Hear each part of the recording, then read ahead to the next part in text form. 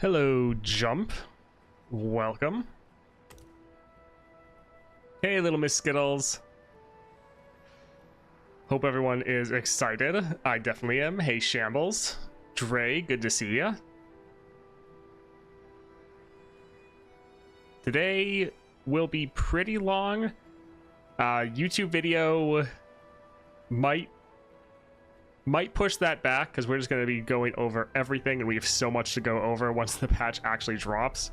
Guys, we're going to be trying to do going over all the new quests, all the new rewards, playing Viego, doing somewhat of a deep dive into every single champion, going through all of the constellations. Should be awesome.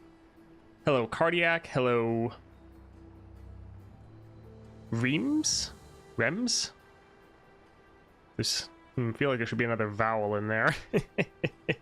21 Muhammad. Hello, I'm doing pretty good. Hey, Lelouch. Chronos BM. Hello. The patch should drop in 2 hours. We're going to probably go through and talk about a lot of the stuff got leaked yesterday. Hey Toast got 70 wins for the first time. Thank you for your guides. Awesome. That is great to hear. Lillia 6-star. Funny. Yeah, some of the 6-star powers are interesting. There's a couple that I feel like are a little bit too underwhelming. So that's not great. Hello, Hux? I'm not sure that one. That is interesting. Patch will be 2 hours. Hello, Ghost Nom. Gwen one is boring but super strong. Yeah. Alright, so we can hold this up, go over to the constellations.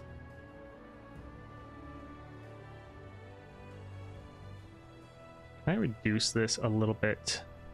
Nope, that's not going to make a difference here. Okay, what if I increase it here? There we go. All right, so we can go through these here. Hassan Porter, thank you for the follow. So these are all the 6 stars that got leaked. So one for all the champions that are getting them. Here we have the Morgana one. When you curse an enemy, grant allies 1 power. Pretty basic, but you're going to be doing a ton of curses, so this is really going to help you scale up. It's not insane, but for Morgana, you're already so strong. It's not like you need that crazy of a power. So just having a way to scale up all your units, especially your Morgana with that lifesteal, this is perfectly fine. Not like it's in relation to a lot of the others, it's going to be pretty weak. But that's not really that big of an issue because she's already crazy strong. So the issue that she has is she's too slow in closing out games. This will just help speed up your game, so it's fine. Next then, Guns Blazing. So while in combat, your spells and skills deal 4 extra damage. This is insane. So for Misfortune, you have a lot of spells and skills, especially ones that go off while you are attacking. They normally all do 1 damage, but they do 1 damage in increments of like 3. So it does 3 damage total. With this, it's going to be doing like 12 damage, like Misfortune's attack. So this is going to be ridiculous. And if we take a look at the relics that leaked, these are going to pair very nicely together. So power, when ally attack, or an ally that costs 1 or less attacks, deal 1 to the enemy nexus. Since this is a skill that's triggering when you're attacking, it should be able to be increased by this to deal 4 extra damage. Yeah, this is crazy. Patch is in 2 hours roughly. So this is going to be super, super strong. This is maybe one of the best powers out of everyone. Like, I'm not recalling all of them off the top of my head, but this is definitely up there. So good. This should be so much fun to play. Next, this one is another one, right? I forgot about this. I'm super excited for this one. So when allies attack, summon a random Noxian ally with cost equal to your mana gem. So this is for Darius. So just when you're attacking, you're summoning another random Noxus ally. That is really good. It's going to help you trigger your second star power of being at 15 power. This also will pair really nice with, if you have Darius leveled up to this point, he's already going to start at 3 mana baseline, but then you can very easily get him to 4 mana with Starforged Gauntlets. And so, like, at the start of the game, your first attack, you could summon a random 4-cost Noxian, and it's just going to get crazier and crazier. So this is another one that I think is really, really good. Hello, Spicy. Okay, there we go. Hey, Drakor Card Games. Hey, thank you for hanging out. Do mana gems have to be full with this power? Shouldn't have to be, no. It's just how many mana gems you have, like, unlocked. Whether they're full or not, it would specify if that was the case. Or that's how it should be. So, no, that shouldn't matter. So this is another one that I think is going to be very strong and very fun. This is going to be so much fun. Like, I can't wait to play with this one. I love Darius as a champion. I think it's a great time. So this is one that is both strong and very thematically great. Anyways, throw another rock. So this is obviously for Taliyah. When an ally attacks, it plays Threaded Volley. So that is Taliyah's spell. And then your spells and skills deal 1 extra damage for each allied landmark. So if you have a bunch of landmarks on your board, you're able to deal extra damage. This one is fine. Like, yes, you're getting more Threaded Volleys going. That's okay. You get some bonuses for having landmarks on your board. This is one that just seems fine. Like, so far out of the ones we've seen, like, this is kind of down there with Morgana of, like, not what I'm going to prioritize. Like, right now, I'd way higher prioritize both Darius and Misfortune. So it's fine. It's not bad, but it's not really that exciting to me.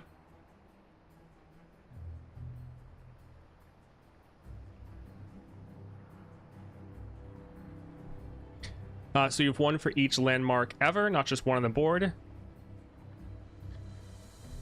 I'm not sure. Is this one... I feel like they'd say for each allied landmark summoned, if it was for all the ones you've ever summoned. I kind of feel like this is just for the landmarks on your board currently. If I'm wrong, though, and if this is just all the landmarks you ever made, then it's kind of nuts. That seems probably ridiculously overpowered then. If that's the case, though, fantastic. I hope I'm wrong, but I think this is just landmarks you have on your board. Hopefully I'm wrong, though. Get Jinx. Your spells and skills deal double damage. Okay. I mean, that'll be fun, I guess. Pretty simple and straightforward. This will be really nice if you're going for a loose cannons payload build where you're trying to get off those super mega death rockets right away, because that'll just be dealing double damage. So pretty simple and straightforward. Little boring, because normally for your spells and skills, like, I'd rather be using this on, like, Annie or Jhin potentially, but yeah, Ledros, if you get Ledros, it's just gonna one-shot the Nexus, which is hilarious. So that's, yeah, 6 damage pow pows. It's definitely going to be good. Like, I'm not saying it's bad at all. Little bit boring, but more damage for spells and skills is fun. Yeah, so this one, it's kind of the middle of the road for me. A little bit more on the boring side, but it will be very fun to play and will still definitely be strong. Yes, Ledros works that way, because you've played Ledros with the Gangplank ship that doubles your damage. It one-shots the enemy Nexus. At least that's how it used to work. I don't know if they changed that at all, but that used to be something you could do. Purge with Silver. This one is very good. So when an ally attacks, give it 4 power this round. So it's a temporary buff, but this is for Vayne. With Vayne, you can normally attack at least 2 times in a round, but often you can attack 3 or even more. So this is going to be pretty massive. Your Vayne is going to have so much power. You're definitely going to want to make sure you're running something with Overwhelm with your Misfortune, whether that's Beast Within or Chosen would also be very strong still. So this will just be, yeah, very, very good. Make Vayne quite strong. It is temporary, but you can stack this up 2, 3, potentially even 4 times in a round, depending on your relic setup and if you want to go for like a Crown Guard build or something. So yeah, pretty insane. Also, this is just when ally attacks, this will hit your whole board. So while it's great for Vayne, your entire board is going to be hitting a lot harder. Really good. Gift of Avarosa. Also, I should say, this, I'll try to like rank them for you. This is one that I think is below Darius and below Misfortune, but I would put it above like Jinx or Taliyah. That's kind of where I would rank this one personally, as far as like how fun it is, how impactful it is. Moving on though. Gift of Avarosa. So when you decrease an enemy's power, randomly distribute that much power among allies in hand. So it has to be hitting your units in your hand, not your units on the board, which is a little bit worse in my opinion. But this could be really good for triggering like Trifarian, for triggering the other one, what's it called? The one where if you summon a Titanic unit, it gets more stats. It'll be really good for both of those. So it'll be very good right there. Hijacker. Thank you for the follow. So this one will be pretty solid. You have so many frostbites, so those frostbites are now helping you out a lot more. Probably do need to turn down the sub sound.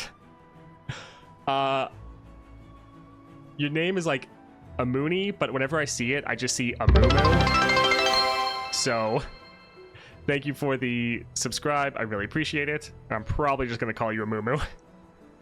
But yeah, this one should be fun. You're able to leverage this in interesting ways. You're going to consistently be able to buff up your hand. You're just going to have to be sure you're keeping units in your hand.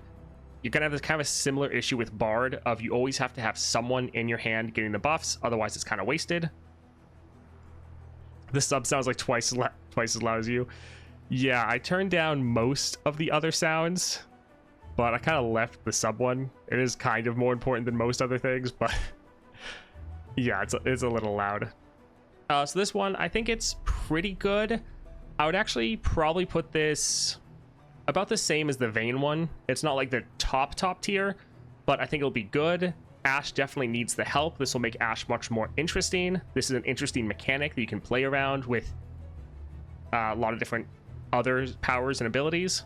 So it's pretty good. Not the best, but definitely better than most other powers we've seen. You can call Amumu, I don't care. Random question, do you ever stream or YouTube under another name? I feel like I saw you elsewhere, either that or you have an evil clone somewhere.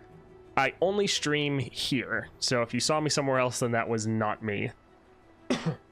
Imagine having one unit at hand, it can be so good getting all that power.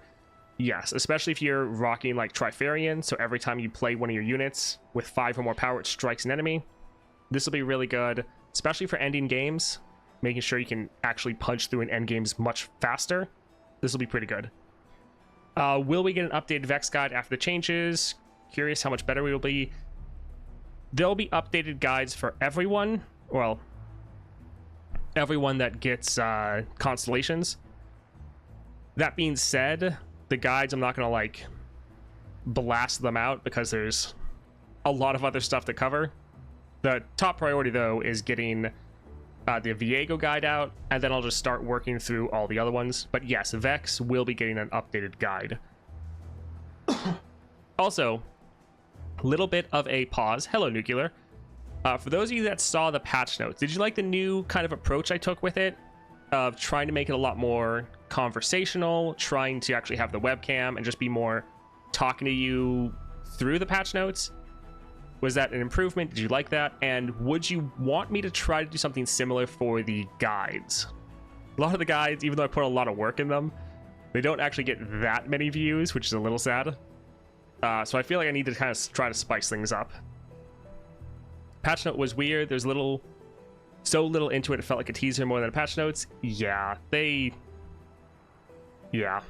They like showed us a lot, but actually didn't tell us anything. So it was so much information that's like, well, we'll have to see how this works. Yes, I will be buying bundles when they come out, because gotta get it all for content. So can't really say what exactly I'm gonna get because we don't really know how the bundles are gonna be. But yes, I do plan on getting stuff. Wonder if the -1 power works with Avarosa. I mean, it just says when you decrease an enemy's power, so you think it should. I think guides with curated section to go over certain builds would be good, but conversational is good for little nuances of the champ. Didn't they reveal what the bundles will be? They revealed, like, yes, but they didn't reveal how much it costs, and we also don't know how rare the resources are going to be. So it's hard to estimate, like, how good it is to get some of these bundles and the resources in them when we don't know how rare those resources actually are. So they revealed, like, oh, you get 600 of these. It's like, great. I have no baseline for how good that actually is, because we don't know how much things cost with them. Like, we have no frame of reference, and we also don't know the price, so it's a little hard to say. Curious if we can rebuy some of the bundles. Yes, it kind of seems like we might be able to, but they've never done that before, so we'll have to see. Moving on, though, so Last Dance. Game start, summon 4 Ghastly Bands and Rally. Very simple, because you're summoning 4 of your ephemeral hallowed units, so it's going to be really good because you're going to start the game with the attack token. You can immediately attack and just get 4 stacks of hallowed in your first round, so it's good. It's a little bit more boring. I would probably rate this probably around the same as like Taliyah as far as power of, like, yes, it's helpful, it's good, pretty simple and straightforward, a little bit boring. Like, I'm sure it's going to be fun, but definitely a little bit less than some of the other powers we've seen. Disciple of Shadows, that is true. That's a good point. Since we're summoning 4, this does mean that with Disciple of Shadows, we could play Gwen round 1. That's a good call. It'll be interesting. Dev said that they had written all the powers for Constellations in the patch notes. It would have been an enormous amount of work to translate in all languages. I get that. That makes sense. Yeah, I was wondering if they would do it, because I mean, you think they'd have to translate it anyways for the game, so couldn't you just like copy and paste? Seems a little weird, but who knows. I was wondering if they would do that, because yeah, the patch notes would be massive.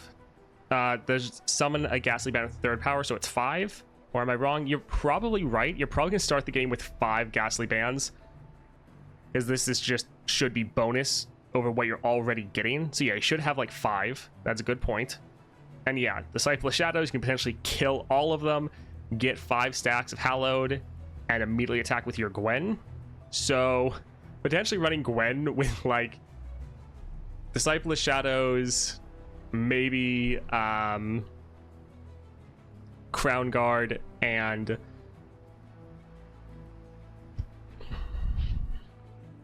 like an Overwhelm Relic, or maybe Gale Force. There could be some interesting builds to try to like one-shot. Do not use Crown Guard? Crown Guard's amazing on Gwen. What do you mean? Crown Guard is like one of her best relics. At least currently.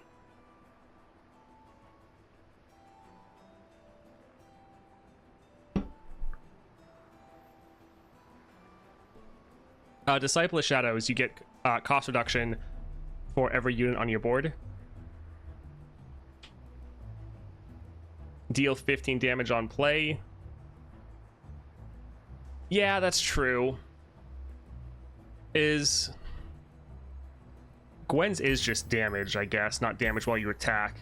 I've dealt 15 damage. Yeah, so that wouldn't work. Sad. I always do her level up when attacking. Didn't really think about the fact that Disciple would count as damage. A little bit disappointing. So yeah, I think this will be a good power. it's a little bit boring, but Gwen is already very strong, so I'm kind of fine with a very strong champion. It's just getting a solid power and not necessarily something that's as ridiculous, but it'll still be fun to play with. It's just a little bit boring that it happens at the start of the game and then that's it. Yeah, there's gonna be some interesting builds. Next then, surprise summoning. I don't know why this has Neeko's face on it. I feel like this is a mistake. But your portals summon level 2 champions. So this is for Norra. Don't know why Neeko's face is on it. This is another one that will be fun. Pretty simple and straightforward. Yeah, you're gonna get a bunch of level 2 champions. One good thing though is that, well, good and bad.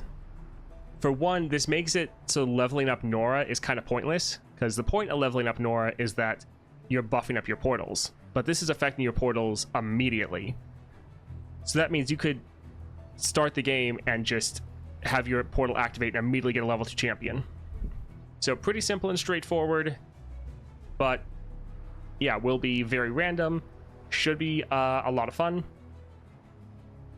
Norra was Neeko the whole time. Yeah, this is a pretty simple power. I'm assuming it's according to the cost the portal summons. No? Potentially, yes. Hello, Sparveg. Yeah, let's go with that. Just going through all the powers. I think it will still be restricted to cost. Okay, that would... yeah, that would make sense. Okay, so yeah, the start, you have your lower level champions. Then when you level up your Norra, they're now higher level units. Yeah, that works. I wish the LOR team did patch notes just like the LOL team. Just saying we added this, but not telling exactly feels very frustrating. But I also understand the dev team's way smaller. Yes, that is a little frustrating. All right, so yeah, decent power. For me, it's kind of the middle of the road. I think it'll be fun, but we already have so many champion summoning builds and champions that another one's just like, okay, I guess this is fine.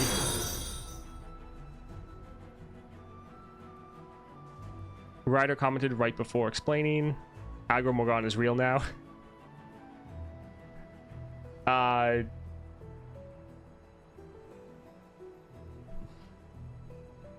T2 Sorter, thank you for the follow, and it's Scuzzy? It's Cuzly. Interesting. Thank you as well for the follow. All right, moving on then. So, future firepower. This one I'm actually pretty excited for. When you see a unit in a predict, double its stats. Now, this will probably work with your... Actually, you know what? It's been so long since I played Ekko. I'm going to look at what his star power actually is. So when you see a unit in a predict, grant it 2/2 and a random keyword. So you would think that this should work with that. So the thing is probably going to get 2/2 and then have its stats doubled. So this is going to be some big units. Yeah, you can do it multiple times. So if you see a unit multiple times in a predict, this will just be fun being able to pull out giant units, giving you more reason to predict. It's simple, straightforward, should be very fun though. This is something that's going to affect you the entire game. Yeah, and it's pretty kind of similar to like Norra, where it's just further incentivizing what you're already trying to do. But I think Ekko needs the help more than Norra, which is why I'm a little bit more excited to this. His second star power is your created cards cost 1 less. So the 1 cost that summons itself was seen in a predict is going to be like a 10/10 with a keyword. Hopefully that's how it works, yes. So We are just seeing all of the 6 stars right now. When the game actually comes out, we'll go and look through their entire constellation and see how things are shaping up. So right now we can just see the 6 stars though. This one should be pretty good. I'm still sad a lot of them are scaling related. Yeah. All right, Wield the Abyss. So round start, create a second skin in hand.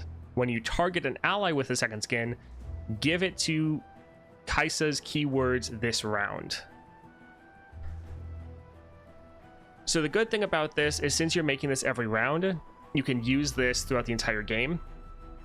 So you're constantly stockpiling a lot more keywords on your units. The second skin is now Burst, which will really help out.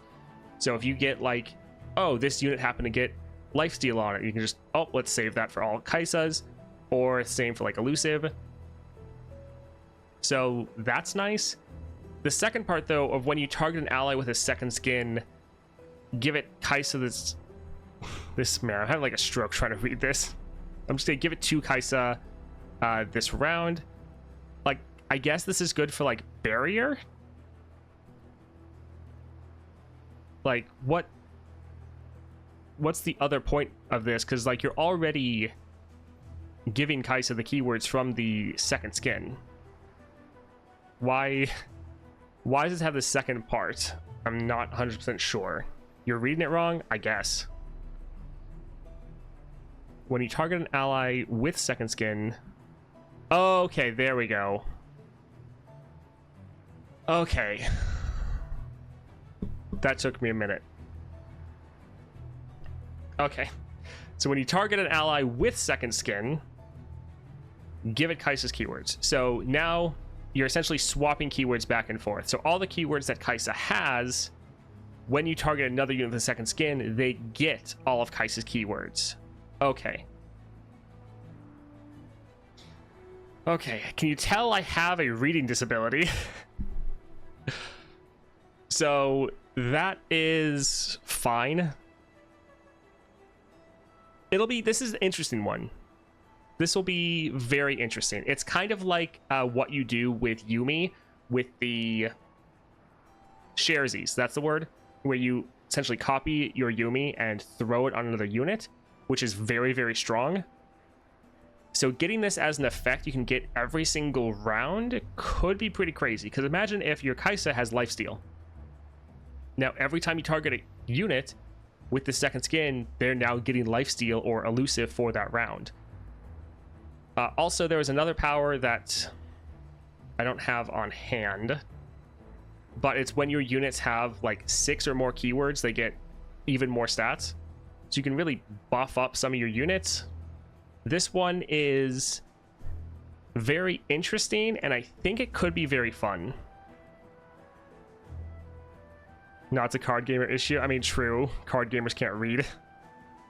Yeah, 4/4 on 6 keywords. I was just talking about this exchange ability today.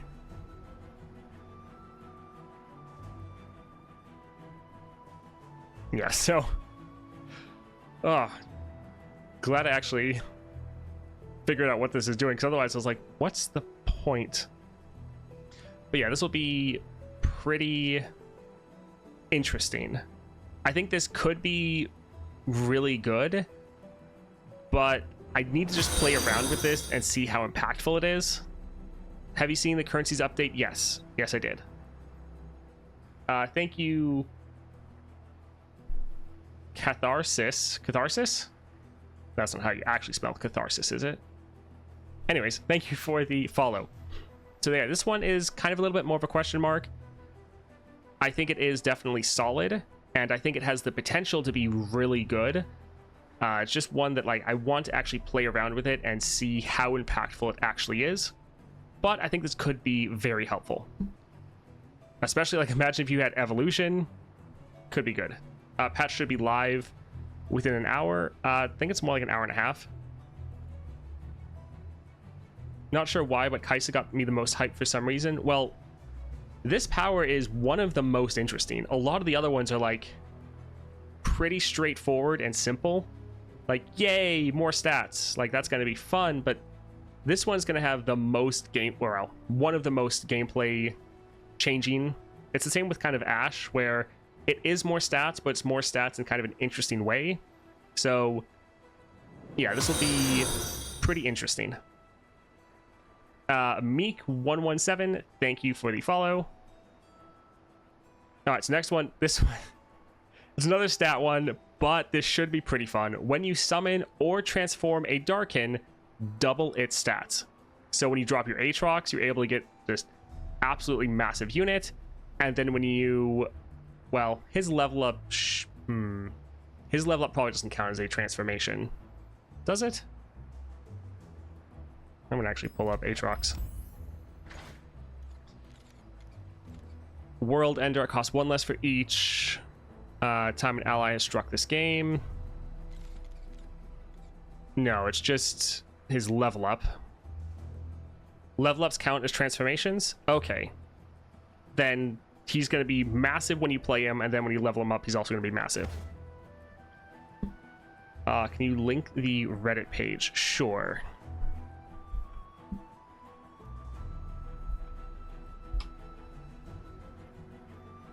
So this one, pretty simple and straightforward, but I think this one will be very fun, and you already want your Darkin to feel very impactful. This will be very good for Aatrox, because he is a unit-focused deck. He can fall behind if his units aren't able to measure up to the enemy. So making sure your units, especially your Aatrox, is absolutely massive. This is going to be tons of fun. Also, this gives you more of a reason to try to get other Darkin. Like, if you see Kayn, now you really, really want to get him. Whereas, like, before, it's like, yeah, you have good synergies, it's good to grab, but here it's like, this is the best champion for you to get. So this is simple and straightforward, but I'm more excited for this than many of the other just stat-based ones. I think this should be very fun. But your early game is still slow. Yes, that is still true. That is 100% going to be the case. So it's kind of a little bit more of a win more of like once you actually get your Darkins on the board, then you've won the game, and it's a little bit even more now, but still good, I think. Punish, Lissandra, Entomb. Yeah. Epic Relic, double stats on Aatrox. Is there a Constellation launch video in YouTube? Did you watch it already? I don't think so. Does Kayn count? He transforms in hand. I mean, when you play him, I always play him as Rost, which is a Darkin, so at least that will be another Darkin. And then also it's just the fact that he has more Darkin equipment that can be transformed. Also, this is going to make it really important to potentially play some of your Darkin units immediately, like your... what is it called? Your Darkin Aegis. That's normally a 5 cost that you can play. Joral, I'm guessing that's how you say his name. Anyways, being able to drop him early will be big, because that'll be a massive unit. Kayn transforms when on the board. Yeah. Have you already seen Lillia's 6-star? It seems pretty good, especially really good on summon unit. I've already seen all of these before. Like, I saw them yesterday, and yeah, we're getting there. Doom of All. So when you summon a Titanic ally, grant it 2/2 for each stack of Sigil of the Storm. So this is one that it's pretty simple. It's just making your big units even bigger, which is fine. I'm hoping that this buffs them up before they get their strike off, so they're even stronger, but we'll have to see. Yeah, this is just further incentivizing you to, hey, get Sigils of the Storm, play giant units, they'll be even bigger. I think it's going to be fine. Even though I'm the most excited about Volibear overall, because he's one of my favorites, this is one of the weaker ones, at least as far as like gameplay wise. It's really just fine to me. Like, okay, my big units are even bigger. Often my big units were already big enough to kill anything, so a lot of the extra stats will be kind of wasted. It's... yeah, it's fine, but really not great. If I did my calculations, after level up, Aatrox would be 32, 32. Nice. This one's worded weirdly. By the way, when Kayn kills 2, he goes back to hand, and when summoned again, he doubled the stats again. I mean, since he's summoned, hopefully. When you recall, you don't... so normally you lose all stats, but with Kayn, well... at least for Kayn with his star powers, he doesn't lose those stats. So maybe he wouldn't lose all of his stats. I gotta say, I really hate Neeko's. Yeah, this one is just okay. Like, honestly, even though I really like Volibear, I'm not really going to be prioritizing getting his 6-star. Like, probably getting his, like, 4 or 5th star where he gets +1 extra starting mana. That'll be great. And honestly, that's going to have more of an impact than this, most likely. So, it's fine, but a bit disappointing. So, Power of Friendship. This one should be Yuumi's, I believe. Round start, grow all allies to the strongest allies stats this round. This will be very good.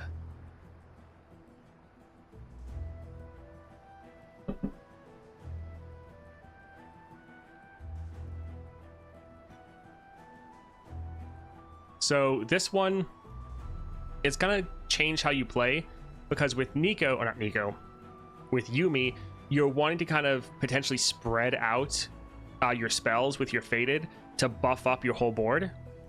Here though, you don't really care about doing that. You just want to spend all of your spells on a single target, buff them up as much as possible. So just focusing on your Yuumi and just buffing them all the way up to hit your entire board. This is going to be very, very good and very strong. This should be pretty fun to play with. I would say this one's slightly above mid. This is like a little bit higher. It's not one of the best ones, but this should both make it interesting to play and also pretty fun to use. Where can we find the 4th and 4th star powers? We don't... oh, you mean the 4th and 5th? We don't have them out yet. But we do know that, like, everyone's either 4th or 5th. One of them is giving you +1 mana, and some champions might have a little spin on that. But we know everyone is just getting at least 1 extra starting mana.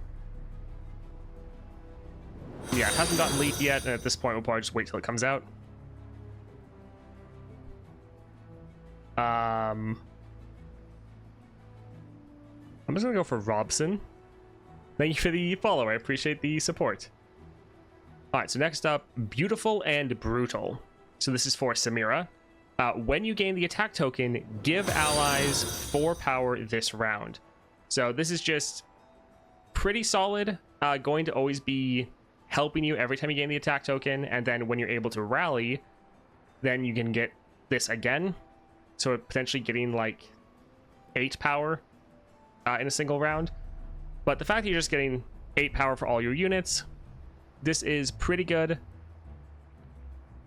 It's pretty similar, but worse to the Vayne power. Yeah, worse Vayne, very much. It's not bad, but yeah, it is pretty much worse Vayne. Spellweaver Samira rallies a lot. Good to know.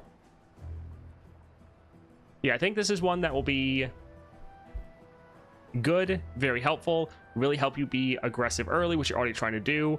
Further reinforces you to go for kind of my go-to build of trying to level up your Samira and then using Crown Guard with that to rally. So that'll be very helpful. Yeah, it's solid, decent power. Overall, though, it's going to play out pretty much just like a worse Vayne, which is a little sad. Don't you also go quite wide with Samira? Yeah, you normally go like 4 to 5 is what it hits. Vayne kind of needs the help though. Yes, Vayne is generally weaker than Samira. If you combo it well, you can get 12 power on all of your units.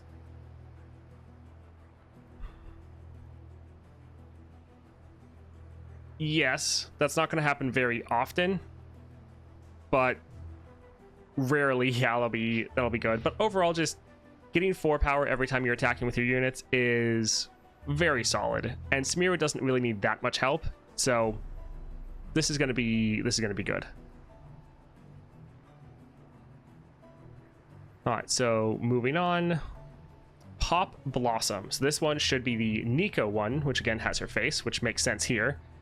When allies attack, deal 1 to all enemies and the enemy nexus, increased by 1 for each attacking subtyped ally. So this is going to be interesting. Dealing 1 to the entire enemy board and the enemy nexus. It's kind of going to play out like a better version of Neela. And so if you can get a whole bunch of subtypes and attack, it will be a decent amount of damage. This is going to be interesting to see how impactful this actually is. It's further incentivizing you to stack as many subtypes as possible, so that's good. Yeah, it's interesting. 7 damage easy per attack. Lissandra's waving. Yeah, I was thinking like into the Lissandra adventure when enemies have the not unyielding, I am inevitable. Don't know why I always mix those up. When they have I am inevitable, I don't think they're really going to care. Yeah, it technically isn't different. It isn't technically different subtypes. It's just allies with a subtype. So if you're attacking with an entire board of Poros, you're going to have the same effect. That is true. So it's still incentivizing you to have subtypes, but yeah, not necessarily having to diversify, which is good, just making it a little bit easier to go off. So pretty much every time you attack, you're able to, as many units as you have, hopefully be damaging the enemy. I think this is one that's going to be very, very powerful for everything. Like all the early and even mid adventures, you're going to dominate because enemies don't really scale with that much health. So this is going to be insane early. I'm a little bit worried about how good this is going to be into the toughest challenges like Lissandra or potentially Aurelian Soul, but this will make Neeko very, very good for monthlies. There's a lot of attacks, or a lot of times the enemies just has like 1 health, or if you do any damage to them, you'll kill them. So this will make her very good for some monthly challenges, definitely. What's your Aatrox build, Toast? I have a bunch. My last one that I did for Lissandra was Starforged. So like Aatrox, Starforged Gauntlets, and Beast Within. But with Aatrox, for most stuff, you can build him a lot of different ways. What is the second rare relic for Janna? You can either go for cost reduction with Scourge's Stash. Ludens isn't bad as well.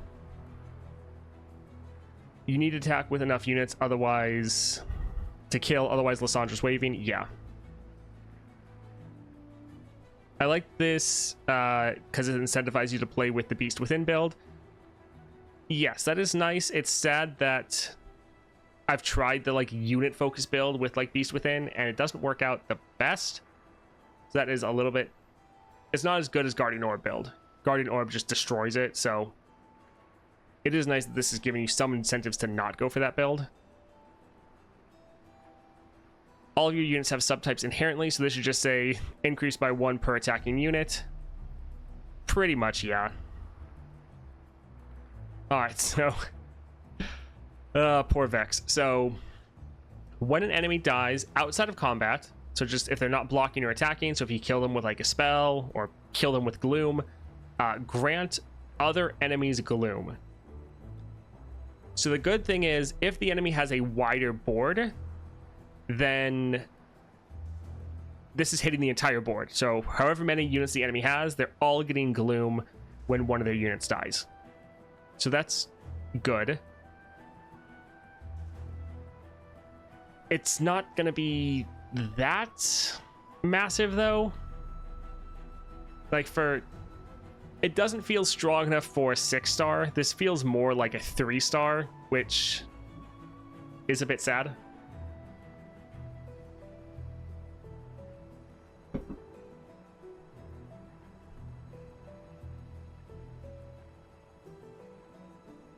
I mean, it's 1 gloom. If you have your Vex on the board, it should be doubled. So it should be hitting the entire enemy board with 2 gloom. So it's great getting more gloom generation. Gives you more reason to kill enemy units and finish them off and not just reduce down their attack to 0. So it's going to be helpful. It's going to be good. Inherently, it doesn't really feel good enough, which is a little bit sad. Yeah, we'll see how it plays. It'll help. I don't necessarily know if it's going to fix Vex, though.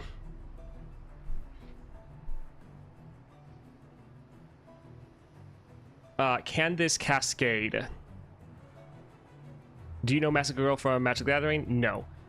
This should be able to cascade, yes. Which, when that happens, should be really interesting. So, like, when you kill 1 unit outside of combat, and then this triggers, so it kills another unit, and then that's going to, like, hit the entire enemy board again. If you can get that to happen, then very good. I think against certain enemies, if they have a very wide board and low units, this will be great.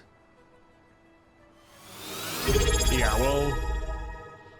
we'll have to see. It's a worse pike board, right? Kind of. I don't think I said this one. So Shinobi Lynx.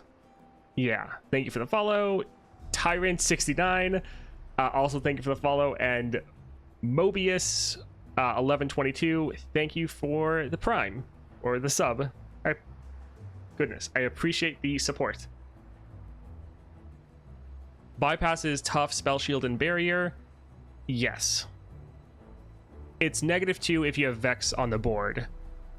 And then another good thing about this, though, that we're kind of not really considering is the fact that glooming the entire enemy board is now going to make it so your 1st and 3rd star power actually do stuff. Because that's kind of an issue Vex has, is the enemies don't have gloom, and so your boost power doesn't activate. If you can have Vex on the board, this can go off, hit the entire enemy board for gloom, go off twice because you have Vex on the board, and then every single round while they're on the board, they're getting hit for -2 every single round. So that is going to be helpful. This could be decent. I like that it's going to change how you play, because you're really going to want to focus on actually killing enemy units, whereas that wasn't 100% the focus before. Like, sometimes just reducing someone down to 0 was fine. So it's probably better than it first looks inherently. I think it's still probably not quite as crazy as you'd want for a 6-star, but I do think it'll be solid. Hi, Skyner. Let's go with that. Okay, so Vex might not be that bad. Yeah. Massacre Girl is a creature that gives -1/1 to all enemy creatures. Repeat that each creature died. It's a really good card. This is the same. Ah, interesting. Bump Vex from D to B? Possibly. Possibly. Do we know what to expect this patch? A bunch of constellations. -2 every round, -2 when you attack with Fear Cleaving Axe sounds at least good. It's definitely going to help Vex out a lot, because Vex's one of their biggest issues was not having enough gloom generation. This will help with that. Doesn't that mean it could also work the other way around?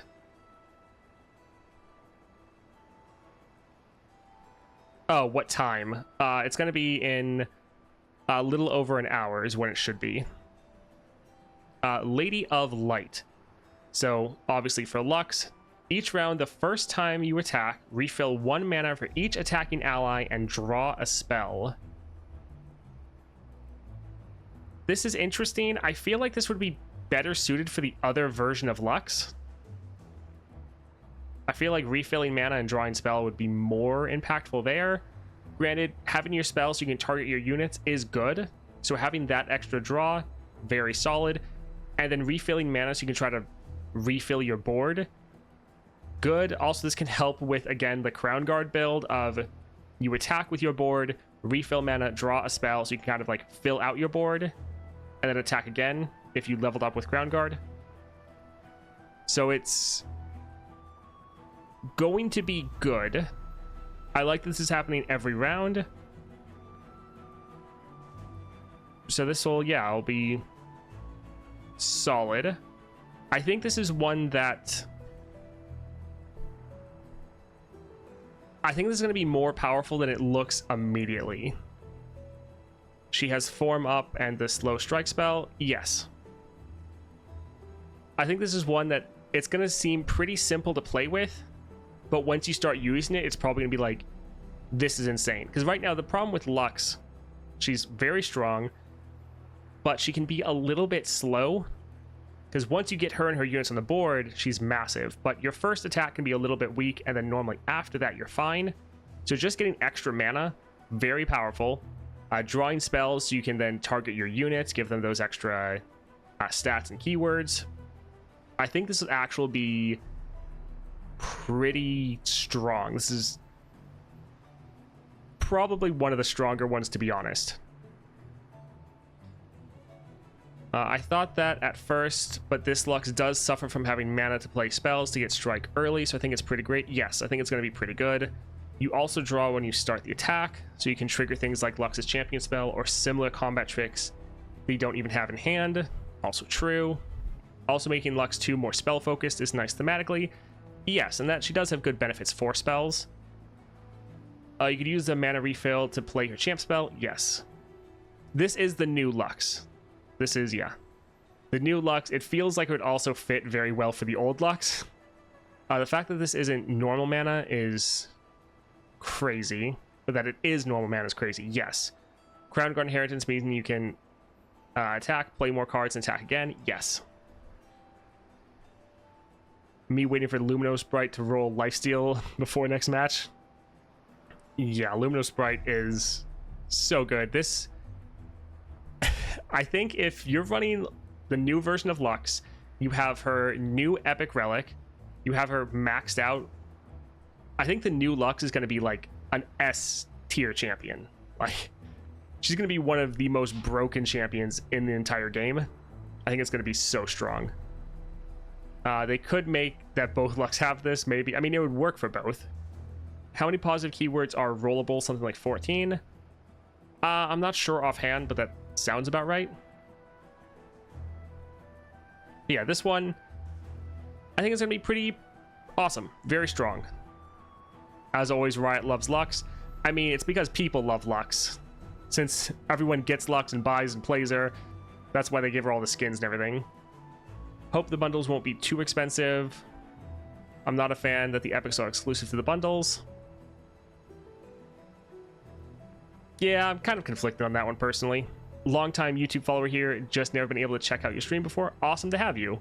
Yeah, I have a post that's going to be going up on YouTube telling people to come over once the patch goes live.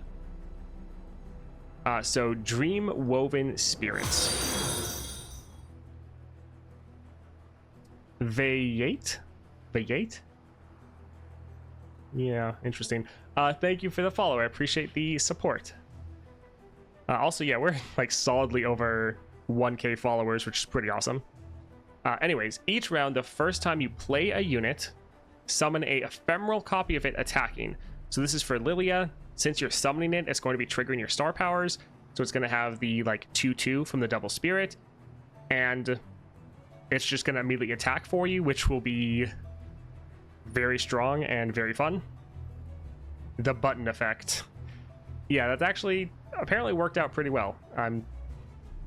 Worked out better than I was thinking it would, to be honest.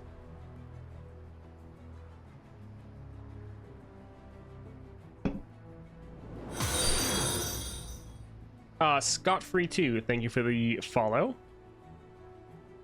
This one, I think it'll be very fun. And I think it's just going to fall in line very well with Lillia of being a fairly straightforward champion, but there's just so many cool combos you can do. And so essentially, whatever you summon, you get its summon effect twice.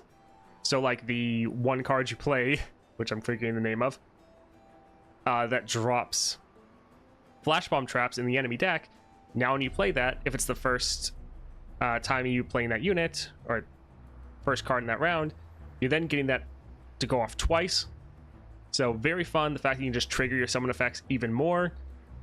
This should be simple, straightforward, but very fun. I think this is one of the best spells or best champion synergies, just because it's further incentivizing you to play how you're already wanting to play. It's giving you something else to think about while you're playing your cards, so you can try to utilize this better.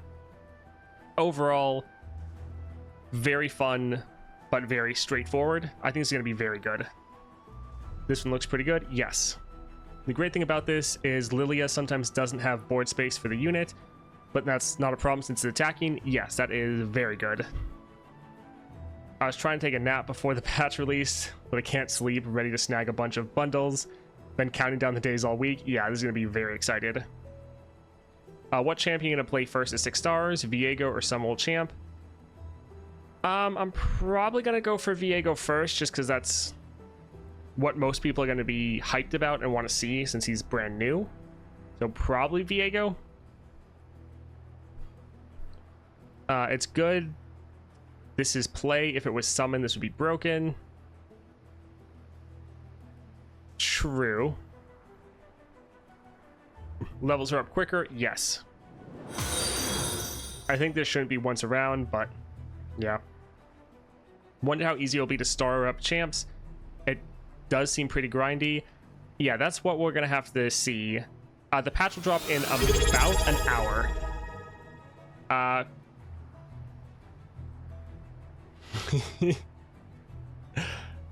Kangamina Rin. Kangamine Rin. Sure. Thank you for the follow. Joni Engineer. Also thank you for the follow. And Kroga, thank you for the sub. I appreciate all the support. Let me pay to win at 6 stars, Riot. Yeah. You can also just call me Rin. Yeah, that's what I'm planning. That's definitely...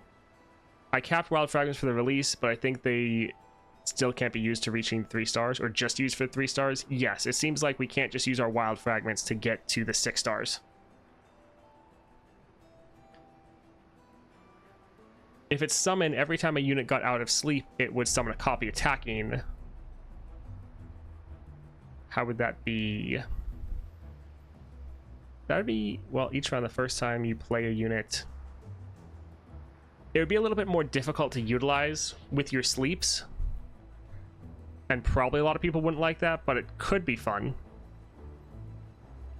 Alright, last up, so all will serve. This is for Viego. When you summon an encroaching mist, grant allies everywhere at 1/1. This is going to be very, very good because you're summoning, like, you can summon 2 encroaching mists from your star powers, your 1 and your 3. And then you have other cards that can also summon these, the encroaching mists, like Viego can summon them, and then other cards can also summon them. So you're going to be summoning a bunch of encroaching mists. Those are going to be buffing up all of your units everywhere.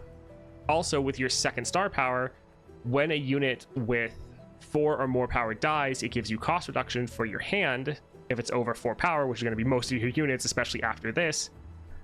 So it just is really synergizing with all of your other star powers.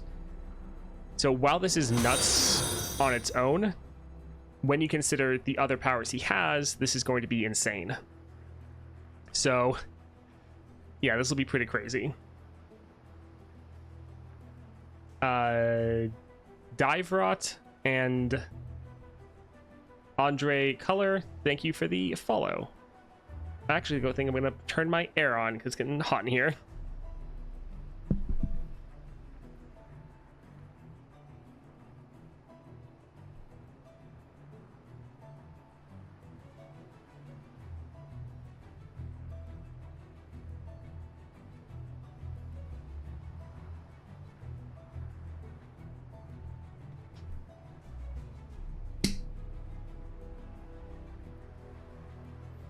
I'm a YouTube fan, looking forward to the new videos with the 6 stars. Yes.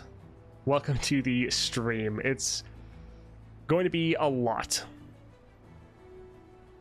I've been playing for 6 months. After playing for a couple of months, I remember thinking that Viego would be fun champ to play, and here he comes. Yes, pretty much everyone, especially after fighting Viego in Aurelion Sol and Galio, a lot of people will be like, I want to play that. How long you gonna stream? A long time. So I want to do a breakdown of every single champion's constellation. So that's probably going to be like at least 10 minutes, if not more, for every single champion. I also want to play Viego. I also want to look at all of the bundles. I want to look at all the new quests. Like I want to do all of that day one. So it's going to be a long stream. The video for today might come out late. Yeah, it's going to be a long stream. When is Victor? Yeah, he'd be a lot of fun. So overall, I think a lot of these are pretty good. I am interested to see how the other powers interact with their 6 stars, because that could change everything. So like this one, we know it's really good because of both of his first and second star power, or it's his first set of star powers make this one really good. But he also has some other upgrades in the constellations, such as the fact that all of your Shadow Isles followers you get also get pickaxe, the fact that your support champion gets an item based on their cost, a stat item. So he has other things that make this work out better. It's going to be interesting to see what upgrades other decks get to really utilize their 6 star power, because there's some that we've seen that's like maybe not the most impactful or not as good as we really think it is, but it could actually be a lot better, maybe, based on what other upgrades they have. DeWaste, Pike, yeah, it looks Pikey XU, and Miyamoto. Yeah, thank you all for the follow. I appreciate it. It's going to be out in hopefully less than an hour. I'm suddenly really excited about Viego. His voice lines are amazing in both English and Spanish. Nice. Which is your favorite and most excited to play? I'm most excited for Viego just because he's completely new. So that's going to be great. Most...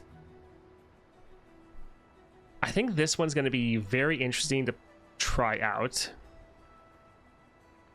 I'm also very interested to see how Vex works and see how impactful this actually is.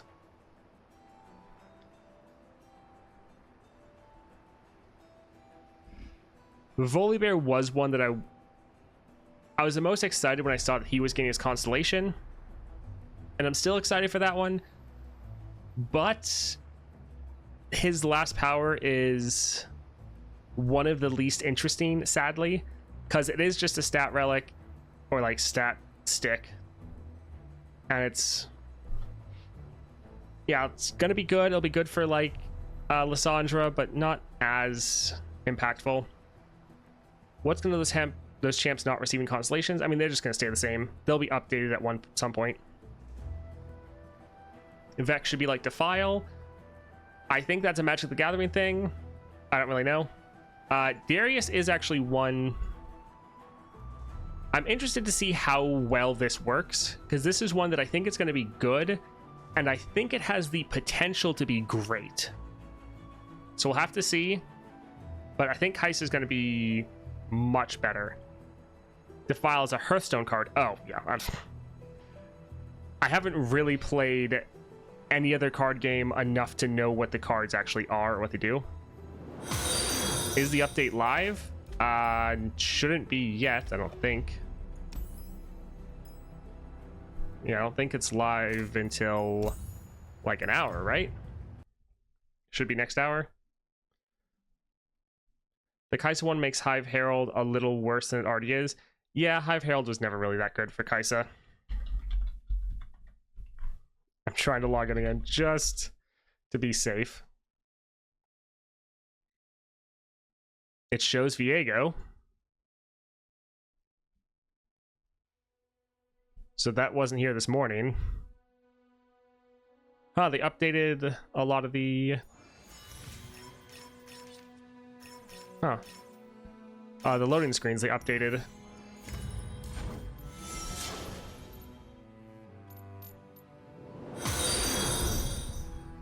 I don't see it live, no. There's some stuff that's been turned on as far as like loading screens are new, splash art, like some of that has been updated, but the patch actually isn't there yet. But yeah, the Kai'Sa one, I'm excited to test this out. I think it is one of the more interesting ones, and I hope this works out well. There's an icon in Adventures for Regen. Nice.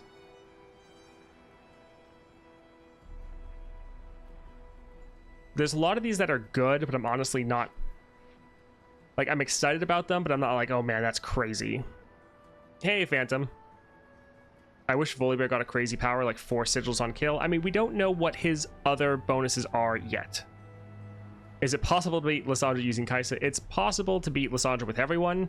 It's just some will take more luck than others. Purge with silver. Yeah, Darius is actually one of the ones I'm probably the most excited about. Both Darius and Misfortune, I think, are going to be very good. I think it's going to be strong, but it's also just going to be fun. Like, I like how this synergizes. It makes you want to focus on ramping, but still focus on attacking, and this is just going to be a good time, I think. Honestly, Viego is probably the most powerful one that they have. Probably, but again, we haven't seen anyone's full Constellation but him. Do you have a favorite archetype that's not been implemented into a Path of Champion yet? Deep, Landmark, Control. I've been dying to play Xerath or Zilean. I think Deep would be fun. I think Maokai could be very fun, being able to focus on going deep and then obliterating the enemy's nexus, or not nexus, deck. So kind of focusing on a mill playstyle could be very fun, and that's not utilized in the game yet. Some more of the unique ways to play that don't necessarily just focus on destroying the nexus, like making the enemy lose because they run out of cards, is always fun. Lulled Misfortune is 5 times 3 damage to everything. Darius versus Karma will be a lot more fun now. Yeah, that's going to be insane.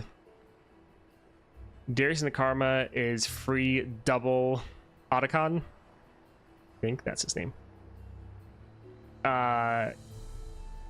King... I'm just going to go with King Killer. And Grape Master. Thank you both for the follow. Seraphine will be hype. I think Deep has issues because your deck size changes so much. Yes, I think that's why they don't do it, because it's going to actively punish you from getting new cards. You're just going to want to stay with as few cards as possible. So I think that's why they probably are leaning away from it. Have they said what achievement quests are? No. No, they have not. That's one of the things, like, okay, we need to just check it out. Yeah, this Darius power is one of the legendaries that I'm the most excited for, because I think it's going to be strong, but very fun, very thematic. I think this is going to be great. So yeah, for the people that ask what my favorite is, probably this one. I don't necessarily think it's the strongest, but it's going to be strong and fun. Have you seen the Planeswalker in Magic? Nope. If not, take a look at Jace, the Mind Sculptor, probably the most iconic Planeswalker from Magic. I would love to have something like that in LOR. I'll need to check that out at some point, or don't know if I'll do it necessarily now. They could easily make Deep trigger at a certain percent as a power. Potentially. Maokai having a Constellation where you buy a card and you also have to choose to cut a card could be cool. We need Pursuit of Perfection win con. There will probably be a 3-star power like that. Game start, go deep. especially now that they stated that they're giving you more reasons to buy cards in the shop in the interview. Yes, that is one thing that they did very well with some of the powers that they're adding, especially the powers in Viego. You have reasons to actually pick up cards in the shop, which is very good. How many fragments does it need to get Darius 4-star power? We don't know yet. Another thing we can look at, though, is the relics. Or not relics, the epic... Yeah, relics. That got leaked. Mr. Jute? Thank you for the follow. Damn, there was, for a second, like 200 people in here. That's a lot. Anyways, when an ally that costs 1 or less attacks deal 1 to the enemy nexus, I think this will be fine. It'll obviously be very good for your 6th star power, but this can also be used on other champions as well, so would be decent for Poro King, decent for like Kindred, could be decent for Gwen. Not crazy, but like there's some synergies there. Elise, yeah, looks good for Annie. Yuumi, Jin, Annie, since it's a skill, yes, that is, yeah, really good for Annie, because when Annie attacks, you have another skill go off. Yeah, probably not worth on Yuumi. You could utilize it, but it'd be better things. Valdumiro. Thank you for that follow. Yeah, Poro is going to be very good for. Jinx, yeah, could be interesting. Since this is a skill, it would deal twice the amount of damage. So that's something. This could level Annie turn 1 with a bit of luck. Yeah.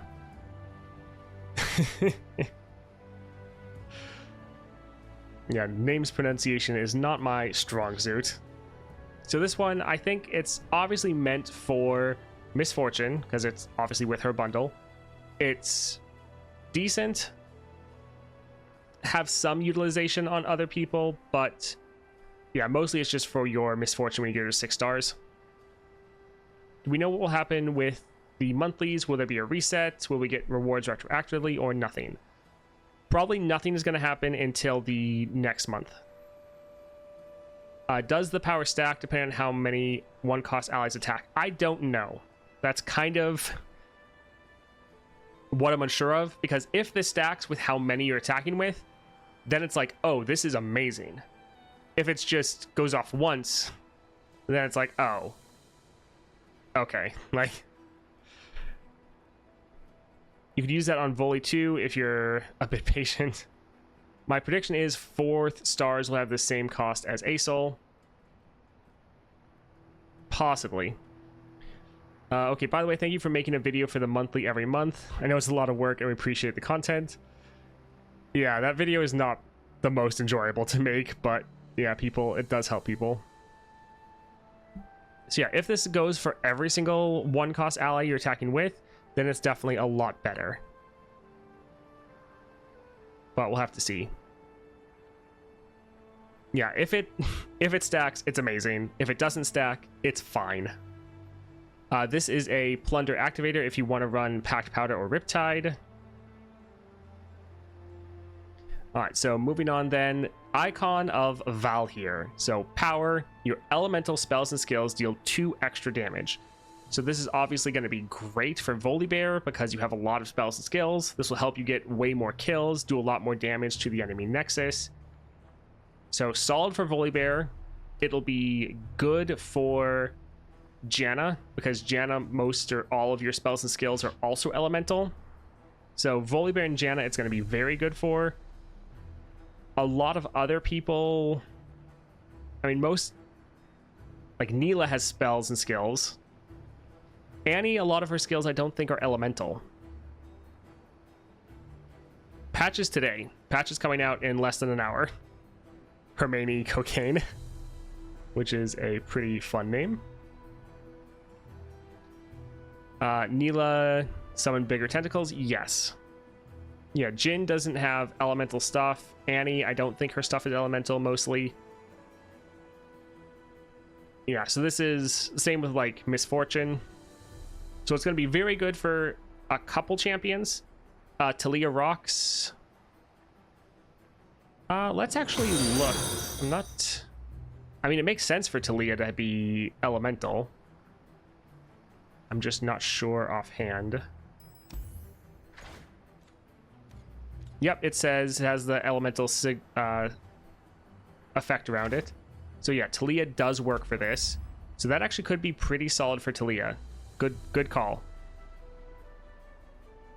Yeah, Taliyah is elemental. Did Annie have Mana Soul Student? Yes. What's the best 6-star champ for each region?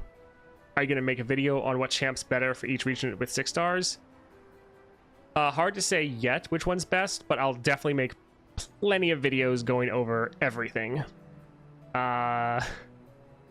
Yo Hick, thank you for the follow. And Kabouter, oh man, who we say? Goodness, that is not an English name. But thank you for the follow. And Hermione Cocaine. Hermione? Is it how you spell Hermione? And Fritty.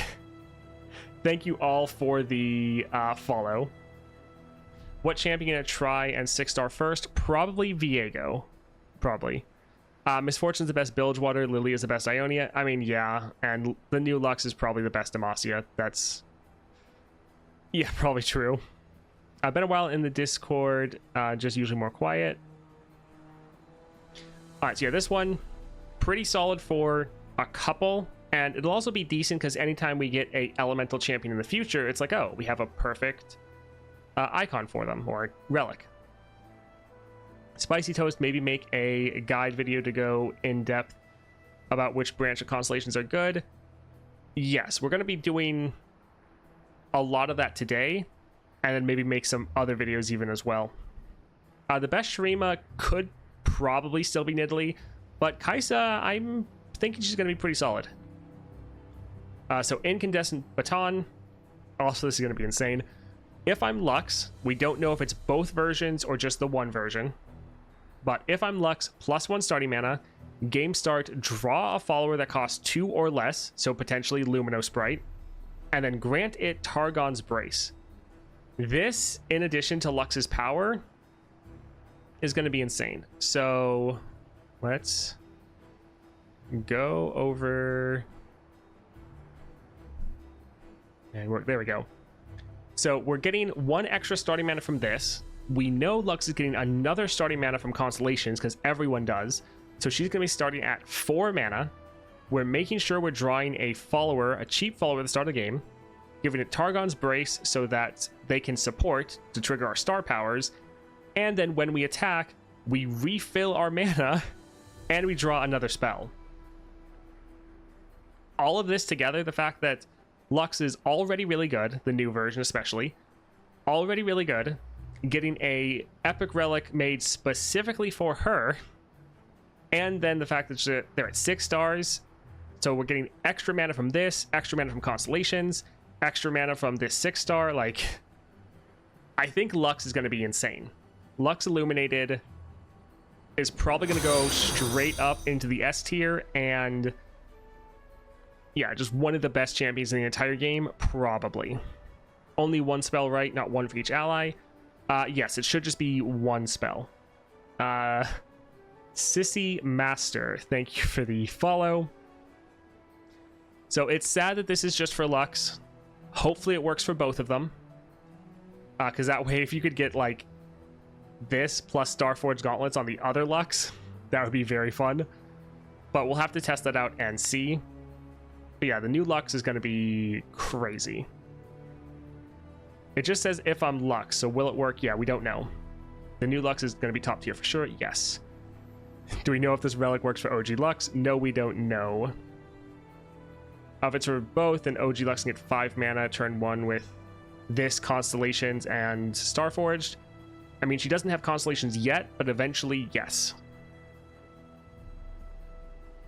So yeah, it's a little bit I'm kind of conflicted on these. It's like, yay, a new epic relic, but at the same time, well, actually, so only the first part is if I'm Lux. So let's try to think who else wants to draw a follower that costs 2 or less at game start and grant it Targon's Brace. Is there any other champion that wants this effect? Because this effect can hit everyone. Why are there 2 Luxes? Because they added another one last patch. Oh. Talk to Ryan about that one. I feel like it should say Lux Illuminated. If it's only for Lux Illuminated, then yes, but maybe this works for both. Targon's Brace. I don't know if I said it wrong. Maybe Gwen. Would be a big problem if it doesn't work on level 1 Lux because she's the only one named Lux. Yeah. It'd be so funny if it was only worded for old Lux and not the new one.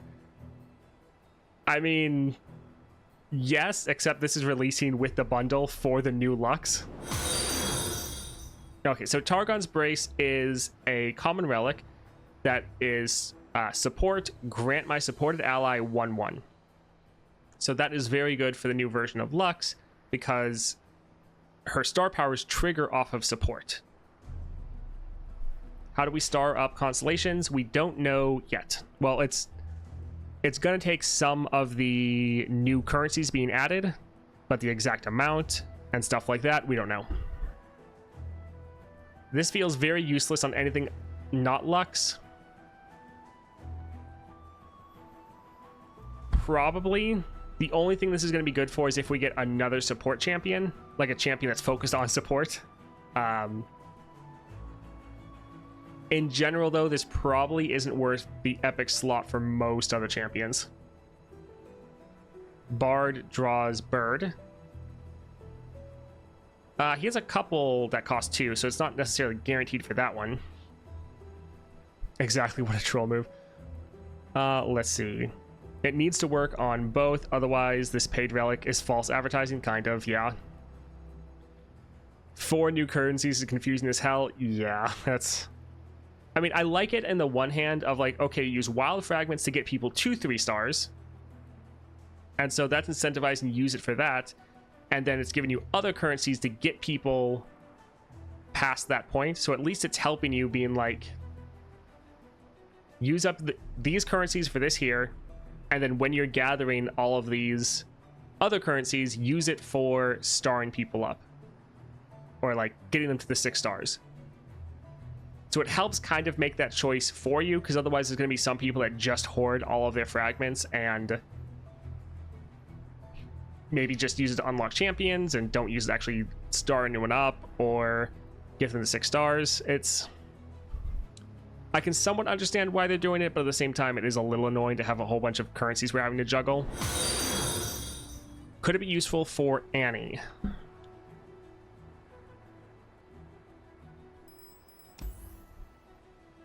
So for Annie, we have Legion Saboteur, House Spider, and Spellslinger. It wouldn't be bad to draw one of those, but I think for Annie, I'd rather have pretty much plenty of other relics. Will progression be faster overall? I think it should be. They're adding a bunch of new currencies. Yes, I did read the thing made by Brian. Diana, more units at the start. Not that she needs it. You get a bronze chest each day, so probably go a lot faster. I mean, you get a bronze chest or bronze vault every day. You also get like a huge amount of new currencies from the monthlies. And then they're saying they're adding more quests, more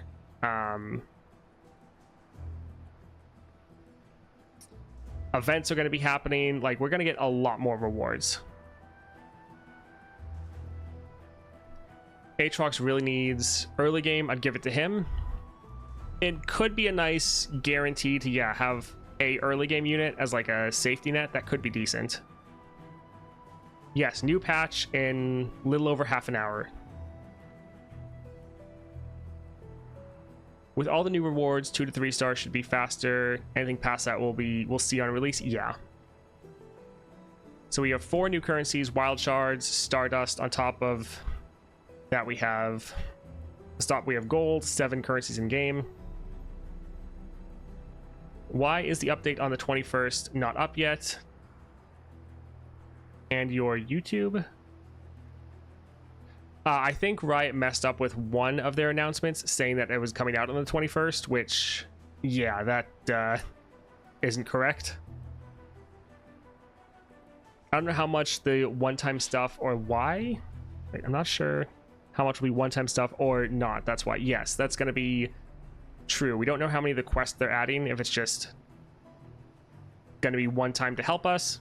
I think there's going to be some of that, but I think there's going to be a lot of repeatable stuff as well. Monthly adventure. Yeah, I'm not sure. I was like, is the monthly adventure something different?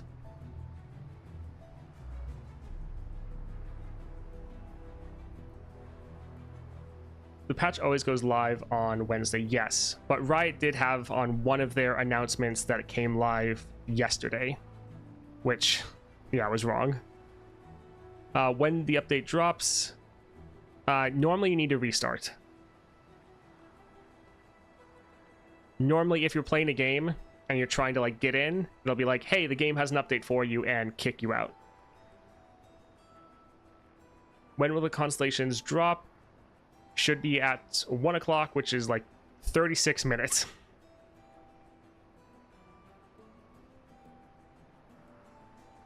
All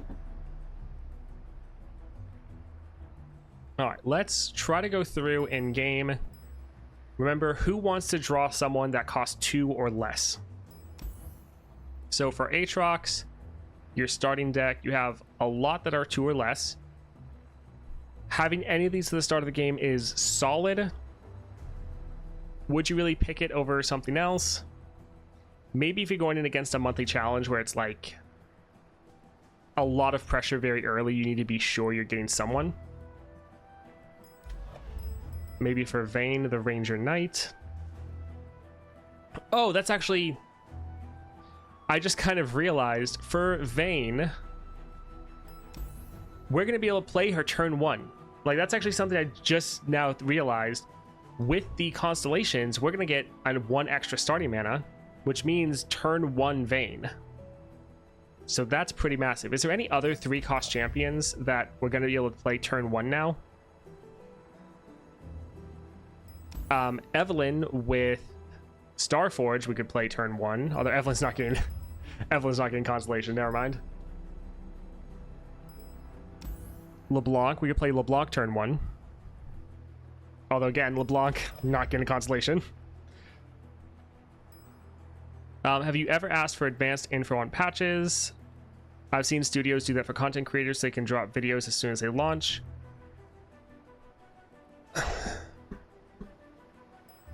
I think I sent a ticket in once a long time ago being like, hey, you guys want to help me out? I don't think Riot does that, especially for Path of Champions. I mean, I would love that if that happened. I guess I could try to reach out, but kind of doubt it.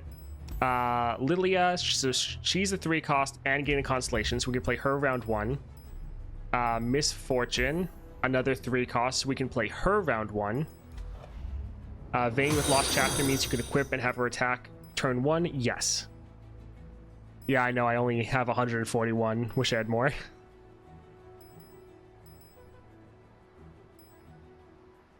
Sadistic Apple and Jean. And then I don't think I got Carvuscus.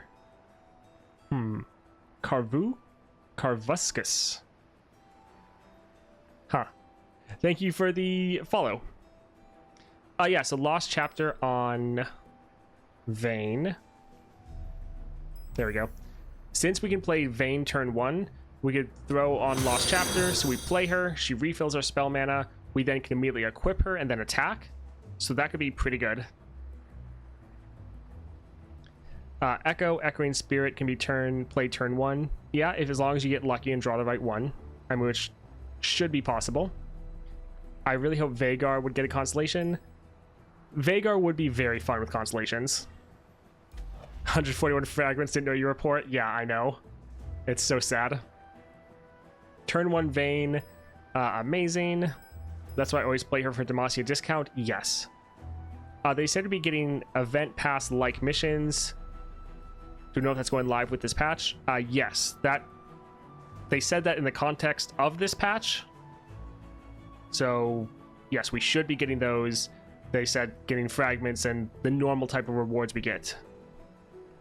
Good thing it's just a question of time when everyone gets to Constellation. Yes. Nami, that's another 3 cost that is not getting Constellation. I just keep thinking of everyone that is 3 cost. It's like my brain checks first, like, are they a 3 cost? Yes. And then it checks, like, do they actually have a Constellation? And then for most of them, it's no. Technically, you could plunder with Kai'Sa and get a turn 1. Yeah. You said it right. Oh, nice. Been following me for a bit on YouTube. Here for Constellation's gameplay. Yeah, that's going to be very fun. Oh, like half an hour. We'll have to see. Holy shit. 250 viewers. I think that's a new record. Hello, everyone. Thank you for being here. Hey, Bread 303. And then Sterling 2010. Thank you for the follow. Let's see. Anyone? I think that's pretty much all the 3 costs. There is Yuumi, so that'll actually be nice. We don't necessarily have to run Disciple of Shadows anymore for Yuumi because we can already play her turn 1. Disciple of Shadows used to be like the best in slot, but I don't think it's going to be as necessary anymore. Squeezy 19 or Squeezle 19. Thank you for the subscribe. I appreciate the support. Biggest LOR expansion ever? Yes. Like, that was a funny thing with my YouTube title for the patch notes. It's like kind of clickbaity, but not really, because it is actually like the most impactful patch in the game. Why give Jinx Constellation is already OP? Jinx is the tutorial champion. Yeah, and it's kind of one of the more iconic ones. Love the interview with Brian. Hope you get to do that more in the future. Yes, I hope so as well. Marshall, hey Toast, thanks for the comment on the video yesterday. Hope you're looking forward to the patch. Yes, I didn't know you did those videos before. I like saw that you had done it for other patches as well, and I was like, oh, I didn't realize he made this. But yeah, you did. That was a really good video. Very clean, crisp, good animations. Definitely. One moment.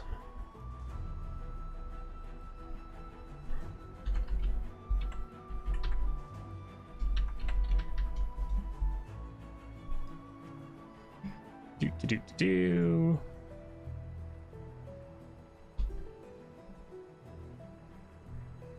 I've done them since 310, I think. Nice. I'm sorry I haven't noticed until now. That's the YouTube channel for the Runeterra report. They make really good videos. I think most of them at the moment are just some good in-depth breakdowns of all the patch notes, and looks like they also have some developer interviews, which I'll probably need to check out at some point. Also, they have a really good Twitter channel. It's pretty much the best Twitter channel if you want Runeterra news. So everyone, feel free to go check that out and help them out. They're pretty awesome. One of the best people supporting the game. Happy to help, Marshall. I'm just waiting for those blessings for quick level ups. Yeah, that's going to be very big. The fact they brought that to the top of the challenges, so good. That's going to help people out so much. Actually, it shouldn't be updated, but let's just look. Okay, same thing as before. I assume you've seen the full key art.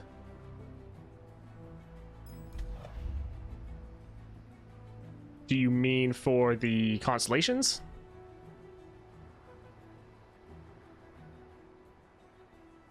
Yes. Yeah. I did see that. Yeah, Marshall is the guy, as far as I'm aware. I don't know if he has anyone helping him, but he's the person that runs the Runeterra report. Yep. Man, I hope Arcane Season 2 doesn't disappoint. Season 1 was so good. I don't think there's... I don't see how it could possibly disappoint with the amount of money and time Riot is putting towards it. Like season 1 was insane. It was so good. Yeah, I'm really excited for the extra XP and constellations. I do find leveling champs do take a long while. Yes, that is like the number one issue I hear from people, is like the game is too hard to get into because the grind is too bad. So helping that out a lot is going to be great. Hey, thanks for gifting a sub to Marshall. That is very kind. I think Path of Champions is going to get an arcane update at the end of the year. Yes, I think so as well. That's almost guaranteed to happen. Trailer video for the Constellation was really good. The ASOL VA killed it. Yeah. Hey, Andres Color. Thank you for also subscribing and keeping the hype train going. Same for... I'm gonna go with Fathoms, even though I know that's an X. Yeah, I think I'm just gonna stick with Fathoms. And Skizzy Baby, thank you for the follow.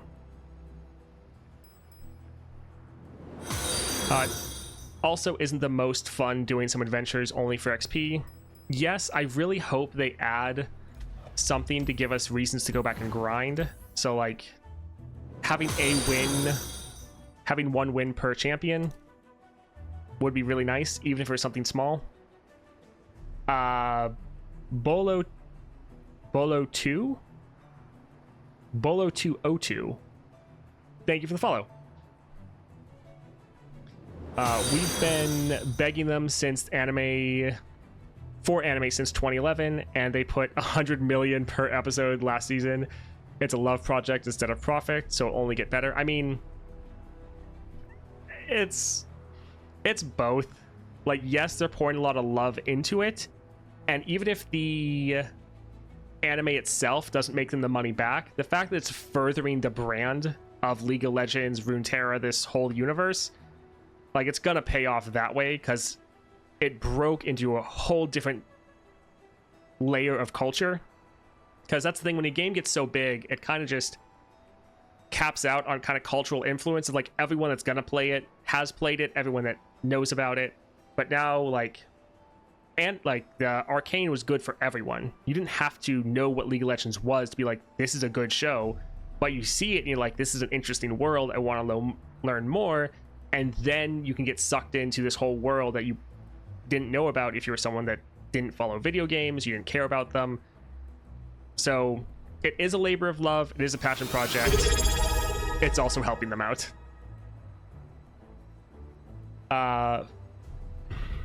Photoms just reminds me of totems. So Photoms, thank you for the follow, and Unzu, thank you for the subscribe, and Skizzy Baby, thank you as well for the subscribe.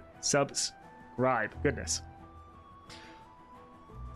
Bro, let me tell you, I don't usually cry over shows, but episode 3 broke me. I'm guessing that's when a certain someone died, and yeah, it was a very emotional show. It was so well done.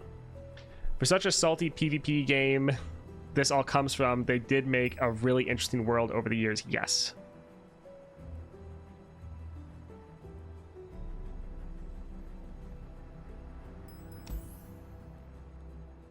So Miss Fortune is going to be a little sad. Wait, did they actually... They screwed it up in the patch notes. They called this like Powder Pandemonium, but it's monkey business.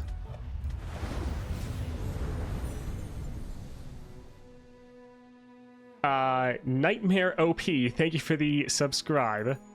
Like...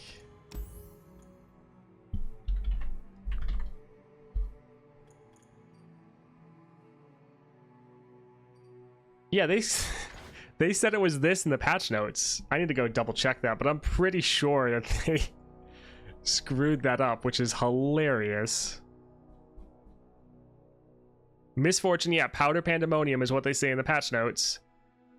I was thinking when I was reading the patch notes, I'm like, I thought that was named something else, but okay. Yeah, I was like, that name sounds wrong, but I'm gonna go with it because, you know, it's Riot, it's their game. Yeah, that's hilarious. Is Misfortune now just gets one extra card because they cut the wrong one. They cut a card that didn't exist. But yeah, no, that's gonna be a little sad because playing this game start and giving your monkeys, because it's the only thing on the board, a Hextech Fabricator, and then high rolling. Oh, it was great. So sad this is going away, but overall Misfortune is going to be way better. Bro, the mobile app updated in the store, but nothing changed. Yeah, normally the update drops a little early, or at least part of the update. Chanan. Thank you for the follow. Hopefully they just give the monkey crazy relics as my constellation nodes. That would be great. I would have been fine if they focused more on the monkeys with the constellation and made that more impactful, because the monkeys are very fun, but it seems like they're kind of moving away from that. That being said, as soon as the patch comes out, we're going to do a deep dive into all the constellations, so we'll see and try to discuss all the different breakdowns. They have you download the data in advance and then enable it on time to make sure everyone has the update when it hits. Yes. There's normally a little bit of an update when it actually goes live, but in general, you download the update early. Wish you could cut Butcher. He's a one drop that I don't care about. Yeah. I wish they add cool story events to Path of Champions. It'd be amazing to play out events of Ruination or Demacia Mage Uprising. Yes, that would be fantastic. We're getting more events in the future. Like Brian, the developer I talked to, he said they're working on kind of redoing events, and we should be getting them more than every 3 months, which is what we had last time. So hopefully that works out well. I find the new button in the top right for the new stuff funny. Yes, I keep clicking it and it just takes me out here, and it's like, why? Why does it do that? I kind of wish, like, that it wouldn't do anything right now. I mean, it doesn't really do anything except something useless. The new relic plus her stick star makes monkeys pretty strong on attack. Yeah, it's going to be pretty good. She's going to go from a champion that most people really didn't like and was normally the bottom of tier lists to being probably one of the strongest. I think the 6-star that she got is one of the best we've seen. Yes. Oh, nice. Oh, man. Forgot to change my title. And no one ever mentioned anything. Oh, man. So thank you, Hey Punisher. That's what I was going to call it. Do you think monthly adventures was a typo, or is it a new game mode? Monthly adventures like the weekly portal, but bigger, like over the course of a month? I honestly have no idea, because like we just said with the Powder Pandemonium, Riot gets things wrong in their own patch notes, so you can't ever believe everything in there. So I don't know. I don't know if they meant to say monthly challenges, because I mix that up all the time. So who knows? It could be a whole new thing we're getting. Fantastic. But they could just be referring to monthly challenges. I really don't know. I was coming here for the tier list. Now I'm disappointed. Sorry. Yeah. That was... I was trying to go through the checklist of everything and I forgot about it.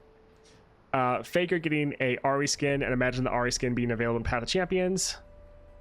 I mean, we don't even have Ahri in Path of Champions, so I mean, let's get Ahri first, and then work on getting the skin.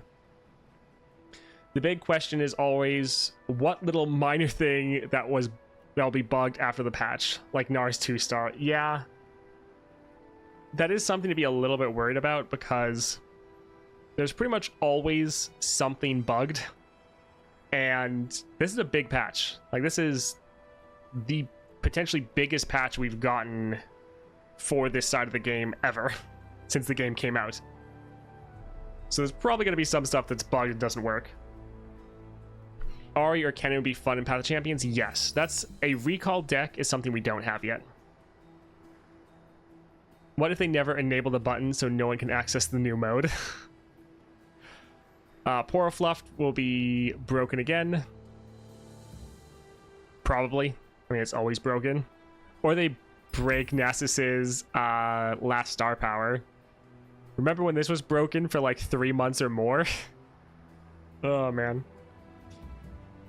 I'll bet Vex Gloom bypassing Tough because she can't catch a break. Yeah, I wouldn't be surprised. We like... we like Bug. Like, I got 2 times the 30 Lux Fragments. That'd be nice. The best, though, was the Pike Bug, where your Mariner's Ruse could stack. Yeah, the patch will drop in like 15 minutes, roughly. This bug was amazing, and it's so sad that they got rid of it. Like, he's a little bit more consistent now, but before you'd have just like this massive unit in your deck. It'd be so much fun. Tricky134, thank you for the follow. Yeah, patch is soon. Patch is soon. Little bug, extra mana locks you to 3 mana all game. What are your thoughts on Spectra Scissors change? It obviously had to be nerfed. It was literally, I don't want to play your game augment. Yes, it's on the one hand, it's sad that they did it, but on the other hand, it's like, we know it had to be done, because especially it just makes it so that's the best build, and so if you're using any other build, you just feel like an idiot. So they did need to nerf it, sadly, and I think they did it in the best way, where they didn't touch the power it had. Like, you still have the 2 extra power. That's really good. And now it's more working as intended of, okay, it's targeting a follower. Like, it'd be good if it could still target champions, but not do that crazy scaling. Like, that would be good. But I think they nerfed it in the best way possible, where it's still fun, still powerful. It's just not broken anymore. Hopefully they beefed up servers. Looks like tons of people are going to be logging in for this patch. Yes. There was a lot of you. So HM Deschet. Thank you for the follow. Antonius333. Brandon Brahas. And I win again 3. Thank you all for the follow. I appreciate the support. Spectral Scissors nerf was perfect to me. Yeah, they nerfed it in pretty much the best possible way. It's always sad when our toys get taken away, but I think they did a good job with it. Elder Dragon can still exploit Deathless and Ornn clone his ram. Yes, that's a good call. Ornn, that's the thing. Like, I love the scissors for the people that were using it like correctly. And Ornn with his ram is so much fun. 275 viewers, new record. Yes, pretty much everything today is going to be a new record, which is pretty fun. Big day for you on 2 sides, new followers and big patch. Well, I mean, that's the same thing pretty much. It's new followers because of the big patch, but yes. Jonix, thank you for the sub. And then Nether and Advillain and Trabashura. Thank you all for the follow. This is the stream where names get pronounced incorrectly 9 times out of 10. 13 minutes soon. So I think what we're going to do is we're going to take a look at the bundles. We'll take a look at how much they cost. We'll look at all the new quests that we're getting, any of like the monthly adventures, if that's different from monthly challenges. And then we're going to go through and we're going to do a deep dive on all of the constellations. And then we're going to play Viego. 13 minutes. Goodness, that one. I need to turn that one down. But I mean, it is important. Follower goal of like 1100. Awesome. New Nadja and Shadow J098. Thank you for the follows. I just got back into Path of Champions and your content has really been enjoyable. Awesome. That is great. Gonna buy all the bundles? Probably. Holy shit. Well, thank you, Phantom. That is ridiculously generous. I very much appreciate the support. Thank you. That is a lot. That was the followers.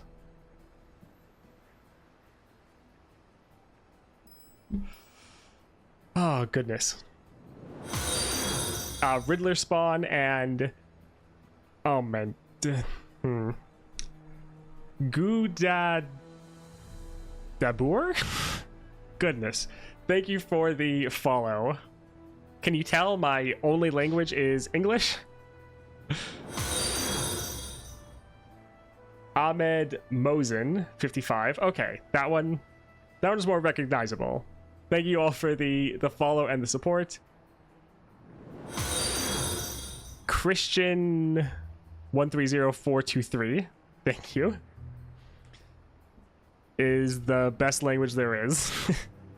You can make content of you reading the names on stream. Yeah, that would be interesting. Yeah, you have definitely an interesting name. I mean, that's the good and bad thing. Like, I like that I have an audience from all over the world, but a lot of very foreign names are not easy for me to pronounce. To be fair, pretty sure my name is impossible to pronounce. Tier list of viewer names. Yeah, that would be take forever. Spicy, are you a full-time YouTuber and streamer? Yes. I'm still more focused on YouTube than streaming, but yes, I'm full-time content creation. Scafir. Yeah, or Scafir. Thank you for the follow. I appreciate all the support. Man, almost 1 a.m. here and still a little longer to see the patch. Yes, we are close. My name is Atakan, so I'm literally the most powerful unit in the game. Shorts of bloopers. Yeah, I need to get more editors. Well. The XL. The XL? Thank you for the follow. I love your content on YouTube. It's adorable. Well, that is good to hear, I guess. Green Pow 26. Thank you for the follows. Trying to level my Teemo.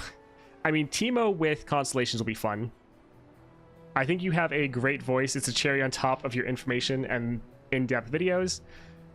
Yeah, I am very thankful for that. That was one thing that's like, glad people enjoy it. It is always interesting, especially when you start getting comments of people being like, I fall asleep to your voice. It's always like, okay. Not 100% sure how to take that, I guess, but good. Hello, first time being here. An ad was being played as I got here. Yes, so I don't run ads, but when you first get in, that is Twitch. So nothing I can do about that one. Apologies. How long did it take you to grind all champions to 3 stars? A long time. Like, back when I was grinding these, they didn't have anything to help you level. And so it took like 6 to 8 hours per champion if I was going fast. kind of wish Spicy made more jokes. Apologies. How Teemo not get a Constellation? He's like the mascot of League. Yeah. I fall asleep to your voice is nice. I fall asleep to you speak is bad. Yeah, that is true. Awesome that you were able to follow me due to a YouTube suggestion. That is very helpful. My legend level is 47. I think I'm probably about as high as you could possibly get. Someone might be like 1 or 2. Maybe I missed a day or 2. For me, it took more than 1 year. Yeah. Here, if something isn't popular, it's a spicy take, not a hot take. What champion's your favorite to play? It kind of depends on my mood, but generally, Morgana and Volibear are both definitely up there. John Cook and Pirate Pete, the 13th. Thank you for the follow.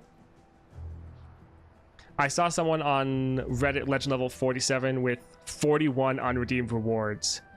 Wow. Yeah, I'm not... I don't stockpile them like that. How the hell am I slightly ahead of you in legend level? I think there's like a day or 2 that I slightly forget. Can you mispronounce my name? Sure. Ratko. Anything you want. Morgana can make Lissandra not do anything at all. Yeah, it's so good. If you save the weeklies on the week of release, they could be at level 48 or near it. I just got Volibear last week because I didn't have a Freljord champ. He's actually so good. Yes, Volibear is fantastic. My favorite Freljord champion, definitely. And one of the most enjoyable to play. Morgana is both OP and ridiculously fun, yes. I'm here at legend level 44 because I often take days off. Yeah. Yep, 5 minutes. It's close. Do we know if the new pay-to-win items are at Starforged Gauntlet's power level or more Norra? They're definitely not Starforged Gauntlets. They're closer to Norra, but I would say they're all better. There should be a channel reward that Spicy Toast mispronounces your name. Whose 6-star power are we looking forward to the most? I would say probably Darius. That one looks pretty fun. That looks pretty good. Surely the servers will keep up. Hopefully. We'll have to see. Jin is by far my favorite. That's actually... I was excited. A lot of people were thinking Jin was going to be one of the people in the getting constellations. For me, though, when I saw it, I was like, I don't know. It could be Jin, but it's not really clear. But it actually wasn't Jin, it was Vayne, and I am way more excited for Vayne's constellation than Jin's. Like, in my opinion, Jin is already really good and a lot of fun to play, and Vayne needs a little bit more help, so her getting helped out more is better.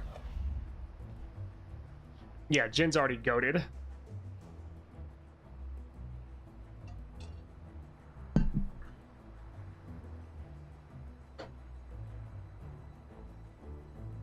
I mean, we haven't seen all of the stuff for Vayne yet. It feels similar but worse to Samira's. I mean, it's better than Samira's. It's a better version of Samira's power. Okay, do the button really work? I mean, we got a lot of people, so it seems like it's working decently well. A lot of people are hyped for the patch, so can't complain. Jin might be my favorite, only 2-star for me right now, but still very fun. Yeah, he is great. I was on board for buffing Vayne, but 4 power sounds like more of what we had.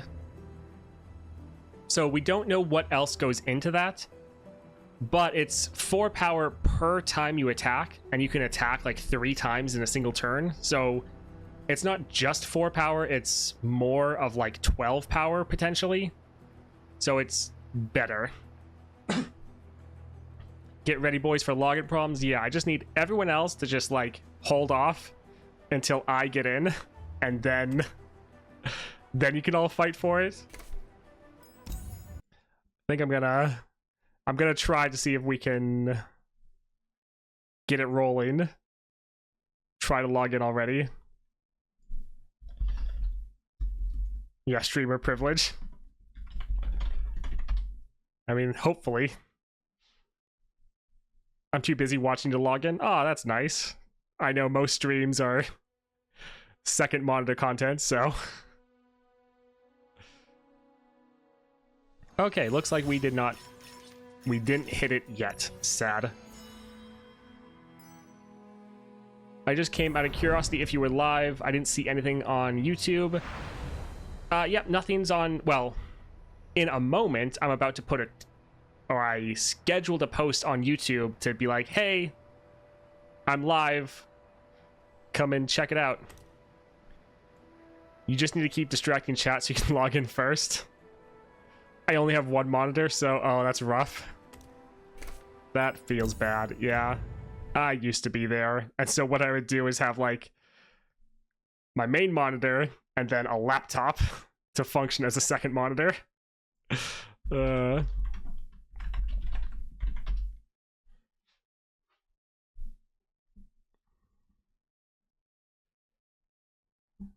have 2 monitors, but horrible internet, so I won't be stealing much bandwidth. I keep getting excited because it shows up with different splash art. Oh, you got to see it there briefly.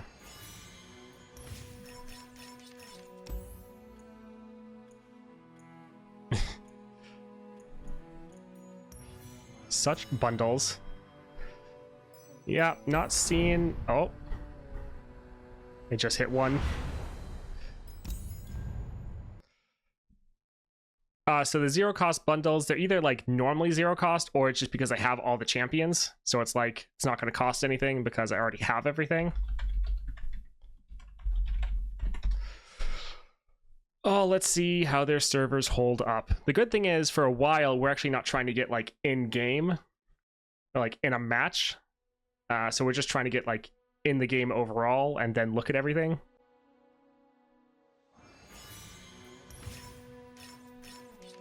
Okay, logged in after 1, still not seeing anything.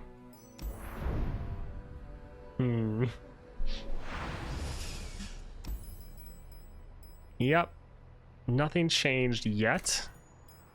Was Path of Champions the first card game you ever played? Technically, no. I mean, the first card game I actually really got into was Gwent, but Gwent from The Witcher. Not from like when they turned it into its own game. I like have tried some of the other ones briefly, but I never really got into them because I knew they just cost way too much money. Yeah, Gwent was so good, but then when they had to balance it for being actually like a normal game, I played it for a little bit and I was like, this isn't as fun. Like, I sometimes will remake a, like, I'll restart The Witcher 3 and just, like, not care about anything other than Gwent. I'll put it on the easiest possible difficulty for the combat and then just go through, get the cards, and just play Gwent and just not focus on anything else.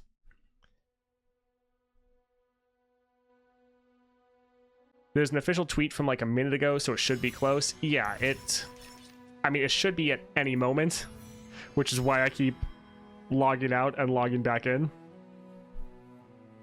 Marvel Snap was pretty good on monetization. Only really bought skins back when I played it. I played that as well. Like, not a lot, but I downloaded Marvel Snap and then played it some. It's really fun. Like, it's not great that it's only player versus player, but I mean, that's most games. You can't really, not too surprising. But yeah, I enjoyed that. I actually played that with Mrs. Toast. We would play against each other, and it was a well-designed, very fun game. I had fun playing it. But again, it was just like normal pickup games, not actually doing anything crazy. But also I didn't dump any money or time into it. Or like not a lot of time. Andrei Imorkov. Sure. Thank you for the follow. So not that I want you guys to be trying to log in, but has anyone else got the update? Because it is not hitting for me, sadly. Nope. Okay.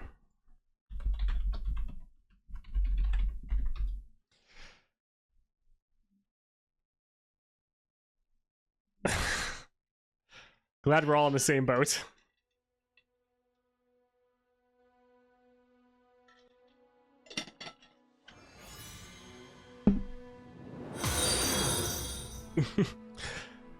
Touch Me and Tetsu Fox. Thank you for the follow. Will there ever be a video of Mrs. Toast trying to beat Asol?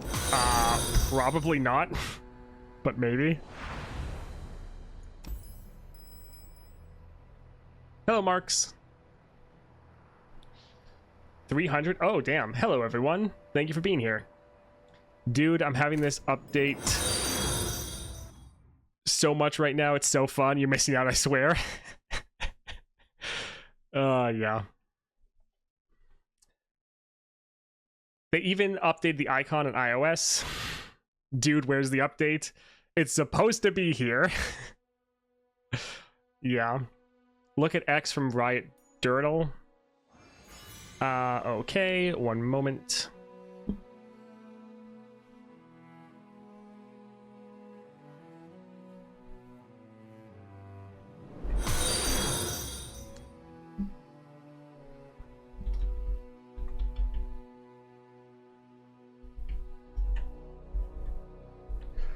Okay, so what did he say?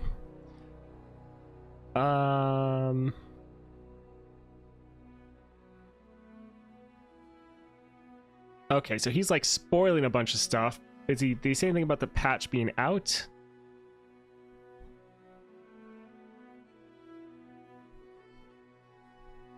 I want to look at that, but at the same time, I also want to be trying to get in. Anything new in the store? Not that I've seen.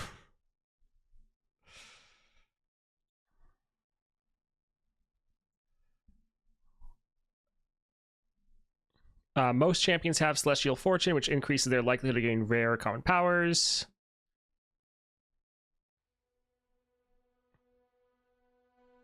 Oh, it's asking you to update? Just got to experience Aurelia. I think that's how you spell it. Good thing I'm Jinx. She attacked like 5 times a turn, I think. Yeah, it's awful. Yep, nothing new in the store.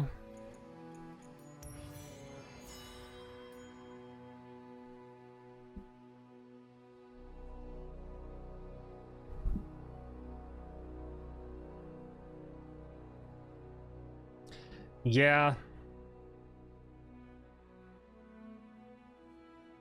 Alright, so let's make this a little bit bigger. And I'm going to be half reading, half re-logging. But yeah, here's also Runeterra report. Definitely going to give him a follow.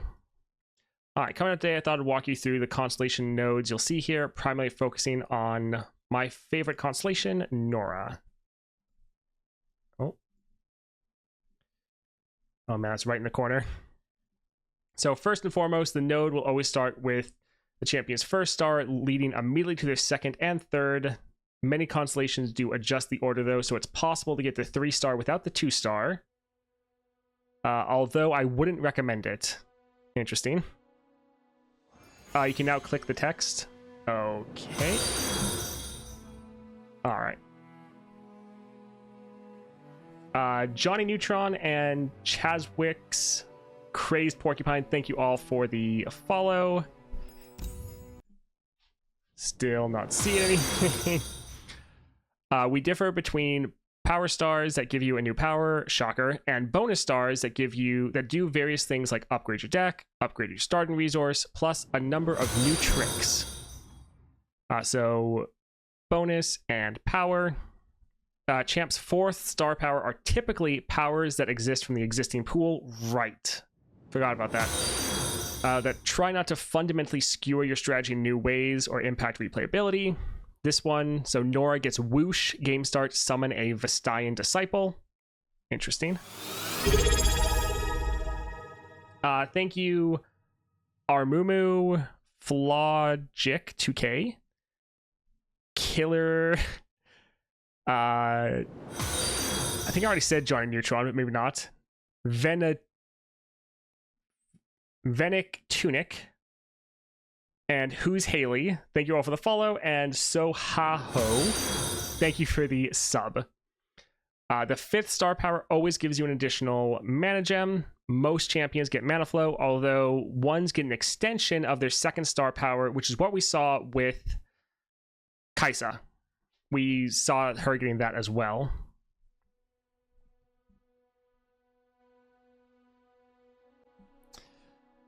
Their final and 6th star is a unique capstone effect intended to bring the champion's strategy to the next level. Norra's surprise summoning is one of my favorites. Figuring out how to best utilize these level 2 champions you roll is a fun puzzle every time. Or so he says. You know what else would be fun? Getting into the game. Let's see. There are 9 broad types of bonus stars. First, the Star of Blessing adds an item to an existing card in your deck or a non-collectible card that the deck has access to. Some are pretty spicy. So this is Aatrox. World Ender has Chalice of Harmony and Chalice of Harmony. So Chalice of Harmony twice. So that's like 6 cost reduction? Right? Isn't that 6 cost reduction on your World Ender? If I'm reading that correctly, that is insane. Yeah, that's crazy. Next, oh wait. Yeah, that's the same thing. So next is Star of Legends, which enhance your support champions. We often get feedback about how your support champions can often feel unexciting. So these nodes typically give them very synergistic items to make sure that they always end up help your primary strategy in some way. Update is still not here. We continue to read. Wait, there's no picture with that one, right? Nope. These also give you support champions relics. So your support champions have portal pals. That's pretty cute. That's a nice little upgrade for Norra. Stars of Bounty are new starting stats like gold, Nexus health, regen, or rerolls. The goal for these is to add some texture to the flow of runs. Slower champs like Volibear often get Nexus health and regen to help them in the later stages of the game. Very nice. Stars of Discovery are spicy. They often modify cards that you add to your deck during adventures. Starter decks are often pretty strong as a baseline. I mean, Nasus would like to disagree with you, but moving on. So these nodes pour a bunch of power on new cards to make them more exciting. And so followers you acquire with a 4 or more cost have Ancient Coin. This is probably still just for Norra, but that's really good because 4 or higher trigger your star power to give you to plant a portal. So getting that is pretty good. So that's very good.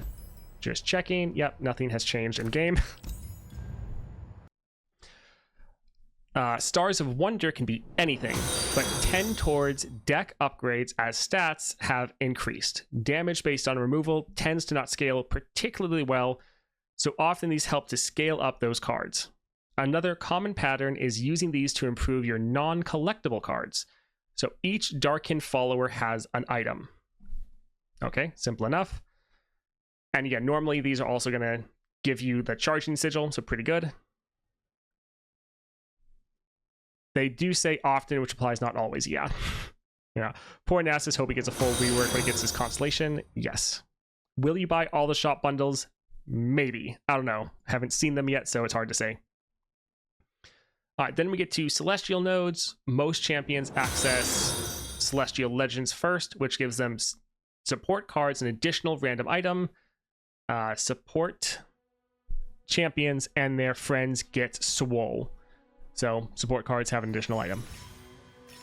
Pretty simple and straightforward. Gods of Olympus, you stream? No, I have not. Let's see. Most champions have Celestial Fortune, which increases their likelihood of getting rares or powers. So we saw this with Viego. Next is Celestial Bounty. Similar to Star of Bounty, this improves your starting attributes, but they apply to your champions from that region. So one more reroll for Bandle City champions. Okay, it's nice that it helps your entire deck and board. And last but not least, Celestial Insight, which improves the ability to level up future champions from that region. Multi-region champs are especially exciting as they give you 75% of their bonus to both of their regions. That's cool. Okay, that seems about everything from there. So let's keep trying to do this. And now there's a ton of people that followed and stuff. So let's go through all of those. Thank you all. Goodness, I need to scroll.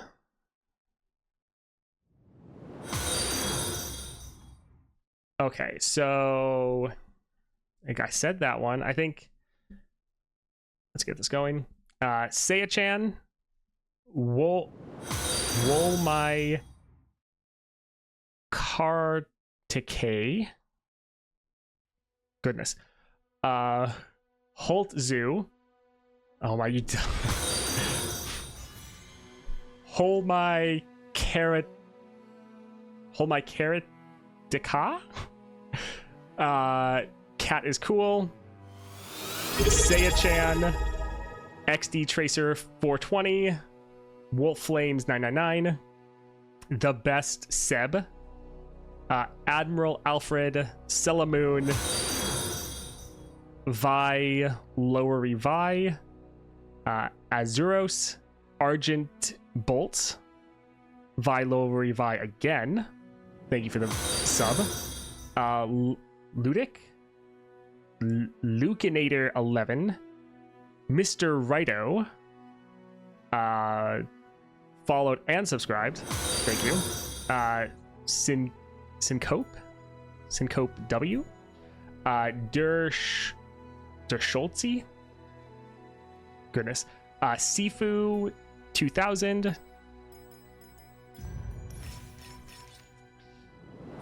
Come on. Update.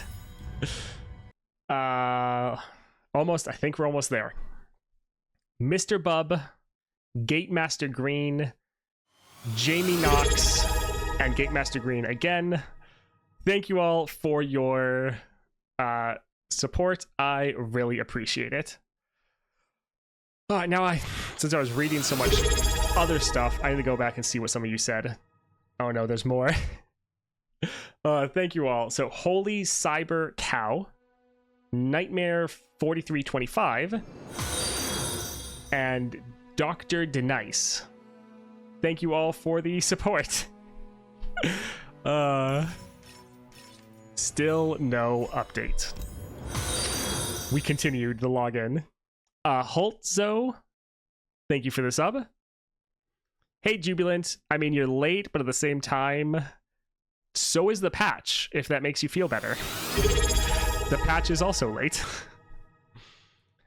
Bijan, hello, I see your chat.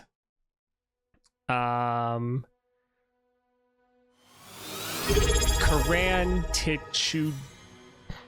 Tichudafor? Hello, it's great to have you. Yeah, 350 is nice. I won't stop closing and reopening the game. It will work the next time. Yeah, I mean, trying to get in as soon as possible. Also, this way, by me doing it as well, it makes you all know when it actually will update. So then as soon as I get in, everyone else can be like, oh, time to get in. I mean, that's normally what I do for game drops. I'll just like pull up a streamer and be like, let me know when it launches, because it's not working for me. I live in Brazil and there's no update here as well. What's your favorite skin line for LOR? I haven't really bought a lot of skins in LOR, so I'm not really sure, to be honest. Still watching your every YouTube vid. As soon as I saw the patch is not up yet, I knew where to come. Yeah, don't want to overload the server with a bunch of people logging in and out.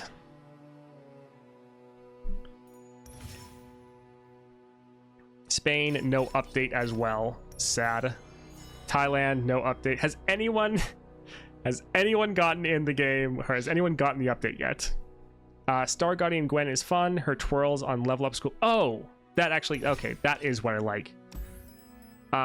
So the Imperium line is good, but I probably like Coven. The Coven skin line, and then like the Old God, like Old God Elder Dragon.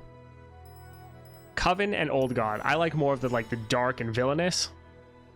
So those would probably be my favorite skin line for this game.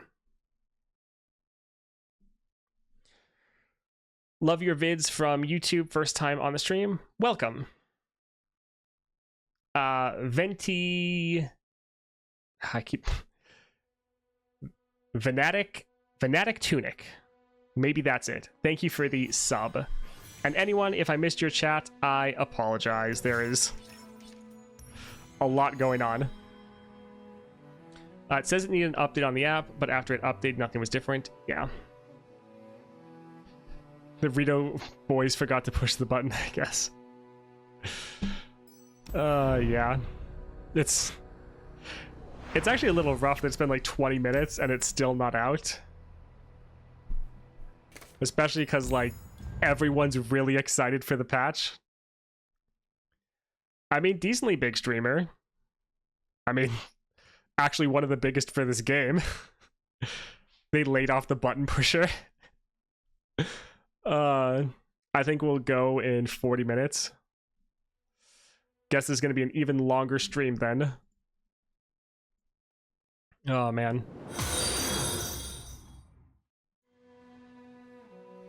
Riot just teasing us.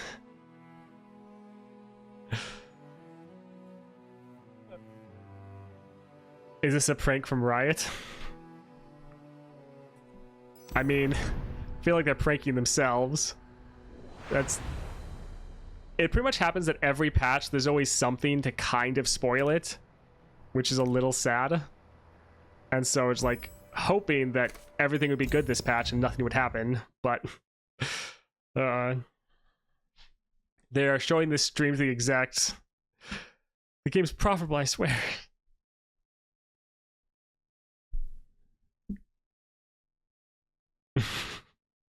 The dude who's supposed to push might be in the wrong time zone.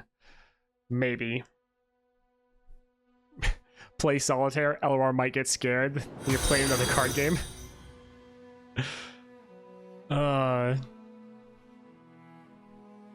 The true constellations were the friends we made along the way. Hans Kirsten, 31, and Luanichi. Thank you for the follows. Do you think they're ever going to let us deactivate star power constellations? I think that's very far in the bottom, like, of the priority list. So I would never say never, but probably not for a long time. Have you tried Balatro? No, but I've heard it is very good. So yeah, I have not tried it, but yeah, I've heard a lot of good things. Yeah, they decided to switch it and do it tomorrow. Kumin, have you already downloaded before? Because, like, There was already a patch to kind of download. Downloading new assets. It's downloading. Let's see. My game is checking for updates. Oh, it's downloading stuff. Is this it? Is it finally happening? Oh boy, here we go.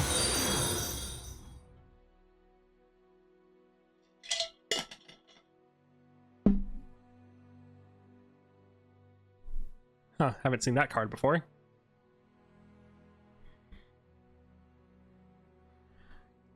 Wallet ready. Yeah, I'll probably get stuff. I don't know if I'll get it immediately. They changed the app icon to Samira? Yes. Alright, same icon there.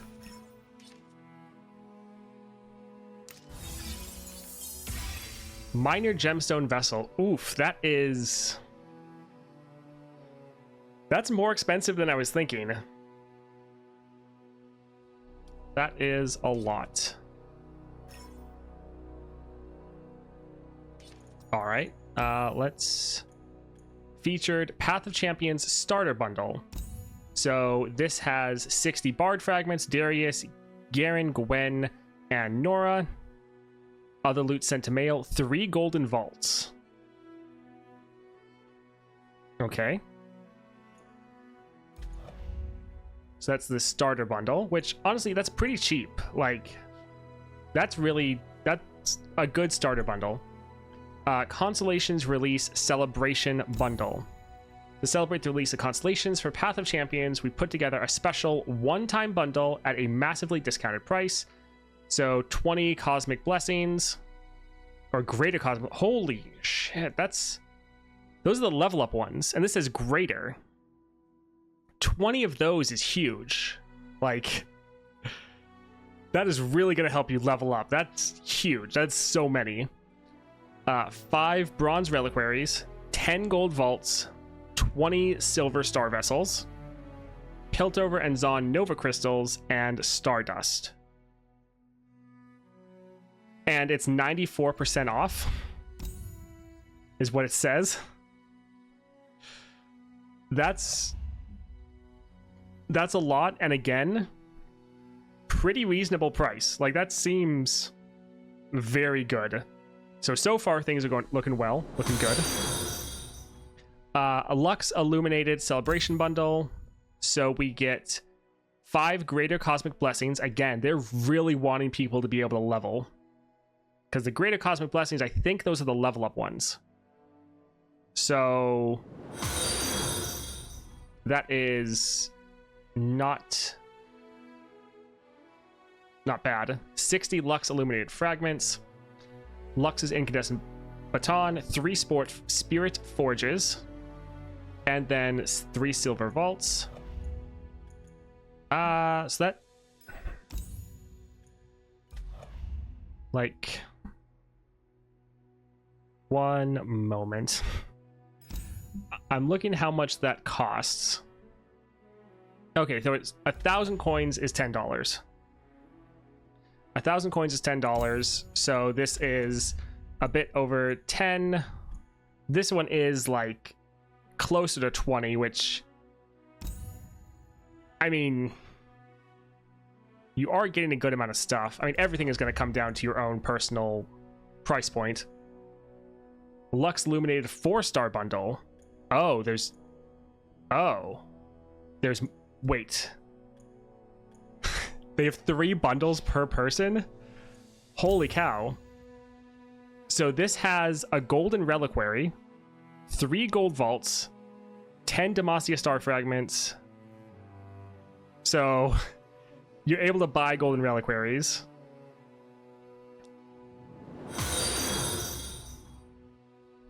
And 160 illuminated fragments.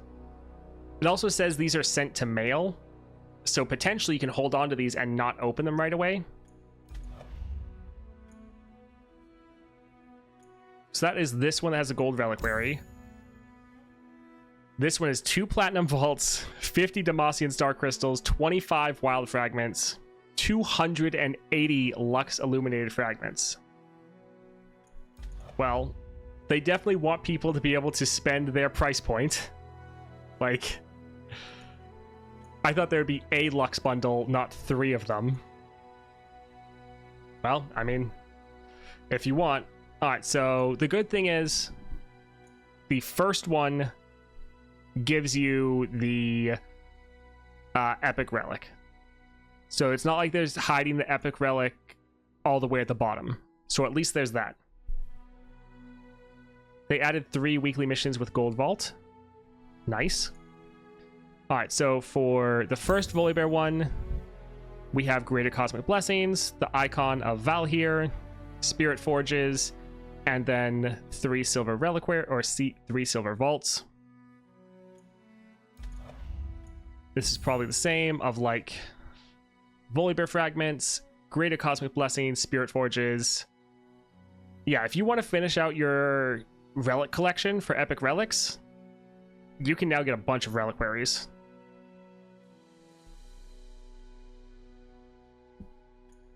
Are all of these relics exclusive? Yes, you can't get them from golden reliquaries. So another, these are, yeah, all just going to be like the same thing. Freljord Star Crystals, Platinum Vaults. Alright, so then there's the one for Misfortune, which, again, is pretty much the exact same of what we looked at, except it's Misfortune and Bilgewater instead. So, yeah, quite a lot. But, I mean, there being more stuff for people to buy is good. And it's not like you're forced to get this, but if you want to spend that, you can. Alright, Bandle City Celestial Bundle. Bandle City Nova Bundle. So, does every area have 2? Yes, so every area has their own crystal and celestial bundle. So we'll look at one of them and then just know this is kind of copied for all of them. That is pretty expensive. That's... yeah, those are a lot. I mean, I guess that's good, but kind of damn. So we have 2 Bandle City major gemstone vessels, 2 diamond vaults, so the new diamond vaults, okay, 8 platinum vaults. That's a lot. That's a lot of champion fragments. 600 Bandle City gemstones and 2,500 stardust.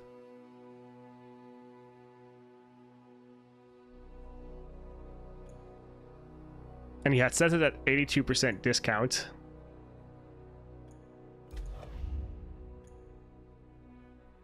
Alright, so that is a ton. Alright, taking a look here. So 1 diamond vault, this is the kind of a smaller one. 1,500 stardust, 1 Bandle City Nova Crystal, and 150 gemstones. So we're going to take a look at constellations after this, and so we're not really sure how much we actually need. But there's definitely things to buy in the game. You're not going to run out of things to buy anymore, because that is a lot. Alright, so there's all the different bundles. And is that the end of them? Yes. Alright, so we have bundles for every single region.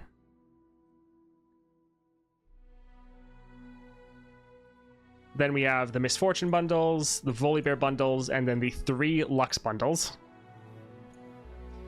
And then some of the more reasonable bundles, like these 2, a lot of people are probably going to get.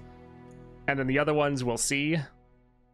I'm going to at least get the first one for every champion, just so I can get the epic relics, so we can test them out. But it's a lot.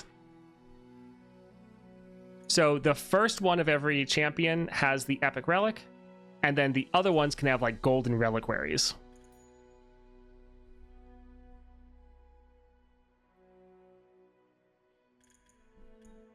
The good thing is you can still earn pretty much everything in game. I mean, I think the only caveat to that is some of these relics are not in golden reliquaries, so like those are kind of reserved for now.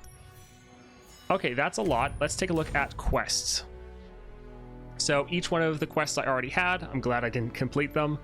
They all have the bronze vaults, and so these are actually important now. Daily quest, Portal Warrior, win weekly adventures. So now we have another weekly quest essentially. If you complete all of your weeklies, you now get 5,000 XP, Legend XP, and you get a golden vault. So a golden vault every single week. That's really good. Path achievements. Okay, so these are the achievement quests that they were talking about. Defeat Garen in the Might of Demacia. So that's, well, and defeat Lulu in the Face Sorceress. This is giving us a reason to go back and play those low-level adventures. So this is really good, and this is 1 of 8. So I'm thinking this quest is just having us go through and clear all the old adventures again. So that is awesome, fantastic. Thank you, Riot. And then win adventures in Path of Champions times 10, or like 10 of them, and another gold vault, 1 of 3. So this is giving us a lot of resources, so that's very good. Best served cold. Defeat Lyssandra's world adventure with Viego. I think that's going to be a gold vault, which that's fun, giving you a reason to go and play Viego. Heal your Nexus with regen, 1 of 6. And then win an adventure in the Path of Champions. Unleashed Ruination. So this is probably giving you Viego stuff. So that's not bad. It's a diamond vault, yes. Click it. Okay, yeah. Wild fragment, champion fragment. So I'm gonna guess, since this is Unleashed Ruination, that this is for Viego. So those are all some really good quests, and the fact they're adding more weekly quests into the game, that you're already going to be trying to do that, is really good. Let's see, none of this looks like it's updated. Okay, so all the adventures give you the same rewards. Let's just click. Yeah, so nothing different here. And yeah, the rewards for the monthly challenges haven't updated. Oh, hey, Brian. Yeah, Unleashed Ruination, 30 Viego fragments. Thank you. That's what I was figuring. Speaking of Viego... Oh, actually, that is weird. I'm not going to get used to that. Monthlies will change over on the 1st of the month. Okay, that's also what I assumed, but good to hear it from you guys. Wondering if 3 out of 8 completed is new. Oh, good call. Good call. That's... Goodness, that's a lot of... Okay, that's cool. What is this asking me to spend? Okay, so... We just kind of happen to be clicking on Darius, so we can use our wild fragments or champions fragments. We'll kind of look at what the upgrades actually are in a moment, but both of these just take champion fragments. Up here,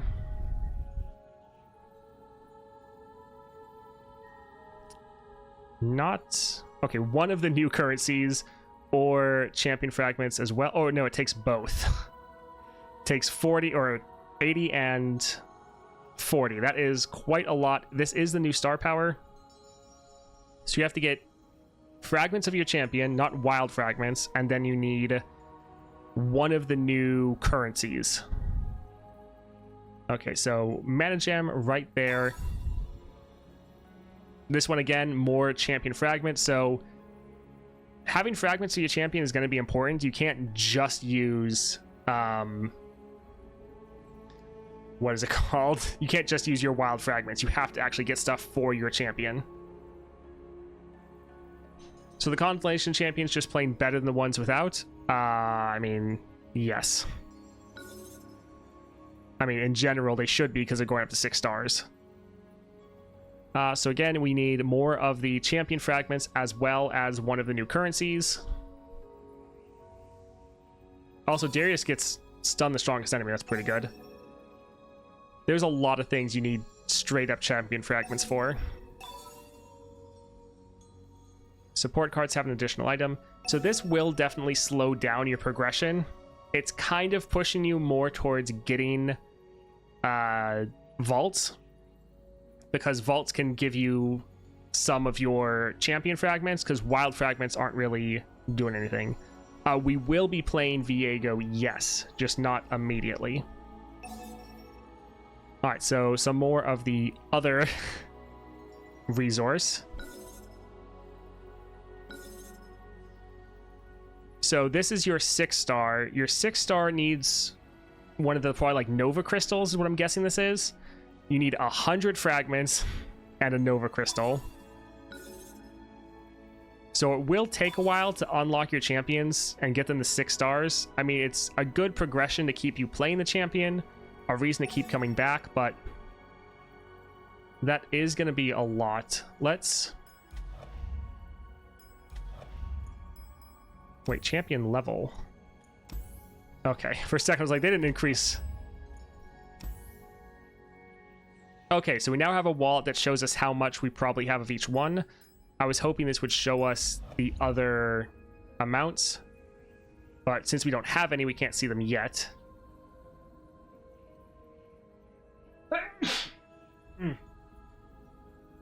Goodness. So yeah, we can, if we had stuff, see them here. Let's go ahead and look at also, well, actually one last thing. So you can only use wild fragments for like the first 2 nodes, looks like.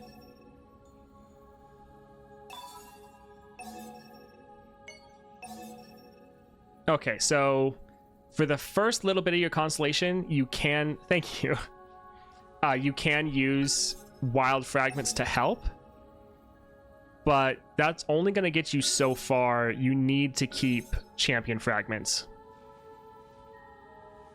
So wild fragments aren't going to be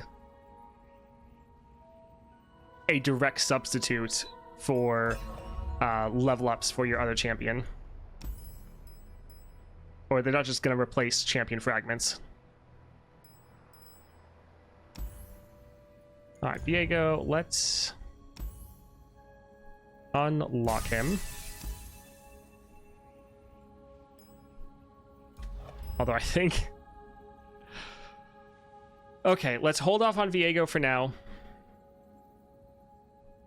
Let's go ahead and look at all of the different champions and go through their constellations.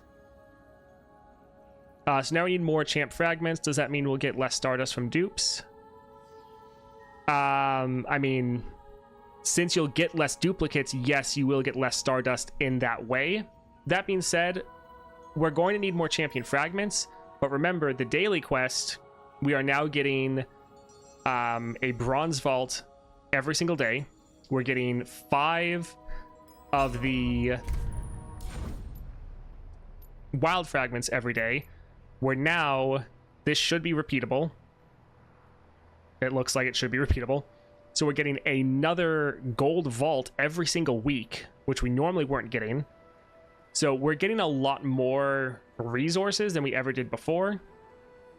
But yes, you are getting, or are needing, a lot more stuff to upgrade. Yeah, there's a lot of these that say... Is there someone I haven't beat? I didn't think I won with Volibear.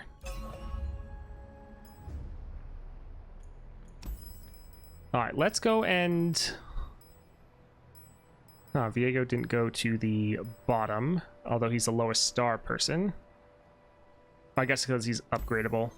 Alright, we're not actually playing him. We just want to...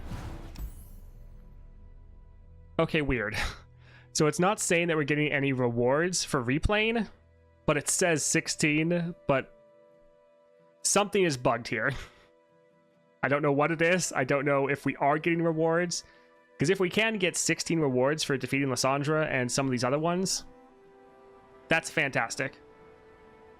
But we can't actually see that with anyone. So something here is bugged.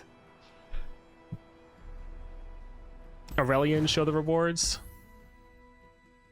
So yeah, Aurelian has 11, it says, possible. Some of the 3 stars have 8. Galio has 8. Some of these 2.5 stars, it says 8 as well. So that's awesome. That's fantastic if that's real.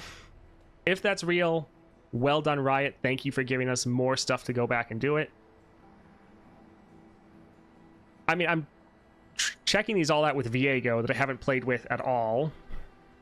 Done it with that region. I mean, there's not 16 regions, though. Like, yeah. I mean, I guess I can try with... Did I ever win with a Bandle City? Alright, let's just grab Gnar. Also, they changed up the transition screen. Yeah, it's not showing anything. If, like, when we leave here, or if we hit play adventure, see how that screen's a little different? It's like that in the adventure journal too? Okay.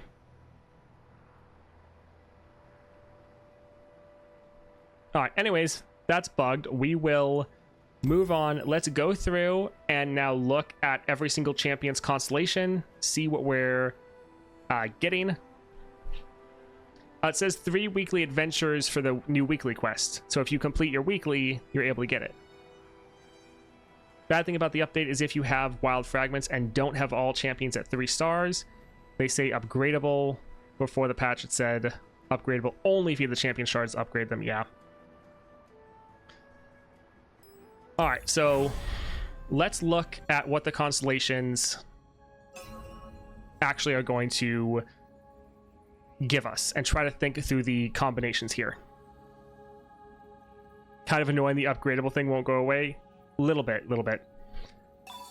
So Death's Hand has Charge and Sigil rank 2. So this is going to deal 2 extra damage.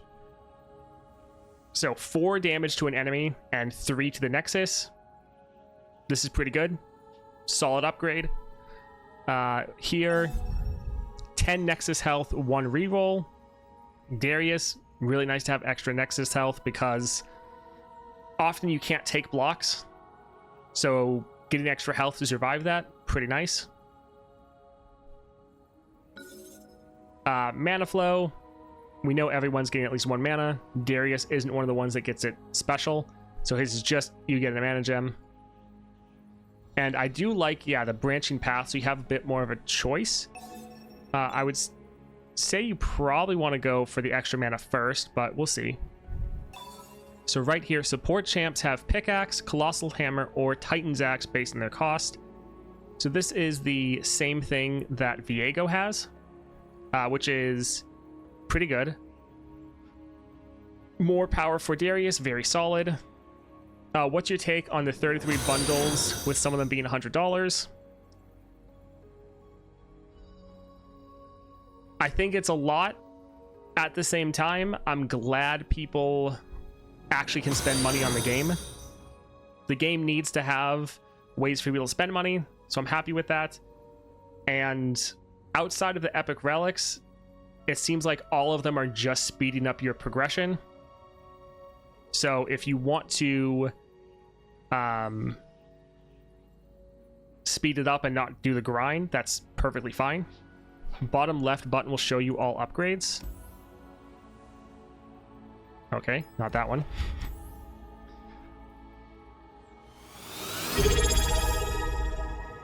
Thank you, Charlie's, for the subscribe. Also, thank you everyone that has followed. I appreciate the support.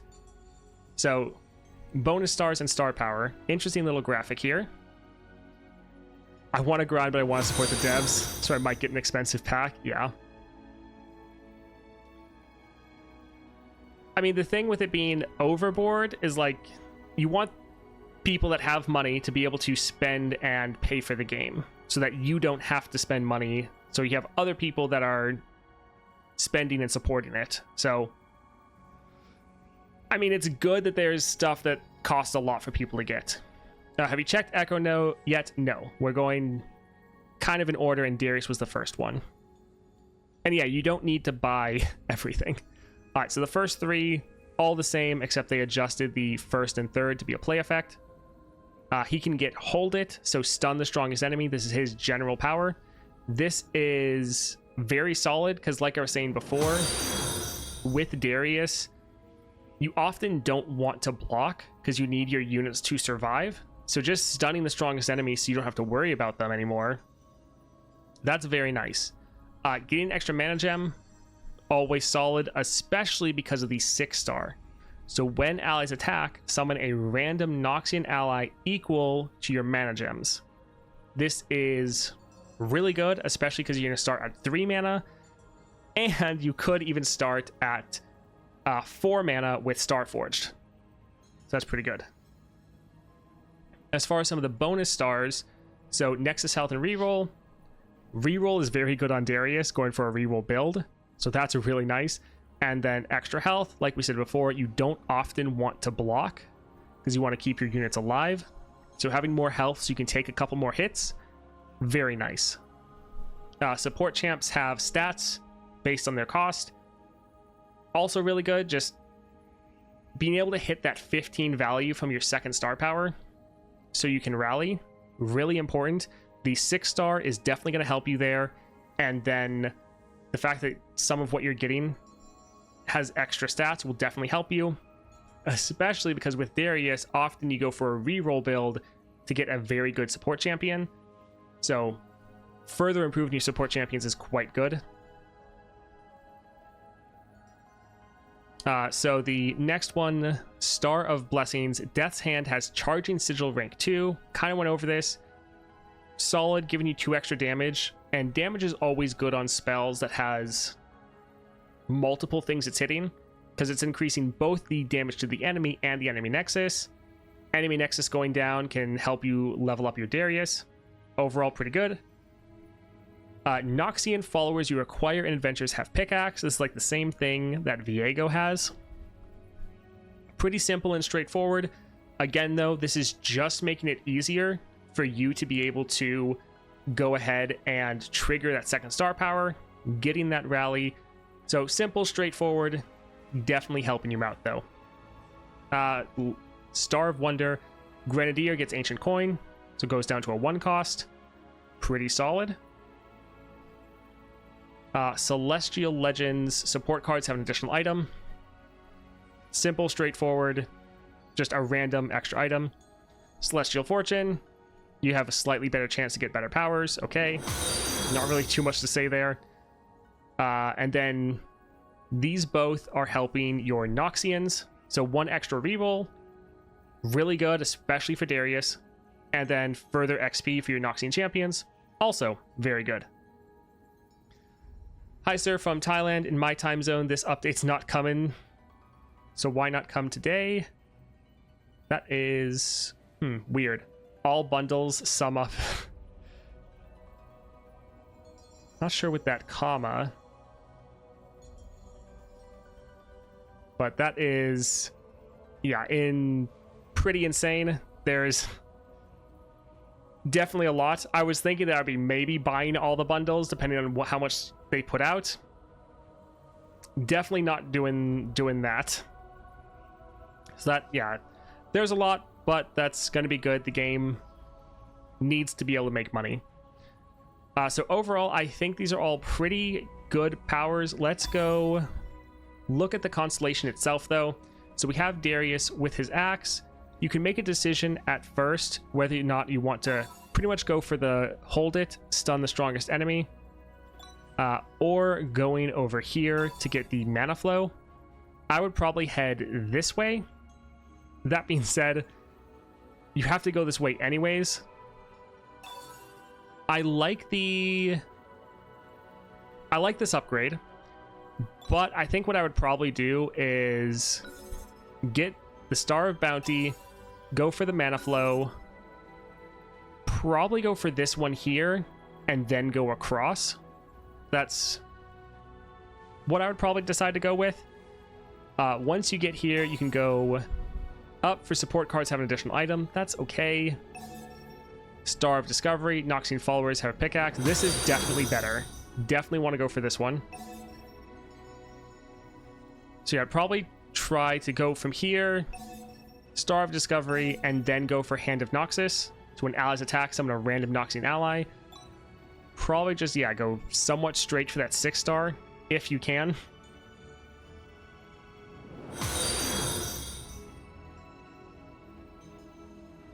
Thank you for the follows.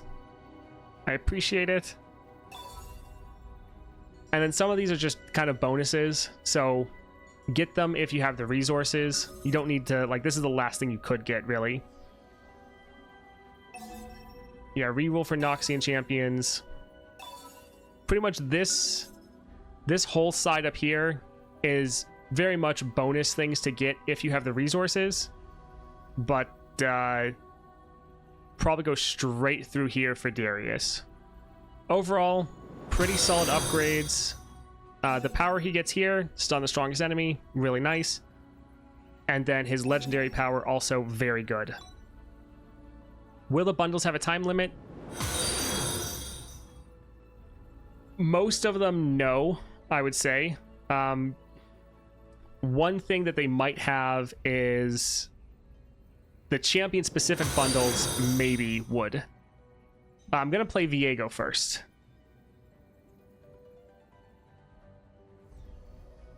Thank you for the follows.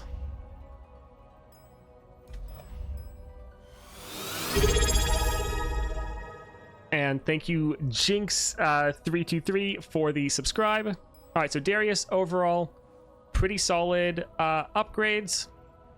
I don't think it's necessarily too crazy, but it will definitely help you out.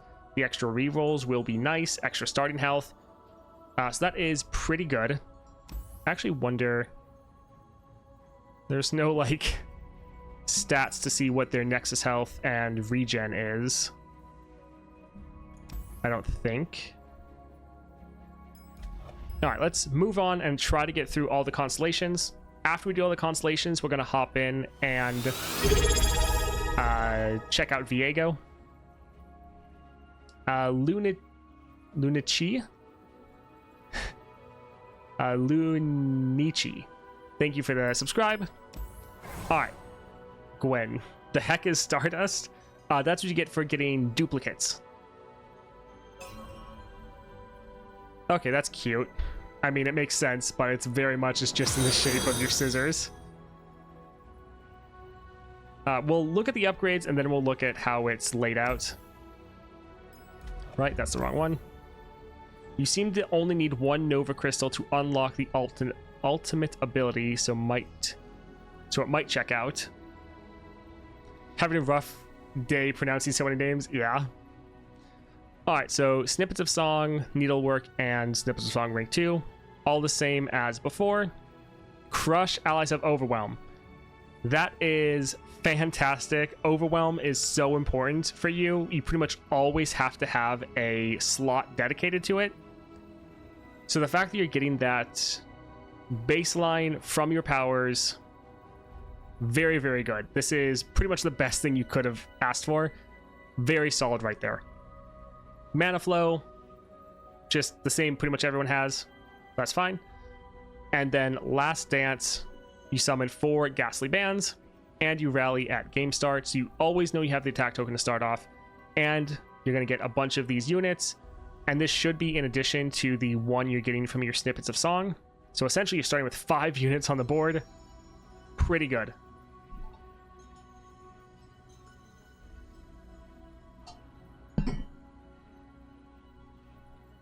Yeah, the bonus stars have stuff always for your region.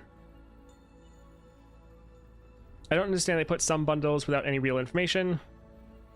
Selling those for $100 and calling it a 94 discount. What's going on? Oh. Does it require wild fragments to upgrade constellations to 4 stars? Some of these take it. I always click on the very bottom one. So the mana flow, does that? Okay, no. So none of your star powers. Do it again. None of the star powers take wild fragments.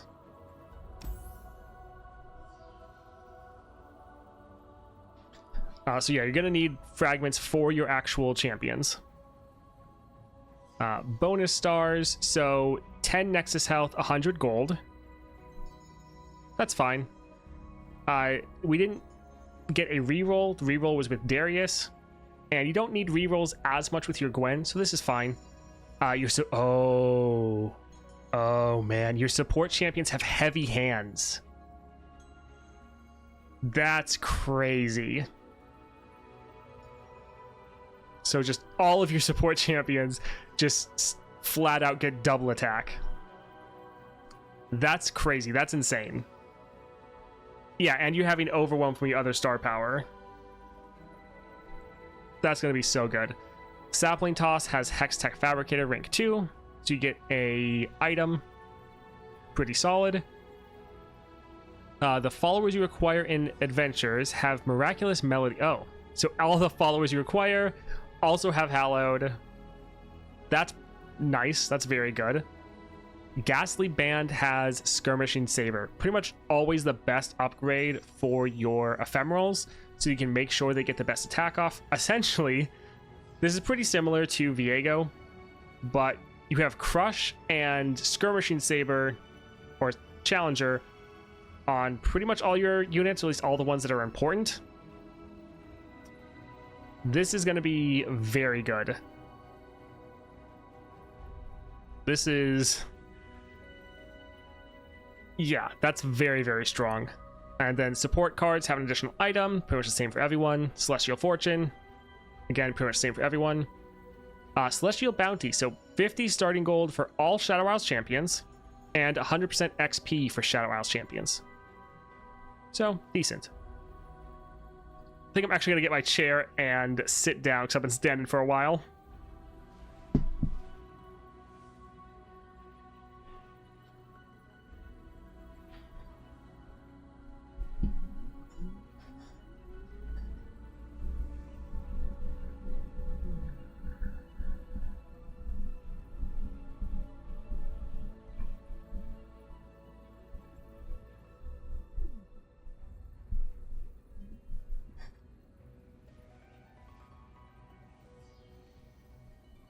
All right, so Gwen seems... the slow pan was pretty funny. That was just my desk lowering. Gwen's pretty insane. Granted, it is a lot of the same stuff like Viego has, but a lot of stuff Viego has really good. Ghastly Bands gain Skirmishing Saber is pretty much perfect. Miraculous Melody on all of your followers. A nice little bonus, so you can always get your... Hallowed stacked up even more. Sapling Toss doesn't... this is kind of the most just whatever upgrade there is for you. It's not that big of a deal. Yeah. Support champions have heavy hands. This is insane. This is really, really good. How do you earn any of the new currencies? Monthly challenges is how you can get new currencies. So let's take a look at this overall. All right, so you start out down here. You make your way up to the middle. This is where you can get the Nexus health, and then it splits off. I actually really like the Constellation here. So I think all of these are the star powers then. So you really have a choice with Gwen. You can go up. That's pretty good. And get your extra mana flow.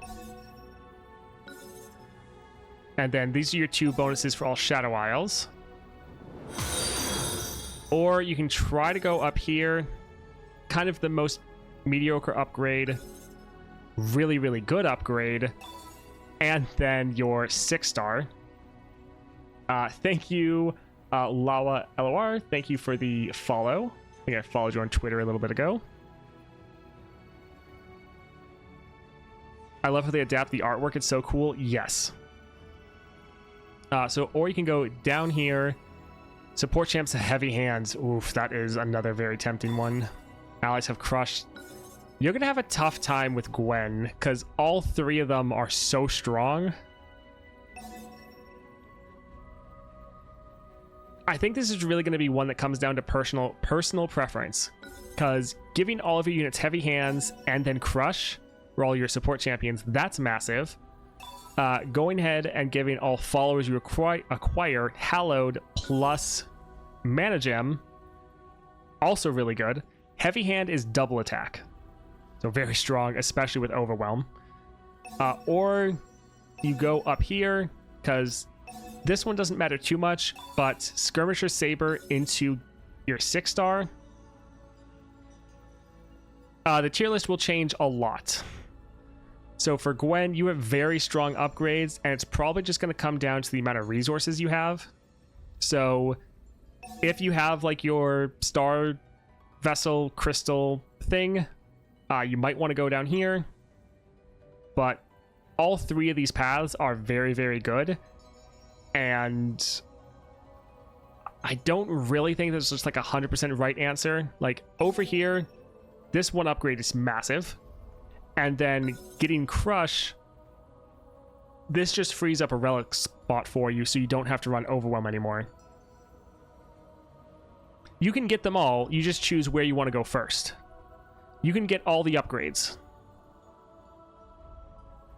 You can get unlock everything. You just are going to choose, okay, where do I go to start out? And all 3 of them are really good. And it's just going to come down like, okay, do I want extra starting mana? Do I want to try to get the 6-star right away?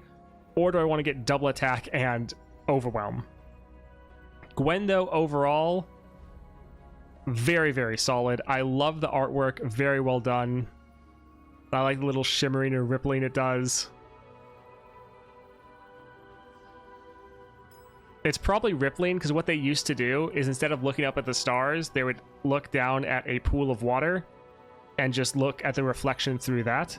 So that's probably what this is. It's like a pool of water and you're looking up at the stars. The food games. Thank you for the follow. And thanks, Lawa, for the raid. Yeah, Gwen is very, very strong. Like, she's pretty much on par with Viego from what we've seen as far as, yeah, being pretty crazy. Hey, Lawa. Thank you for the raid. You choose when to unlock what. Yeah, you get to go through and choose everything. Yeah, you see the ripples on the rest of the image. Shadow Isles champs being kind of OP. So far, yeah. Yeah. I did 2 daily quests, but I didn't get to open the bronze vaults. Anyone else having that problem? Was there any way to increase getting shards and cutscenes outside of bundles and monthlies? They added a ton of new rewards, yes. Did you check the Emporium? There's a vessel. I don't remember its name, but you can buy it for 1,500 Stardust. Is it worth it, or should I save it for the thing that grants epic relics? I saw it. I'm not sure yet how important it is. I'll go ahead and buy it, and so we can see everything it gives us. All right, so new thing to spend Stardust on. Supposed to refresh every day.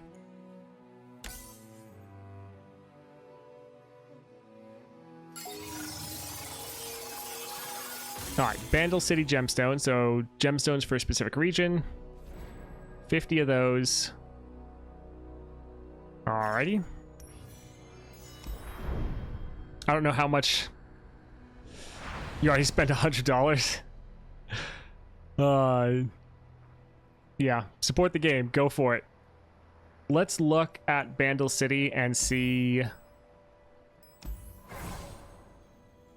how much those actually. Wild fragments, Bandle City gemstones. All right, what do I use gemstones for here? Okay, so these are gemstones then. So use the gemstones for unlocking some of the little bonus things, such as like XP and Celestial Fortune. Okay, so those just give you some of the little extra things on the side if you want them. Yeah, I know I can get another golden relic very soon. Let's not skip the line though. We won't look at Norra yet. We're just going to work our way down through everyone. Although, says they're all upgradable, but some of the other ones like Yuumi aren't popping up. Interesting. Tuperman, thank you for the follow. All right, Kaisa, this will be interesting. So constellations, we have going up to like her cannons, across to her arm. So up here is where we start out, and then we go in the middle. Nexus health and reroll. It says only upgradable if you have the currency. I mean, the currency is Wild Fragment, so I feel like it should go for everyone.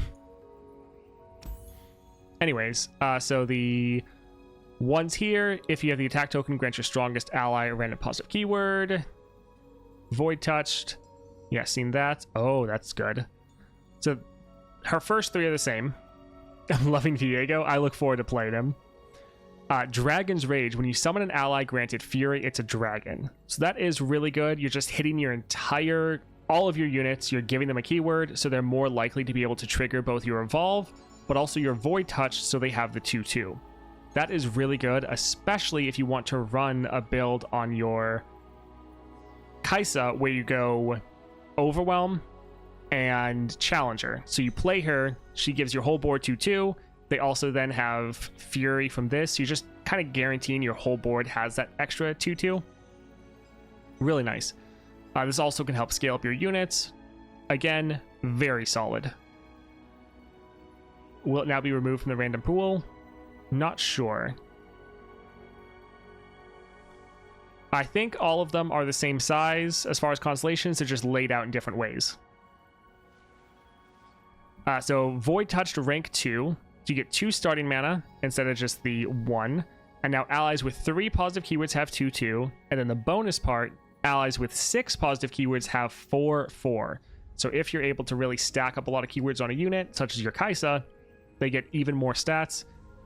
So that's quite nice. Wield the Abyss. So round start, create a second skin in hand. So you see right here, grant allied Kaisas everywhere another ally's keywords. So you can use this on your units every round to be able to kind of save any important keywords and just have them on your Kaisa. So that's really nice. And then when you target an ally with second skin, so when you target them with the spell, you give them Kaisa's keywords. So whatever keywords your Kaisa has, they then go on the unit you're targeting with the second skin. This will be really nice because this is not only going to be a way for you to trigger very powerful keywords such as like lifesteal, double attack, stuff like that, but since they're probably going to go up and hit 3 or more and even 6 or more, it also can be used as a combat trick. Also, this has burst speed from some other upgrades. So pretty solid powers. They're not insane, but I think they're going to help you out a lot. I think I've discovered a new item on a landmark. Trap treasure. When I'm summoned, I capture the strongest enemy. Nope, that's been there. From what I see, the 3 champion bundles have a bunch of greater cosmic blessings. Yes, which is a lot easier to get and use your champions to a high level. Yet the bonus star to do the same requires 350 gemstones, 50 of which you get for the minor vessels. I think it's good that you're getting a lot of greater cosmic blessings. That part I think is great.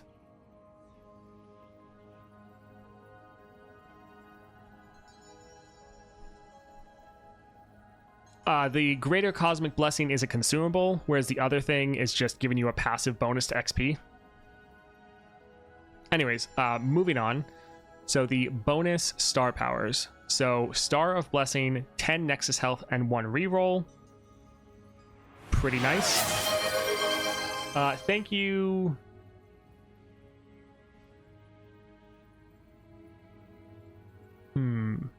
Nigira? Let's go with that. Thank you for the gifted sub. So Star of Bounty, 10 Nexus health and a reroll. That's fine. Here, Star of Legends, your support. Oh. Your support champions have Hunter's Machete. So Scout. Very good, especially because whatever keywords they get, you can then steal on your Kaisa. Yeah, tricky name. So this is very good because essentially not only are your support champions getting this, your Kai'Sa's getting this as well, pretty much. So that is very good. Oh, thank you. I always forget.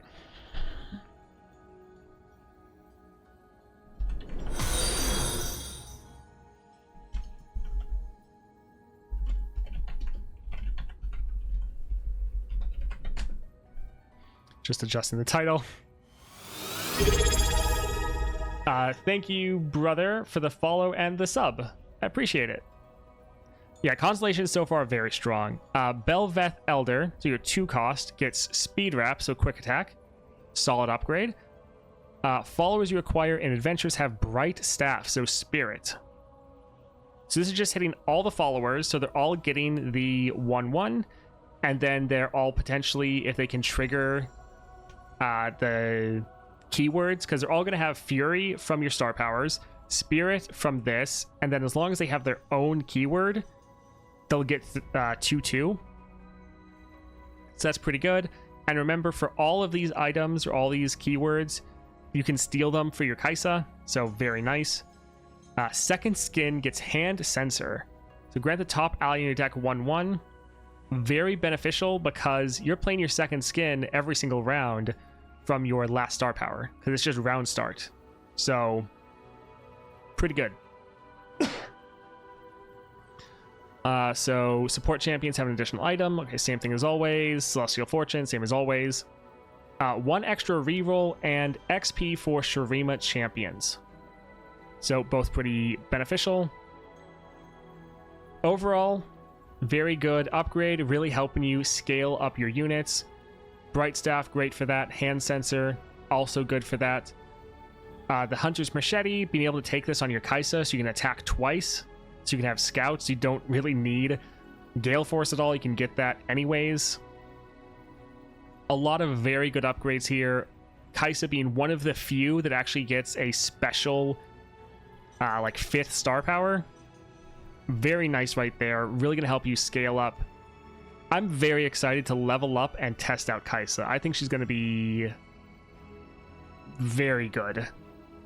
Much better than she was before.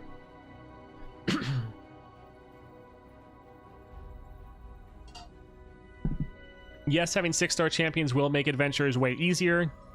We do have Lysandra, though, which is very hard, so... Does anyone else have a unique 5-star? Haven't seen it yet. So looking at the path, so you come up, come right here. The Nexus Health reroll, pretty much the same as everyone.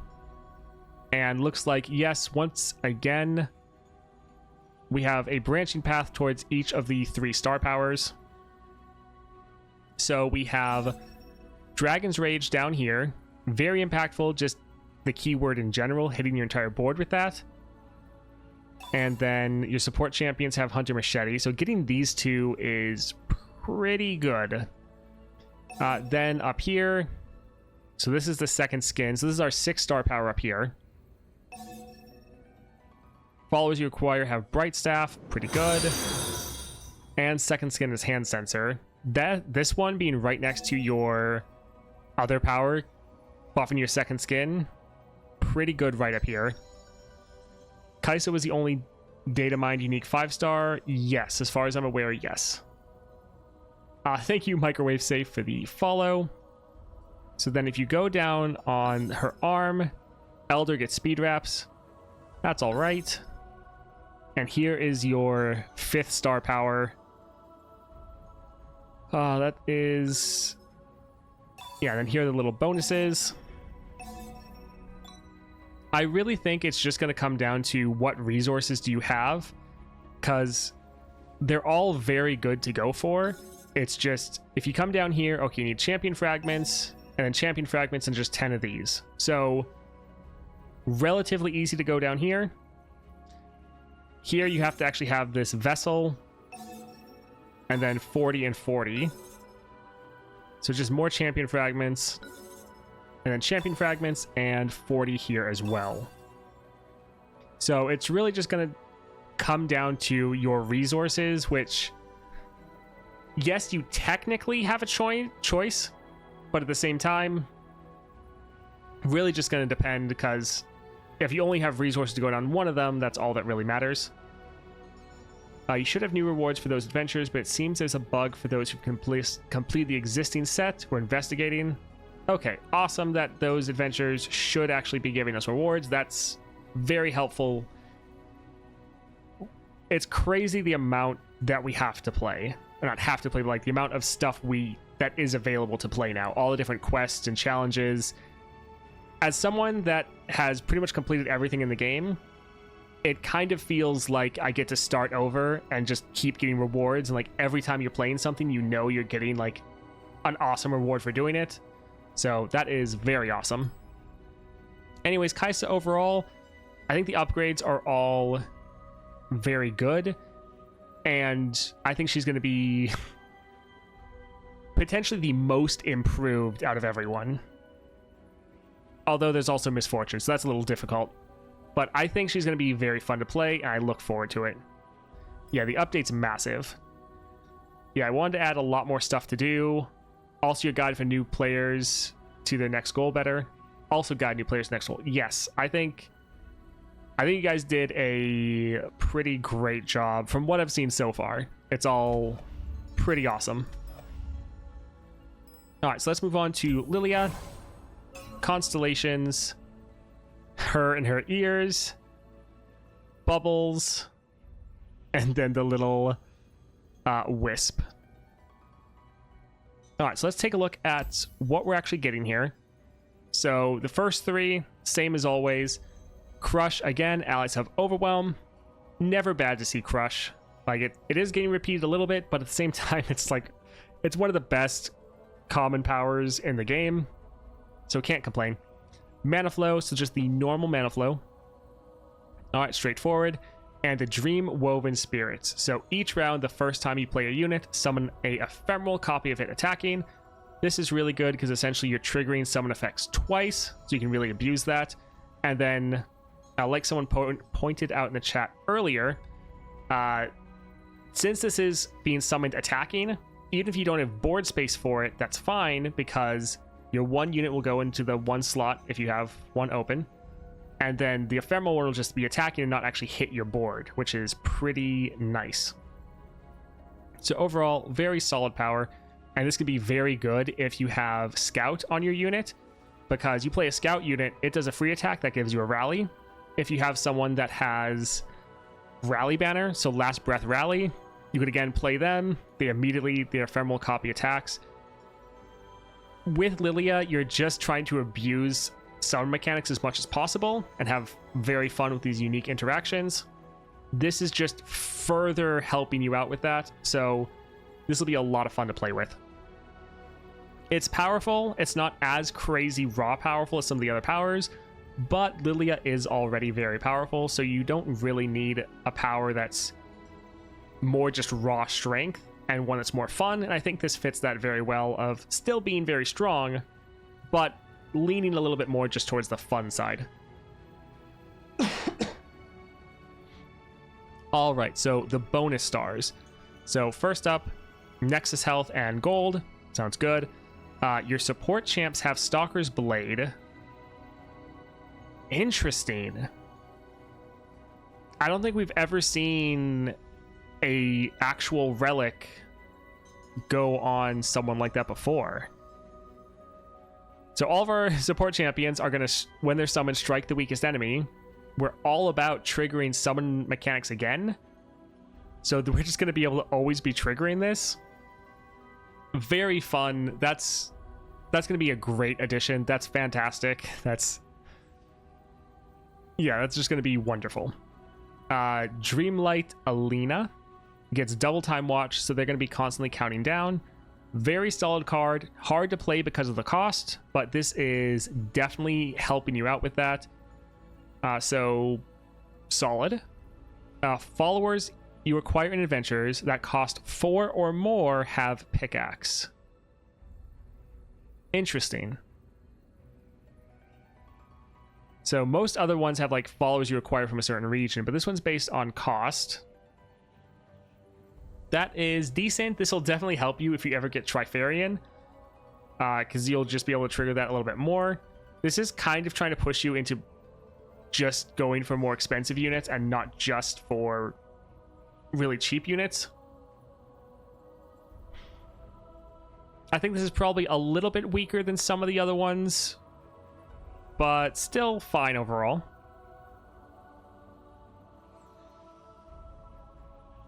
Next up, the Dream Laden Bow, or Bow, yeah, has Stopwatch. This goes to burst speed. So this is the spell that you're making with your Lillia.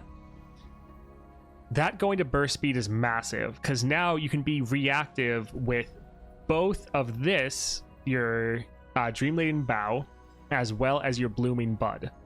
So you can use this to respond to enemy spells or attacks or anything. Whereas before you could only use the other one to be reactive, and you had to be proactive with this one. So this is actually a pretty solid upgrade, and further pushing you towards playing your Lillia and having her on the board and focusing around her, because she's the only way to make this. But yeah, this is very good. Yeah, great for spell counters. Really good. Support cards have an additional item. Yeah, some of these are like the same as for everyone, pretty much. Celestial Bounty, 50 starting gold from Ionia champions. So that's decent. And then the XP. Overall, I think Lillia is very good. These upgrades are all very nice. Stalker's Blade is pretty massive. That's huge, because you can just keep triggering this a whole bunch of times. So that'll be hilarious. That'll be a lot of fun. I would say these two here are solid, but not as impactful. But that's okay. They don't all have to be incredible. Isn't it just broken on Lillia with double strike relic? You should be infinite? Pretty much, yeah. Because she'll just keep making them, you can keep summoning them until you run out of people to strike. So yeah, that is very strong. Yeah, so like these two aren't crazy, but then this one and this one are pretty massive.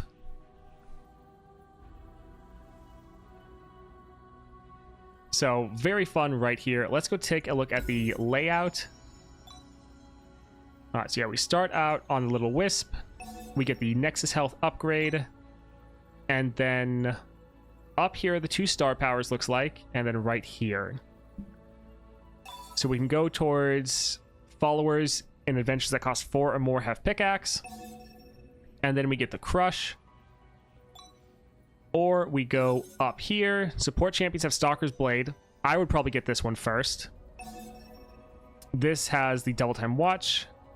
And then you go for your 6 star and your Mana Gem. So yeah, for me, I would actually, like most of them, I would say it's kind of up to you. It depends on your resources. Here, though, I would actually go up here first and get your extra star powers. While the Crush is nice, it's not as needed for Lillia as I feel like it is many other champions. So I think getting your other star powers, getting extra Mana Gem, and getting your 6 star, as well as getting Stalker's Blade and support champions, I feel like going up here is actually the right play. Again, go with whatever you want most, but for me, I'm definitely trying to go up first.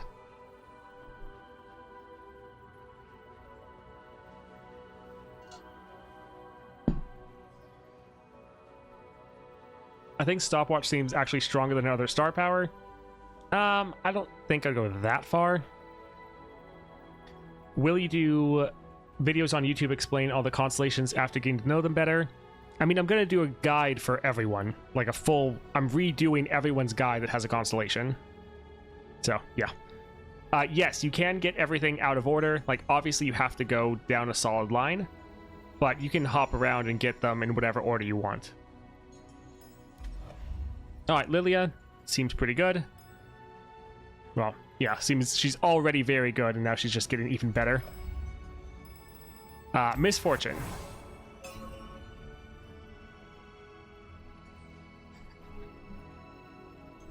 Alright, so we start out down here at her waist, move up her hat, and then her arms and hair.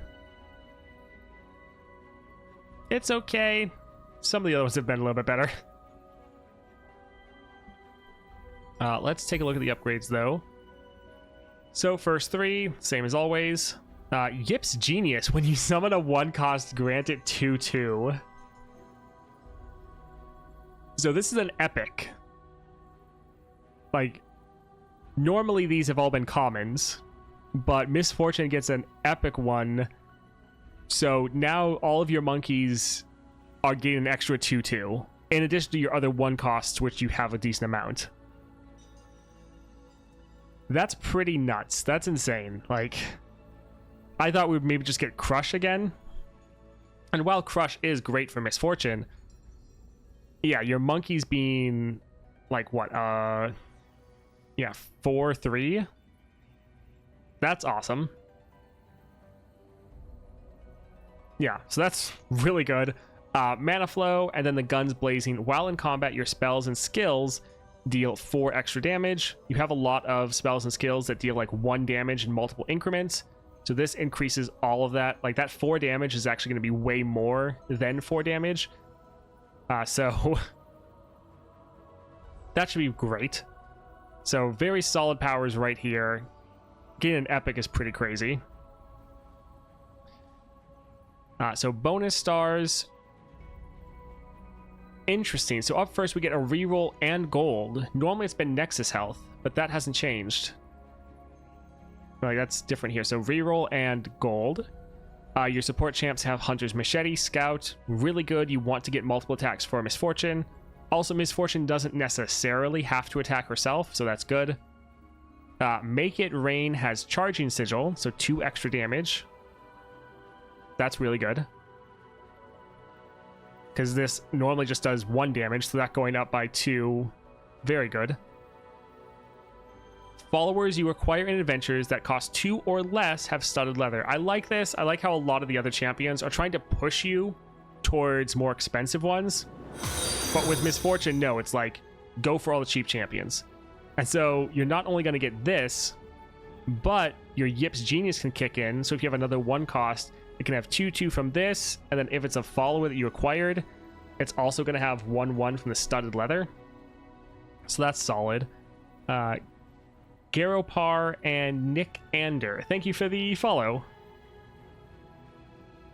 Here, Powder Monkey gets Skirmishing Saber. Pretty much what we've already seen for all the other ephemeral decks, but I can't complain. It's like the best possible thing for them to have. So yes, we've seen this a lot before, but it's really good. Support cards have additional items, Celestial Fortune, or yeah. So these pretty much the same as always. Reroll for Bilgewater and XP. So yeah, those all pretty much the same as always. Some really good items here. This, very solid. I like that it's pushing you towards a cheap swarm playstyle. Little funny that they moved away from your powder monkeys somewhat, but the cards you got are still very good. Thank you for the content. You are very welcome. Yeah, your 6-star is great. Your 4-star, very strong. This is the only one that's got an epic that I've seen so far.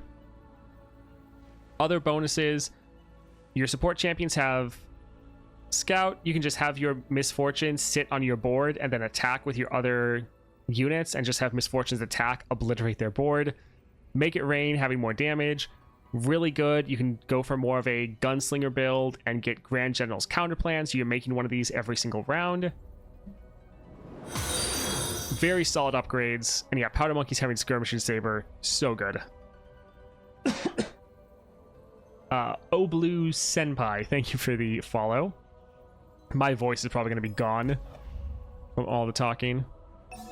Alright, so we have our normal star powers down here. Here we get the reroll plus gold. And then here we have a lot of choices on where to go. The Bork Gods and Yorito Momoli? Oh my word. Thank you for the follow though. So we can go down here. Follows you acquire that cost 2 or less of stud leather. Powder Monkey has Skirmishing Saber. So both of these They just cost champion fragments, so if you have a bunch of champion fragments, pretty good to get. I have some water and I'm drinking it. Yes, it looks like you can get her original star powers out of order. They've said that you could do that for some champions. So these are some solid upgrades. We have 1 star power here, 1 up here, and then 1 over there. So make it rain as charging sigil, and game start, get a mana gem. Over here, support champions of Hunter's Machete. When you summon a 1-cost ally, grant it 2/2. I'm right now leaning towards going this direction over here. So these are just like all of your little bonuses. So you just... Well, I guess you probably actually don't want to do any of these and just skip to your 6-star. Which actually isn't bad, because you can come up here, get this, and then just immediately grab your 6-star if you can, and then go out to the sides. Echoing Spirit Misfortune is going to be crazy. Yeah. Yeah. So she looks pretty good. All right, let's see. Norra.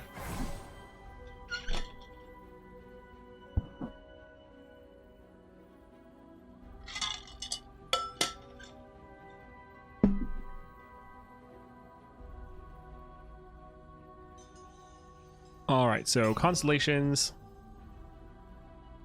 It's just Norra's glasses and her hat. Honestly, this constellation is adorable. I think that's hilarious how it's laid out. That's pretty good. All right, so same 3 as normal. Game start, summon a Vestian Disciple. And when you summon a created ally, grant it 3/1. So this is going to be a pretty big elusive. It does have the issue of Nexus Strike Recall Me. So that is a little bit annoying. But at the same time, you're getting an elusive, and every time you play that spell, he's going to count as being summoned. So also the fact that since you can summon him over and over again, that's a good way that you can level up your Norra. So actually a pretty good upgrade. Yeah, this is definitely solid. Has anyone tested if new Lux Relic gives you 1 mana to old Lux? Not yet. Mana flow, game start, get a mana gem. So pretty much same as everything. And then your portal, summon level 2 champions. So we've looked at that before. Pretty simple and straightforward, but every game is going to play out very differently because you're just going to get a random selection of champions. So that's not too bad. Hey Dan, welcome. Checking out all the awesome constellations that I believe you helped with. Bonus star powers here. So 200 gold. I guess just pretty simple and straightforward. Not too bad. Your support champions have portal pals.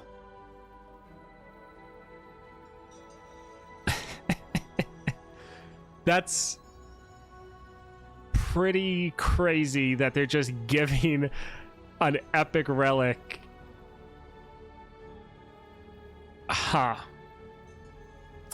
That is pretty crazy. So when I'm summoned, create a random or 2 random 7 or higher costs from your regions and reduce its cost by base cost. So this is going to incentivize you to get more expensive support champions, because the more expensive they are, then the cheaper the champions or the units they summon are going to be. That is going to be very, very interesting. I definitely did not expect them to give epic relics to support champions. That is crazy. Okay.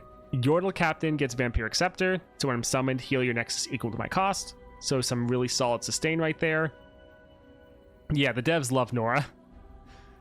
Followers you acquire in adventures that have 4 or more costs have Ancient Coin. This is really good because of your star powers. So when you play a card with a base cost of 4 or higher, plant a mysterious portal in the top 4 cards of your deck. So this is just making it so that you're able to play 4 or higher cost units, but you're able to play them for cheaper. But since they'll still have a base cost of 4 or higher, they are going to be planting portals for you. So this is going to be very nice, especially for like your support champions that have portal pals. That'll be very nice because it's also reduced by base cost. So that is very solid upgrade. Like, cost reduction is always good, and then this is just further synergizing very well with your other powers. Cosmic Binding and Charging Sigil rank 2. So it's going to do 2 extra damage, so it's going to be doing 4. Stun another, to deal 4 to an enemy and stun another. I think this already has cost reduction on it from some other powers. Kind of the least impactful borderline with Vampiric Scepter, but that being said, we already have some other crazy upgrades, so it's just a solid upgrade giving us a little bit of removal, or improved removal. Support cards have additional items, Celestial Fortune. So yeah, kind of all the same things down here. But yeah, Norra's pretty crazy. You're getting a... This is a massive elusive unit you're getting. This is letting you have a card you can keep playing to keep summoning a unit to level up your Norra very quickly. You're getting level 2 champions from this.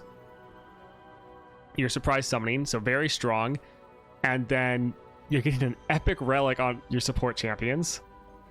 And cost reduction on all your 4 or higher units, which essentially is just gonna let you print portals. So...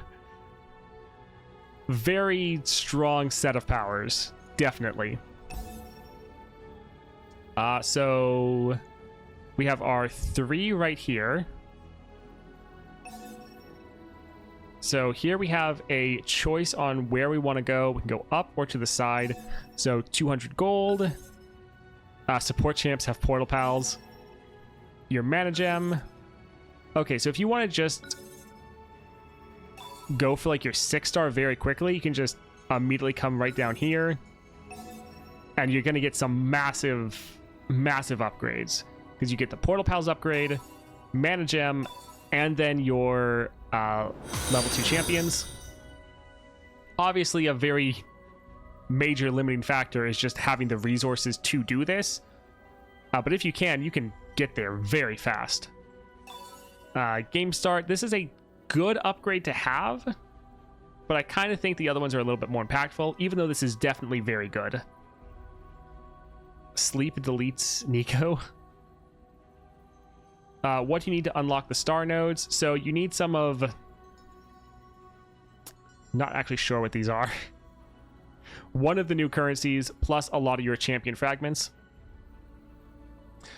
Yep, no gameplay yet. We're going through all the constellations, and then we're going for... Viego. I know, there's so much stuff to go through. So Yordle Captain, Vampiric Scepter, Cosmic Binding. Alright, so yeah, a lot of these up here are very much ones you don't really need to get. Like, this is nice, but not that impactful. I would probably just go across and then get the, like, go up here. This is kind of more impactful than most of the others. But yeah, Norra is very good. Some bug with the Viego 2-star, by the way. The followers below 4 cost can't be reduce the cost. Oh, so once they hit like 4 or lower, they no longer... it doesn't go off base cost. Okay. Did the Norra bundle leave? I think that left a little while ago. Alright, we're trying to get through them all, but there's so much. There's so many. Samira. Constellation. So we have like her pretty iconic pose. Hair, gun, ribbon. Alright, so we have our first 3. Let's take a look. It's actually 5+ power, get reduction, not 4 power. Oh, okay. Okay, I see what you mean.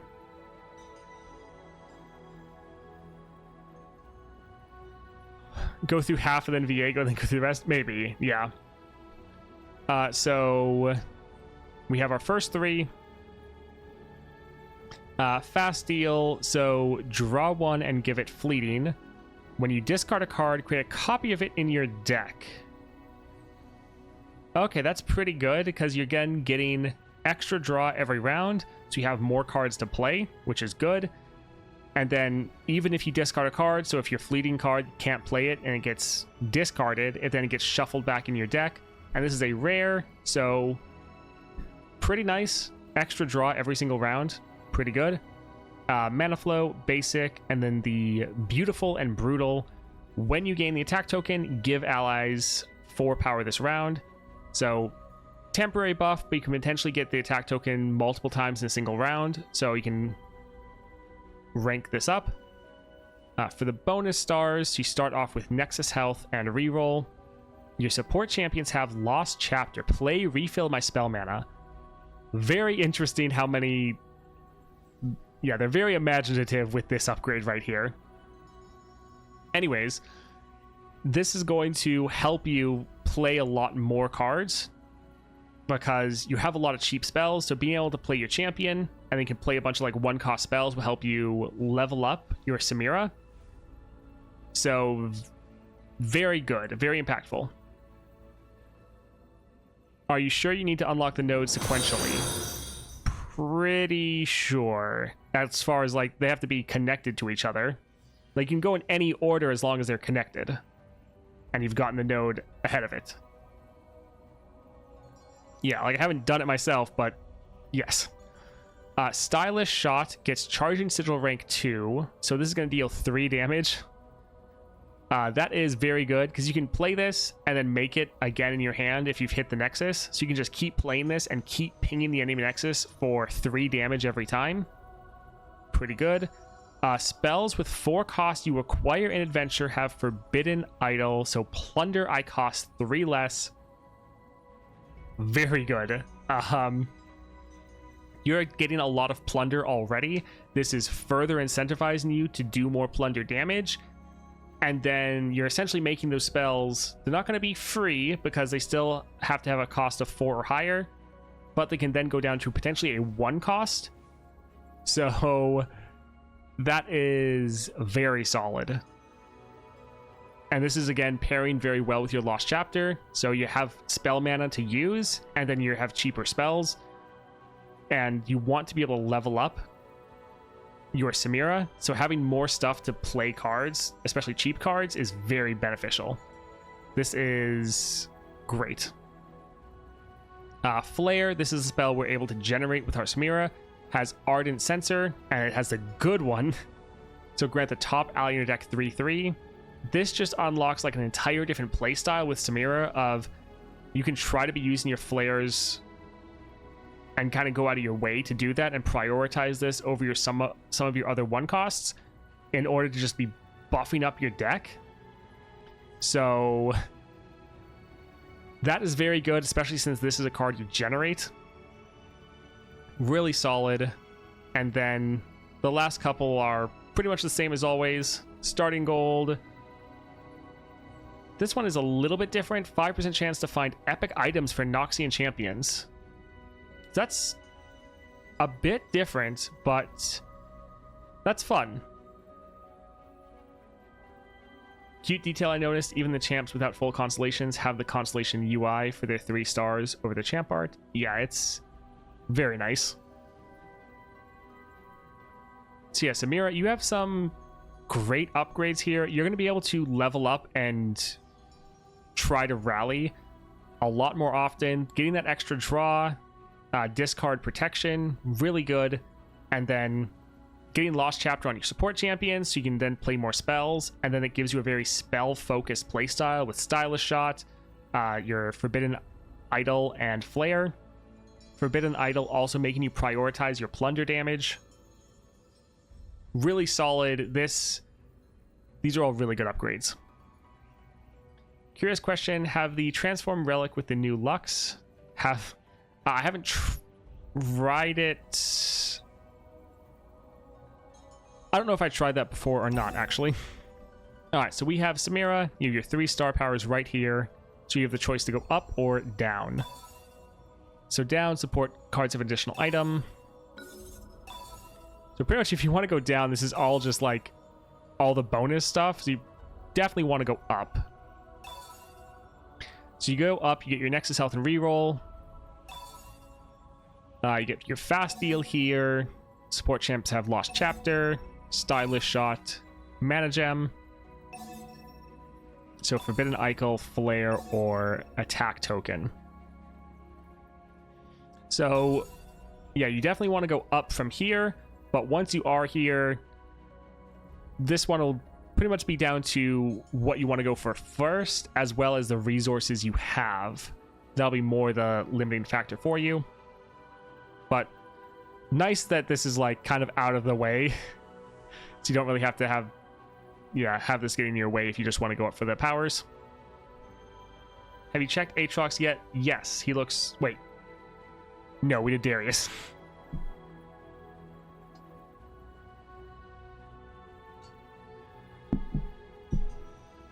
Alright, moving on from Samira.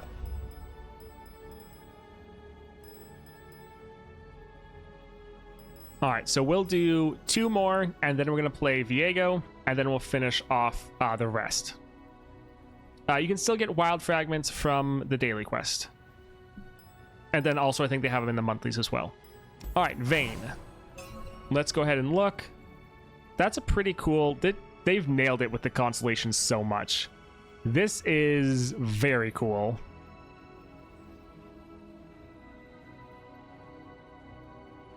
Yeah, this is very well done. This is a great looking Constellation. So the first 3, same as always. Oh, that's crazy. Also, does it say I already have this? Or it's just that I can get it? Interesting. Anyways. Armed to the teeth. Allies with equipment or attachment have 2/2. So this is another rare power. And this is incredibly strong because you're an equipment-focused deck. Making it so that all of your units with equipment have an extra 2/2 is crazy. Yeah, it doesn't have a lock on it, so it looks like I have it, but if I go and click on it, like, yeah, I don't. So a little weird, but that is incredibly strong, very simple, but just really, really good. The 3/8 out of completion, it's a bug. They do give you rewards. It's just not loaded in properly for some people that have already completed it.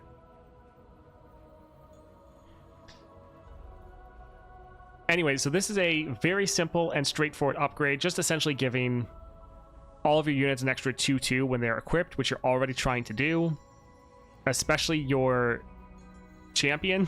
This is a very simple but strong upgrade. This is helping you out a ton. And then you have your normal mana flow, and then when an ally attacks, give it 4 power this round. With Vayne, you can attack 3 or even like 4 times, depending on your setup. Like, you can attack a lot. Like, consistently attack with 3 times in a round. So you can get this up to like 12. So you're getting a huge amount of buffs from this. And then also an additional 2/2 from this, in addition to the 3/2 you get from Golden Spatula. Vayne suddenly seems so ridiculously strong compared to what she used to be. Wow. Okay, so for the bonus stars, reroll in gold. All right. Support champs have extra stats based on their cost. Okay, decent. Kind of seen that before. Fish fight gets summoning beacon. So summon a follower with my cost from your regions. Okay, so you get another unit. That seems just fine. Like, having another unit on the board can be nice for equipment decks, because then you have another unit you can just equip if you have more equipment than units. So that's okay. Followers you acquire have... Oh, my word. Let's just hold off for now. We'll get back to it.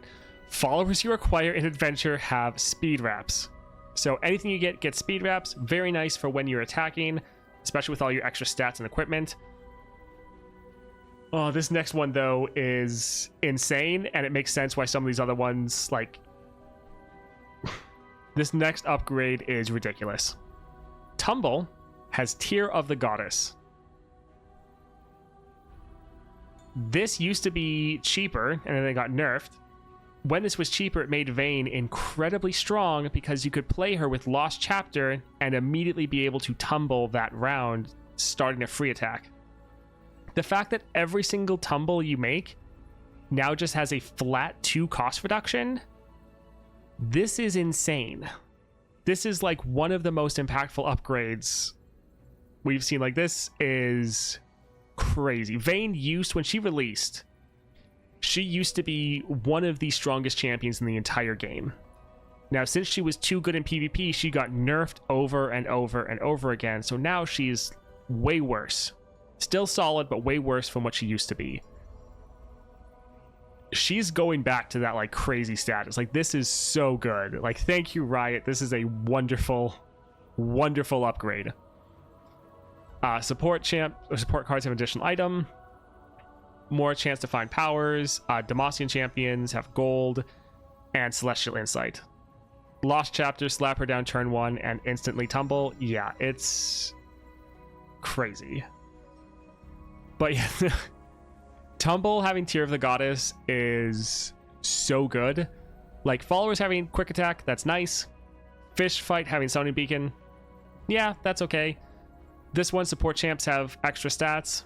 Okay, it's nothing compared to, like, them having Portal Pals, like an epic item. But this right here just makes, like, nothing else matters. This is such a good upgrade. I'm glad you're here, Plangemu.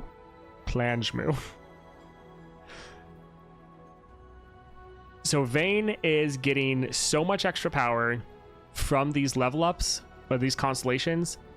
You're getting a flat 2/2 on all your units with equipment. So that's great. You're getting Purge with Silver, giving you a ton of extra power, because you can attack so many times in a round. Your Tumble's going down. Vayne got a lot of very good upgrades. Also, her Constellation looks incredible. This is so good. All right, let's take a look at how these are laid out. So you got your reroll, support champs. All right, so probably ignore all of these. I like that they're out of the way for you. None of them are bad, but it's just not what you want to prioritize. All right, that there also doesn't matter. All right, so yeah, you want to immediately just go up, get allies with equipment or attachments have 2/2. Definitely get that. Your mana gem is right here, which, you know, is good. The mana gem, actually, it's extra good for Vayne, because once you get this, you can then play her round 1 because she's a 3 cost. So it's actually more important to get the mana gem than on most other champions. So very good. Let's see, follows you acquire have speed wraps. Yeah, that's fine. Over here we have the 6-star. 2 side upgrades. Okay, so you want to go here, probably actually focus on getting the mana flow so you can get your Vayne right away, and then come up here. And then even though the 6-star is wonderful, I would probably get the Tumble first because it's way cheaper and yeah, way more helpful. We used the view button before. Right now we are just looking at the order you want to get things. But yeah, this is go up, get this one, and then get the Tumble first. Vayne has a Constellation very well laid out. The powers you get, also very solid. So Vayne seems another one that's greatly improved from Constellations. This is wonderful. All right, so we'll do one more. We'll take a look at Vex, and then we'll go and play our Viego in the opening match, and then we'll go back to going through the Constellations. But yeah, Vayne, I'm so excited to play her. All right, so Vex, pretty good Constellation. Yeah, I like the shape all the way around is a little weird, but it's cute that they also added in shadow. And then, yeah, going for the ears is pretty fun. Anyways, let's take a look at the powers. So, first three, all the same.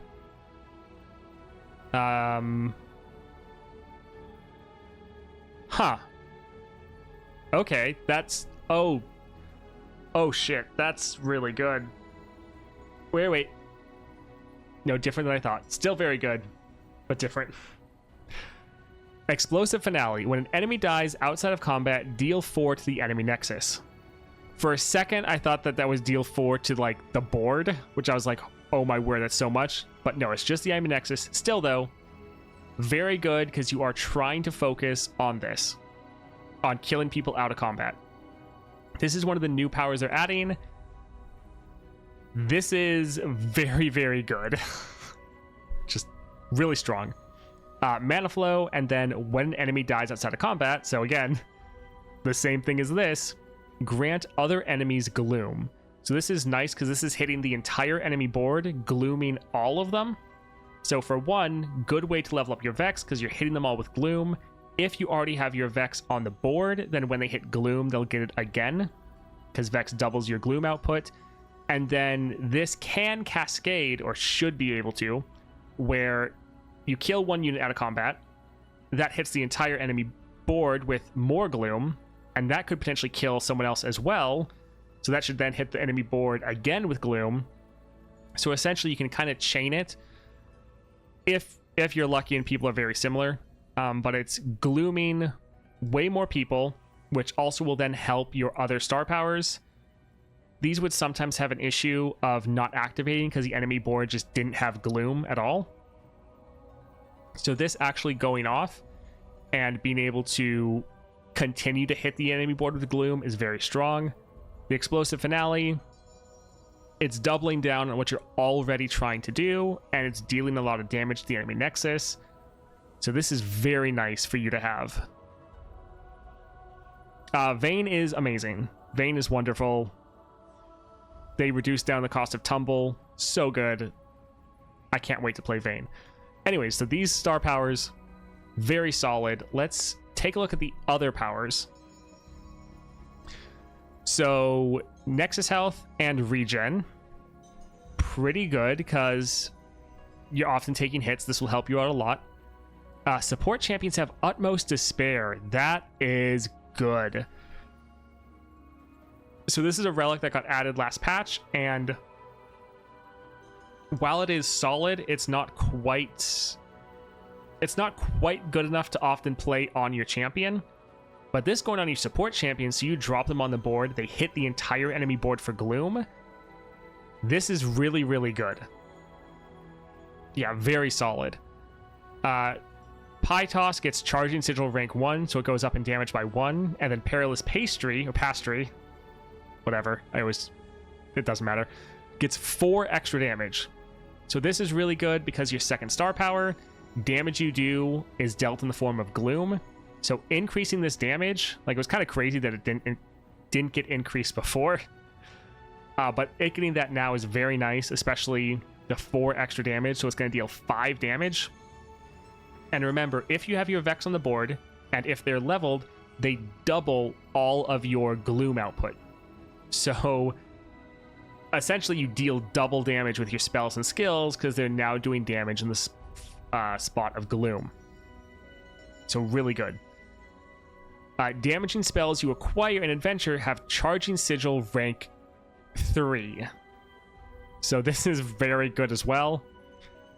All damaging spells and skills you get throughout the adventure, so while you're looking through shops and stuff, now do 4 extra damage. This is helping you so much.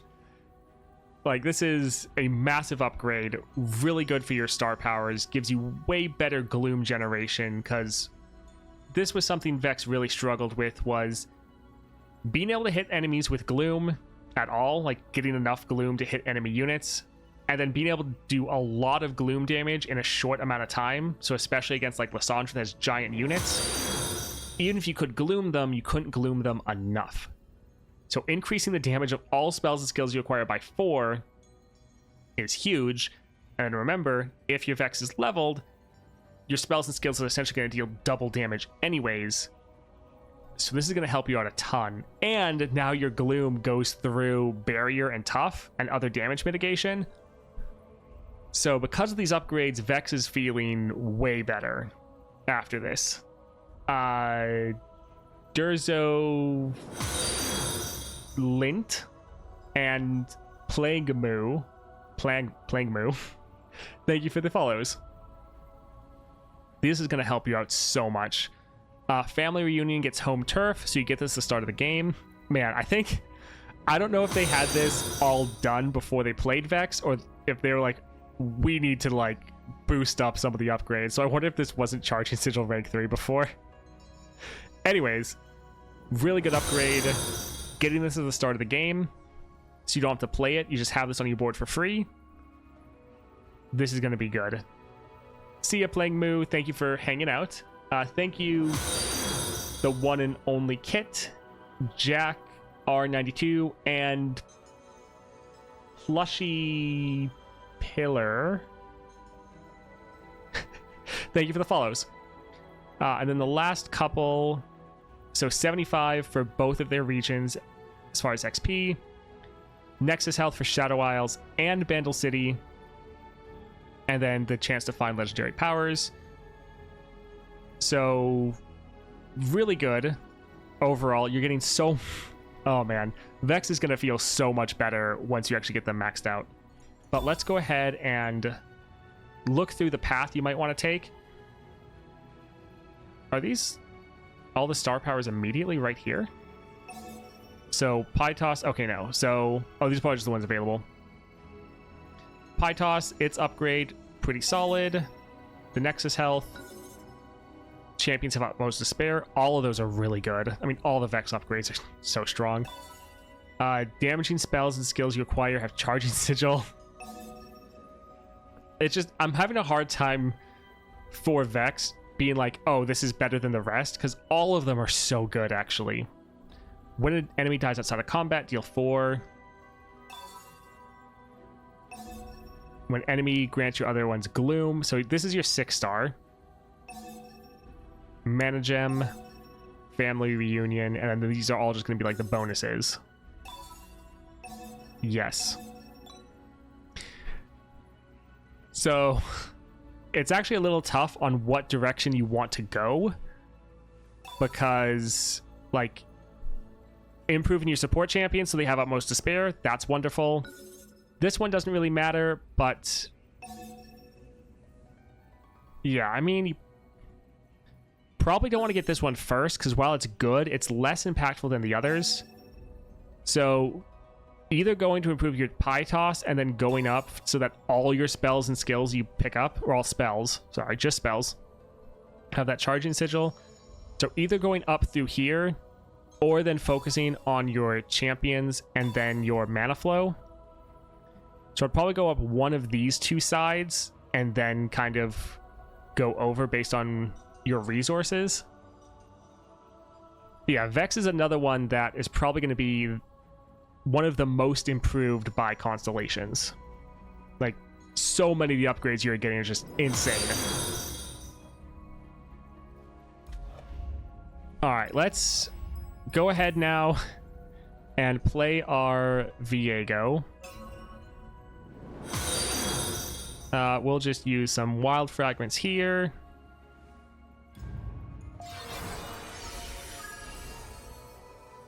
They definitely upped their game as far as animation, so well done. Alright, so +1 starting mana. Actually, we haven't even looked at Viego. We haven't even looked at his starting deck, which is going to be pretty important. Let's see. Alright, let's update the title.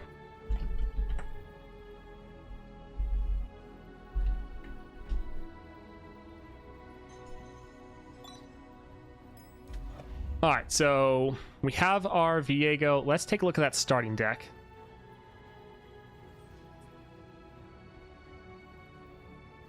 Yes, we're not going to upgrade them to 3 stars yet. We start off at... We normally go through and just do the 2 stars for our first playthrough. But Viego, starting deck. So Hapless Aristocrat, Last Breath Summon a Spiderling, not bad. Shape of Fear, yeah, 1 cost, fast, kill an ally to summon Encroaching Mist. This gets updated or upgraded later, but more mist generation, wonderful. Fading Icon, when I'm summoned, summon a prey.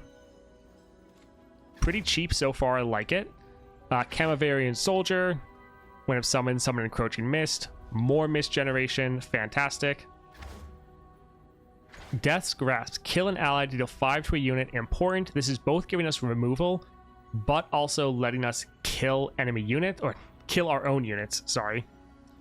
So that's important because we need that for our first star power to trigger. We have Camavorian Dragon. So play, I strike an ally. Perfect. We want to kill our own units.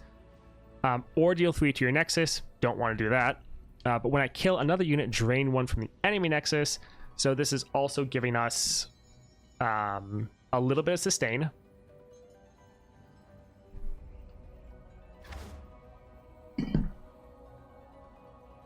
Random lurker creep. It's sleepy and not... I mean, you can't have like 5 consonants next to each other. I'm just not average. Yeah, let's go with that. Thank you for the follow. Random lurker creep, welcome. Anyways, yeah, I think Viego probably feels a little off without the 3rd star power. But Camavorian Dragon, not only is it one of the coolest looking cards in the game, it's going to be very solid here. Possession, pretty fun. So 5 cost, steal an enemy follower this round. Can't play if you have 5 allies. So this is going to be fun to use this to steal someone and then kill it to summon more units. Then we have Viego himself, and then the Invasive Hydrovine. I was figuring they had to have this and the Camavarian Soldier. So another expensive unit. This will be getting some cost reduction from your 2nd star power, so really nice. And then again, when I'm summoned around, start summoning Encroaching Mist. So not only do we have a lot of Encroaching Mist generation from our star powers, but we also have it from Shape of Fear right here. We have it from our Camavarian Soldier, our Viego does it, and our Hydrovine does it. So, very solid deck. Also, did they just like reduce this down? Wasn't this higher before? Also, why is there a scroll bar here? Is that setting stuff up for the future? That seems weird. Suspicious. Also, yeah, this seems odd. I think this was higher before. Like, I get the stars, but they're over here. Like, anyways, whatever. For the... I think there was always a scroll bar. Really? For our relic, we have my Greater Cosmic Pearl. It doesn't have the extra stuff anymore.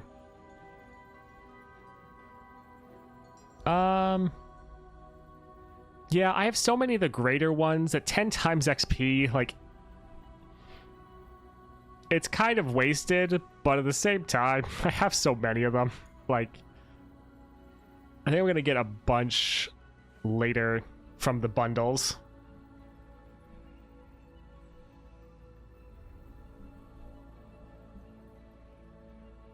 Yeah, whatever. Do you think the 100% XP stacks with Pearl? I would think so. Yeah.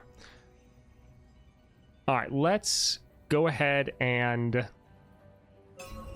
again look at the Constellation just in case anyone missed it before. So each round, the first time you slay an ally, summon an Encroaching Mist, really solid. The 2-star that we got, +1 starting mana when an ally with 4 or more power dies, and apparently according to chat this actually might be 5 or more power. Anyways, reduce the cost of all other 4 or higher power allies in hand by 1. So some nice cost reduction. And then the 3-star, we're not going to get it at the moment, but each round, the first time you slay an ally and the first time you slay an enemy, summon an Encroaching Mist. All right, so let's go ahead and try out our Viego. We're going to go over here. 3 out of 8 completed. Love to see that. Why would you not get the 3-star right away? Because whenever I try out a champion, I just put them at 2 stars so that for the first impressions, it's a little bit more relatable on how strong the champion actually is.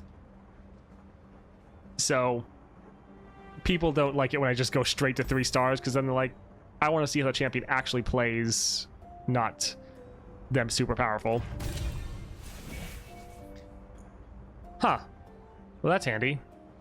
There's a couple good things here. Fixer Upper would help us trigger our second cost or our second power, but Afterlife gives us another unit.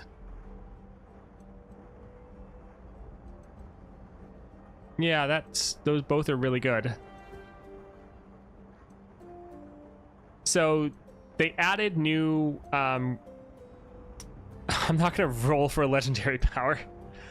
They added a lot more rewards to all the adventures, but some of the UI is a little bit bugged if you've already claimed them all. But the rewards are supposed to be there. Yeah, Afterlife is really good. I think I'm gonna go for Fixer Upper probably, because this will help our second star power of when they die. But yeah, Afterlife is good. I think we'll go here though. All right, Beast Below.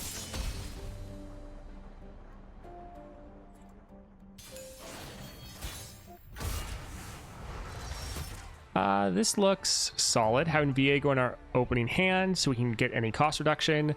Shape of Fear, solid. Yeah, this looks really good. Have you seen the item levels for Viego? No, I should have done that. Hey, Fist? I think. Welcome, hello. Let's drop Fade Icon here.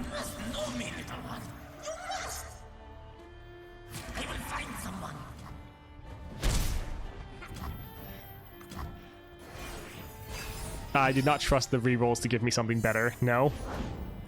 Possession gets Tear of the Goddess. Nice. Yeah, remind me after this to look at those.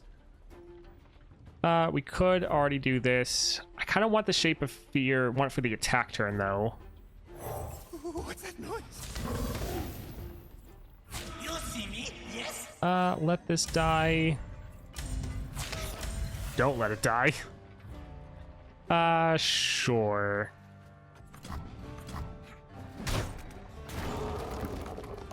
How am I supposed to get the 6-star power? New currencies. I think from the monthly challenges. That's where you can get a lot of the stuff. Yeah, let's drop this and kill that. Like 360, thank you for the follow. I appreciate that support. Let's also kill this.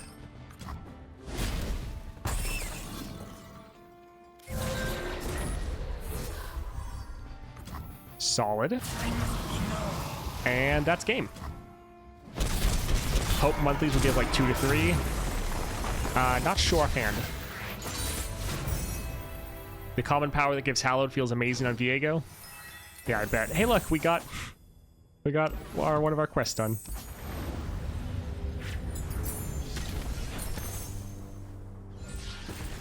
Ruination, Ever Shade Stalker. The Darkened Ballista is actually not bad because we could get a unit above that threshold of like 4 or more power and then kill it. So that's actually not terrible. Ruination's funny, but 9 cost. Oof.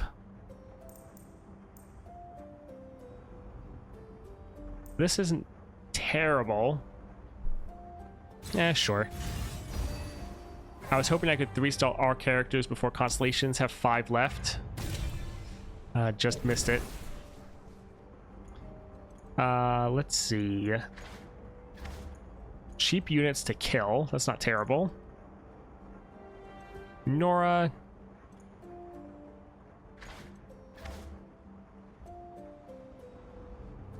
Why are your animations so much faster? Is there a setting? I think there might be, actually. This does have a last breath effect, and we could maybe get some extra units to kill. I'm also on computer. I forget if there's an actual setting. Disable motions. Yeah. Let's go ahead and try to hit up the shop. So, Devourer of the Depths. Hey, quick question, everyone. I'm playing Viego, and all the card rewards, and from the card rewards, I picked up the Encroaching Mist with an item. Will all my passive mists keep it if I remove the card from the deck? No. If you remove that card, then your other mists won't get it anymore. Yeah, I plan on looking up the level rewards after the adventure. Let's get rid of this. And yeah, even the dragon. Well, we'll hold on to it.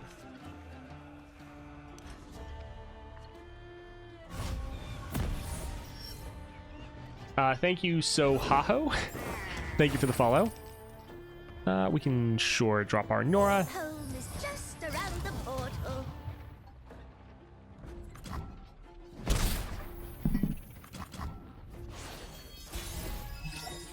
I learned that from my LeBlanc passive.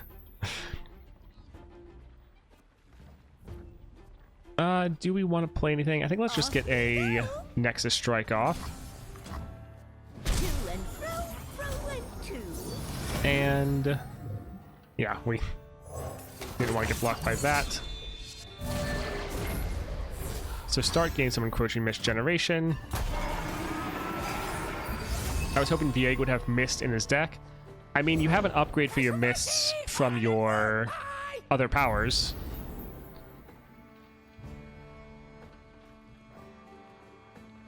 Let's drop... we won't actually have enough for our Death's Grasp.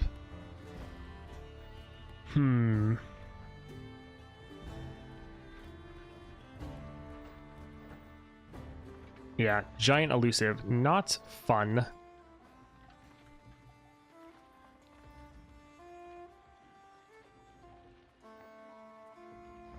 We could kill this.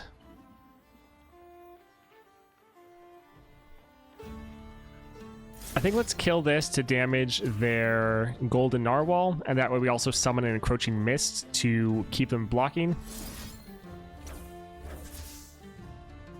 Yeah. Is the Minor Gemstone Vessel worth the 1500 Stardust? I mean, if you have a lot of extra Stardust, yes. If you don't, if you're still saving for Golden Reliquaries, probably not, to be honest. Dearie me. Oh, that.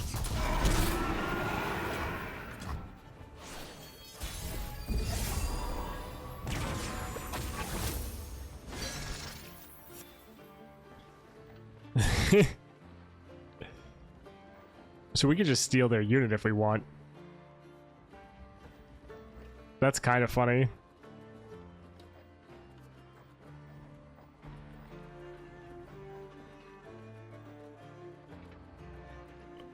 I mean, we wouldn't have enough damage to end the game, but that would be funny. We could wait and try to do it next turn.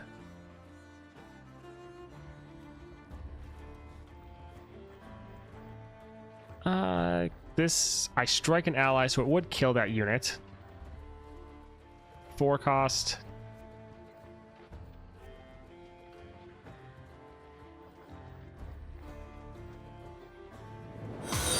I mean, if we use this to buff up our Vanguard, we could kill their Narwhal.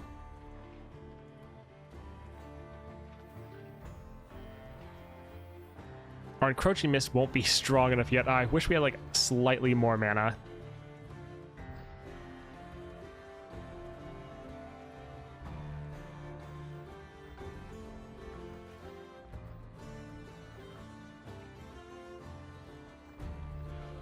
It does have Fury.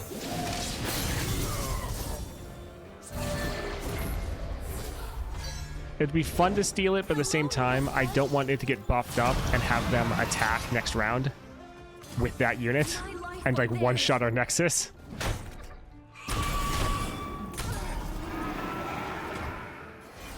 Because you have such a small amount of Nexus health. Here's a hunterless foul creature.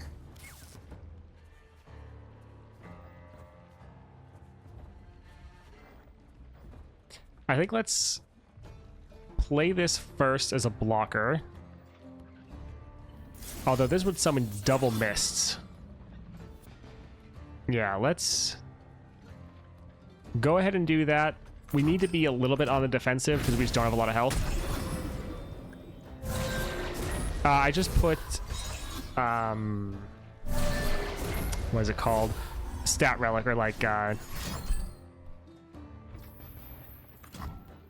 possession into the shape of fear would have been decent, yes. I put the XP relic on him.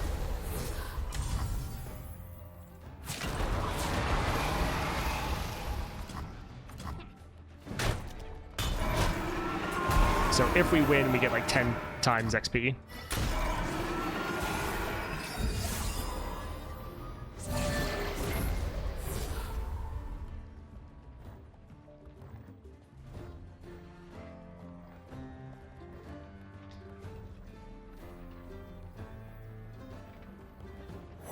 If I'm forgotten, then no.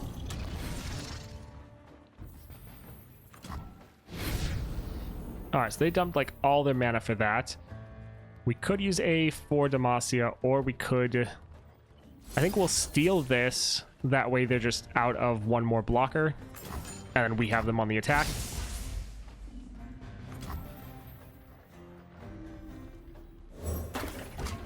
Alright, so let's attack like this. Keep me. And yeah, not quite enough. Almost, though. And they don't have any units. Oh, right, they get that one back. But that one doesn't have anything too crazy.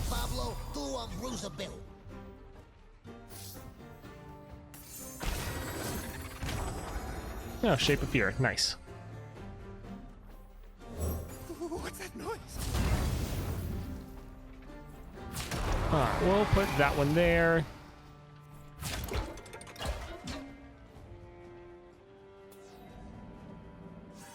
Yeah, we'll use Shape of Fear next round so we get some more Encroaching Mists.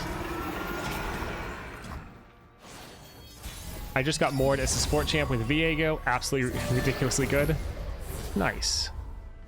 Speaking of Viego, let's go ahead and drop him here, even though it's kind of overkill. My queen.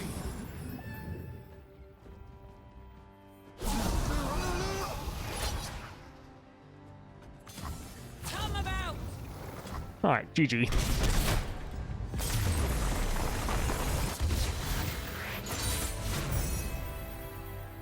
Though it feels odd to say with Constellation feeling thing, apparently he does his first fight with 2 stars because people prefer seeing the champion at that level before seeing it at the full power. Yeah.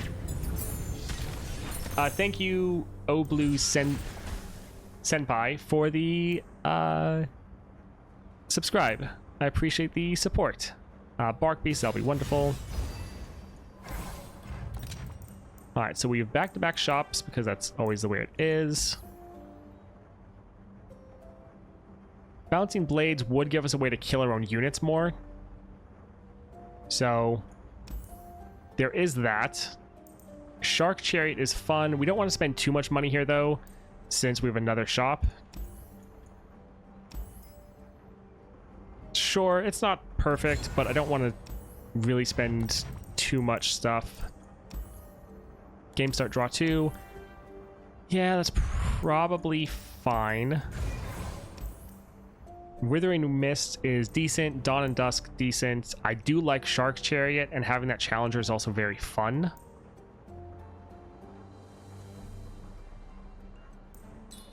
Yeah, I kind of want to go for the Shark Chariot. And we're going to have ephemeral attacks, so it shouldn't be bad. Alright, I kind of hate Shipwreck Hoarder. But Mind Meld is pretty bad, so we'll have to deal with the extra animations. Have we theory crafted relics for Viego? Disciple of Shadow seems mandatory. I don't know if mandatory, but definitely nice to have. Definitely. Let's get rid of the junk construct. Has anyone ever seen a Super Forge consumable in the Emporium? I have not. If you just got one, then yeah, I think that's new. Let's... Yeah, drop our Shark Chariot, might as well. So now we can have this every time we attack. Disciple of Shadows, Spectral Scissors, Starforge seems insanely good for Viego. Yeah, I'd say that's probably very, very strong. I love being able to use Spectral Scissors as a stat relic. Alright, so we'll kill our own unit here and summon a Mist. I mean, we could kill their unit.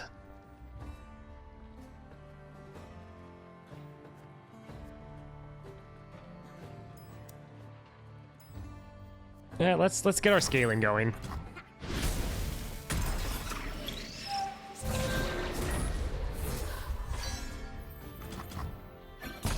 Scissors with Mist would be great too. Yes, yes it would.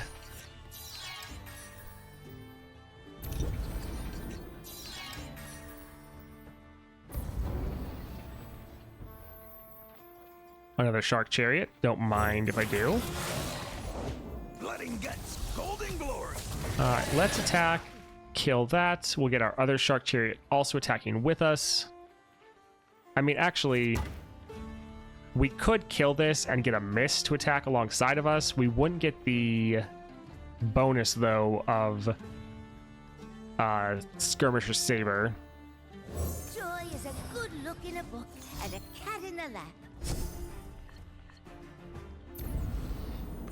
Alright, let's go ahead, still kill this. Alright, not too bad.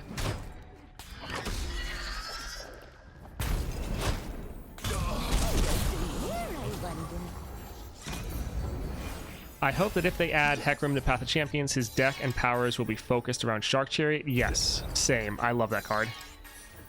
Yes, my Viego is 2 stars.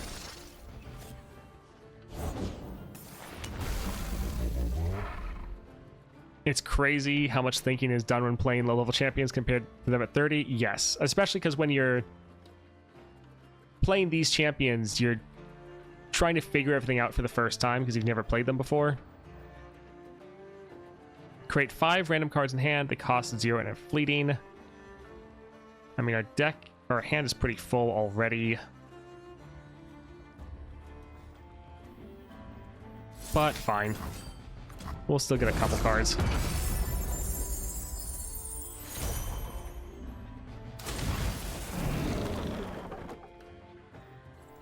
Look upon me. That's pretty solid. 7/7. Pick one of 3 champions that started in your deck and draw it. Okay.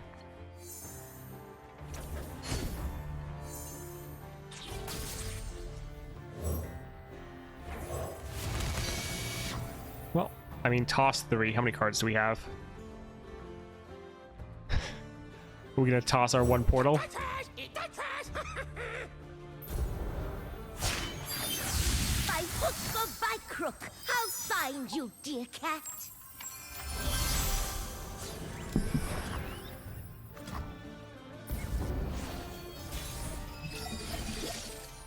Alright, so we have enough to play our Viego. Each round, the first time another ally dies, someone encroaching mist. So we could play Viego, but we wouldn't be able to summon our encroaching mists, which is a little sad.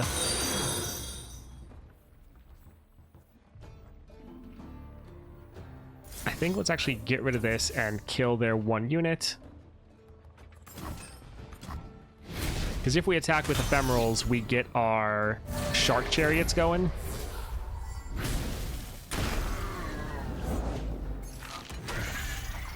And I think that'll be better.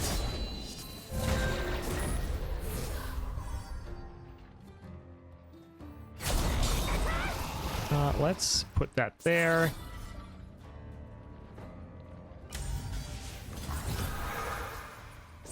All right, double shark chariot. Such a fun card. GG.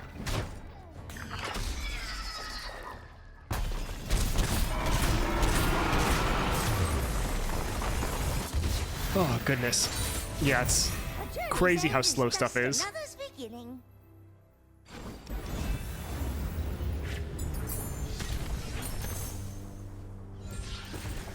Lonely Poro, not bad. For Demacia, Fading Memories.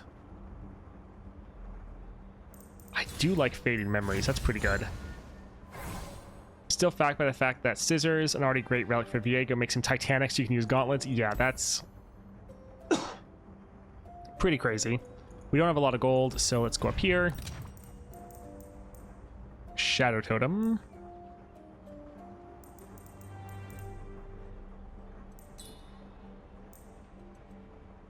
I mean, it wouldn't be bad for Norra, but sure, let's just go all in for our Viego. We won't heal because we're only missing 3 health. What do we want to cut?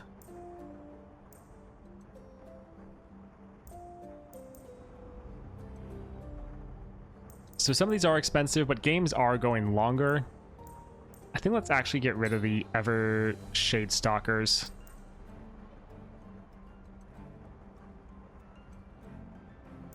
Yeah. Alright, Sejuani. Trust nothing but your strength. Man, I really need to finally win Lysandra Adventure to get some epic relics.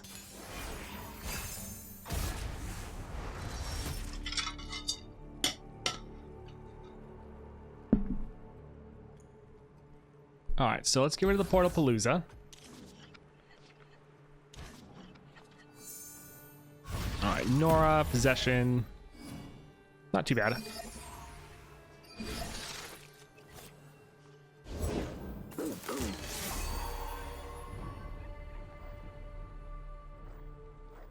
Let's drop this. We have a blocker. We don't want both of our units to die. So I think we'll just go like that. But yeah, such low Nexus health. Definitely feels like Viego without his 3rd star power is a little rough. That's going to help so much when we actually can get that.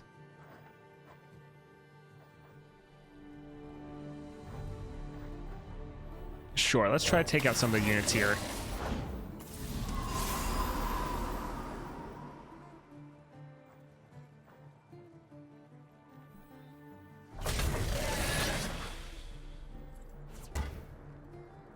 They have 1 mana. I think let's go like this and kill that Protoporo. Just came back and was worried I'd have to finish the run by tomorrow when I came back. Wow, he's low. Yeah. What's that noise? I mean, also it's my brain's a little fried. He's the first time playing him, so I'm definitely a lot slower in my decision making. So it's not just him. Sure. Killing their unit. That's not terrible. Trying to make sure they don't get extra mana. Killing our own unit to start summoning encroaching mists. Yeah.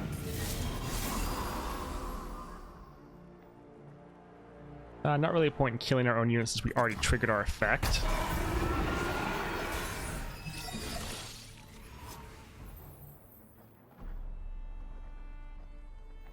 Alright, let's drop our Shark Chariot so we can summon another Shark Chariot when we attack.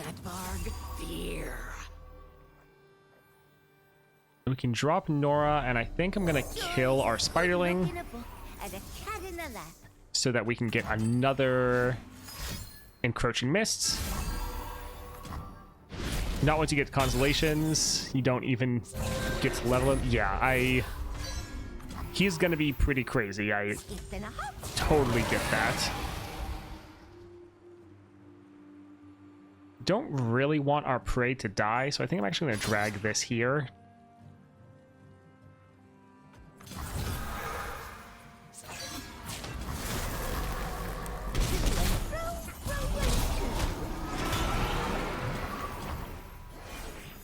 If they drop a really big unit, we might just steal it with possession.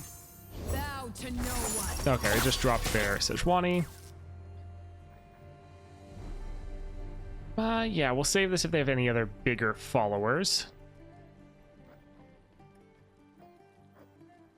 And sure, let's go for Portal Palooza. Terrible. I hope it lasts. By hook or by Well, that was crook, helpful. I'll find you, dear cat.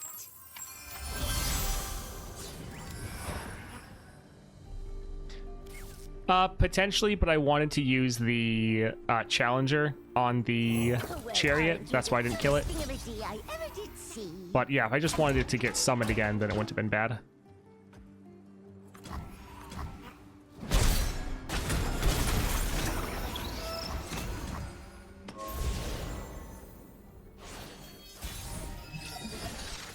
Alright, let's go ahead and drop our Viego.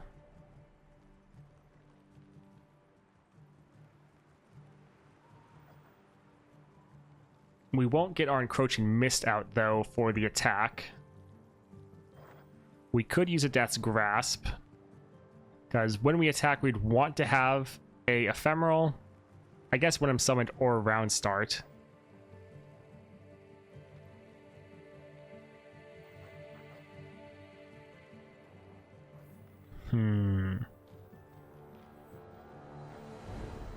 Yeah, I think let's just drop this.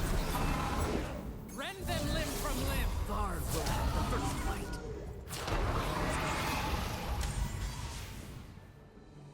I suppose this one isn't needed.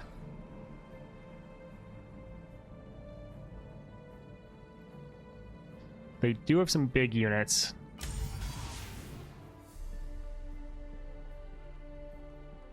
Yeah, let's just go for it. Leave no survivors. The fruits of conquest.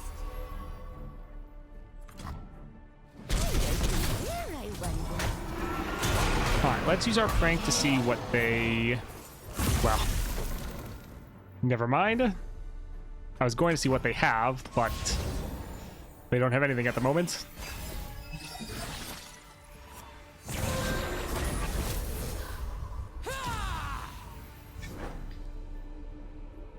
Alright, let's go ahead, put that one there, put that there. We could kill them already. Oh, so close. Yeah, we have to actually block. We can't use the Encroaching Mists because they could potentially have another Sejuani to buffer up a little bit more.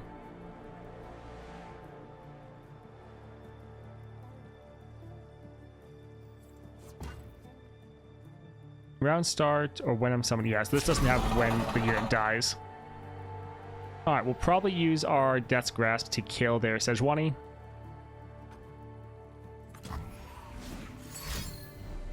Fight like the animal you are. Yeah, I figured they'd have that, which is why we used our bigger unit. My festivity ends.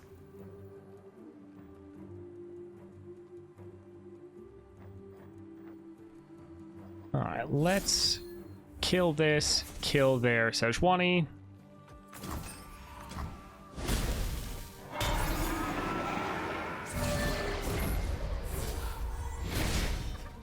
So we could have double Viegos on the attack.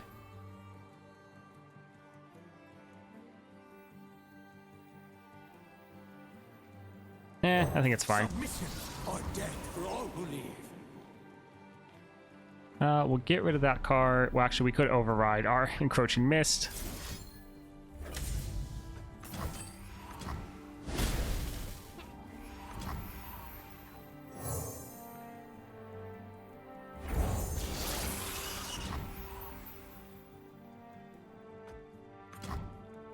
Where are you from? I like your English. I'm not sure if you're talking to me, but I'm just from like North America, Canada, US, been everywhere.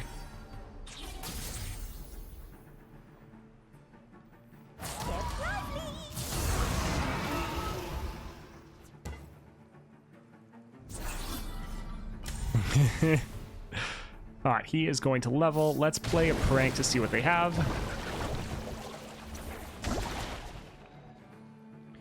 Alright, we should be able to get enough damage through. Yep.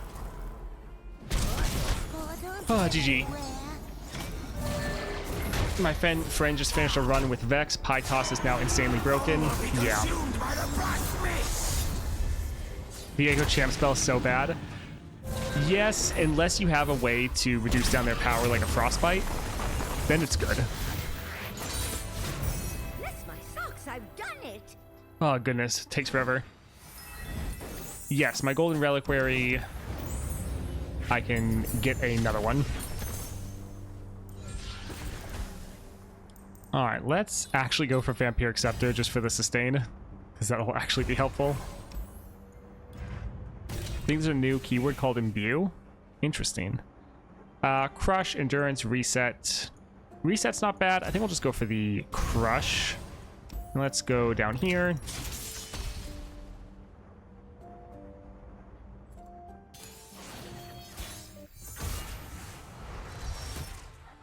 Let's... Yeah, this is fine. What does Imbue do? So I'm not sure what Imbue actually is supposed to do. Lady Elise, where are you?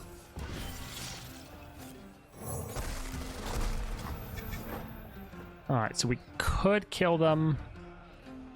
Or could attack. I don't think we'll bother.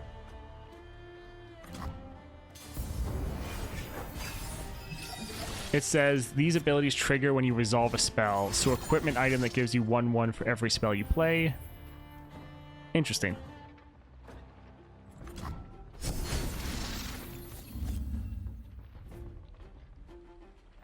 Let's go ahead. What's that noise? We need to try to fill out our board to just block them as much as possible. Because they have Nexus Strike, draw 1.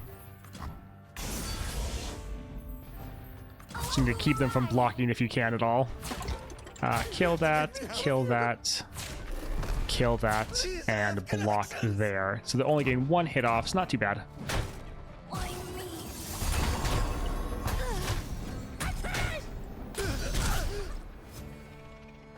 Alright, decent. So Jinx can now imbue when you play or discard a card and deal 1 to the enemy Nexus and unit.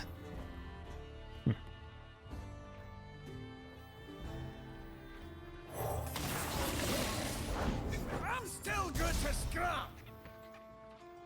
Do we care about the Challenger? Yeah, a little bit, actually. I don't want that to block most of any of my units, really.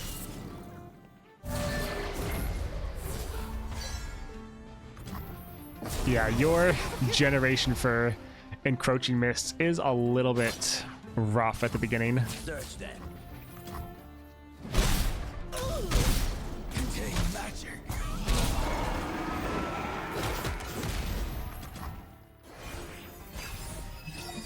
This patch made me bankrupt? Yeah. I mean, it's good that we're getting stuff to buy, so that's good.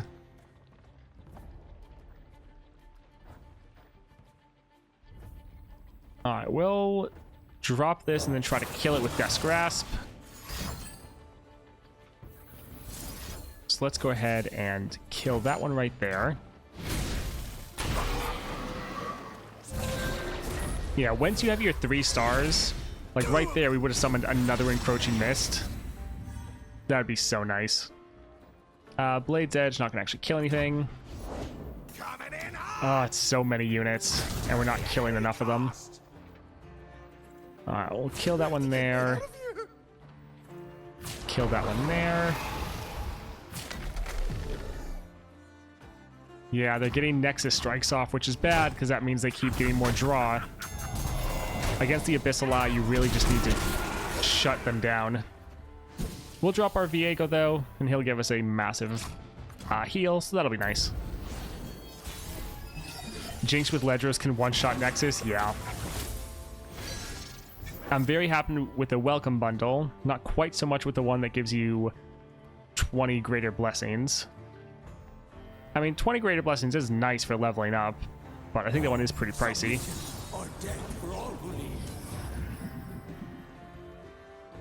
Let's...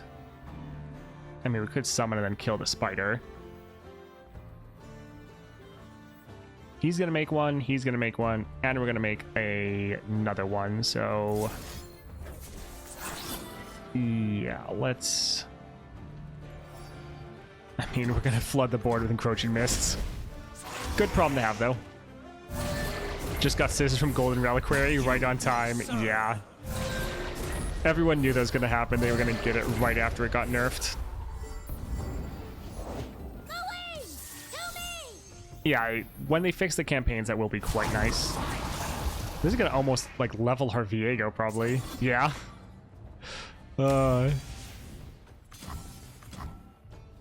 Yeah, that heal on Viego is very nice.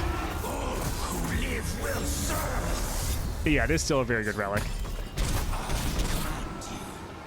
GG.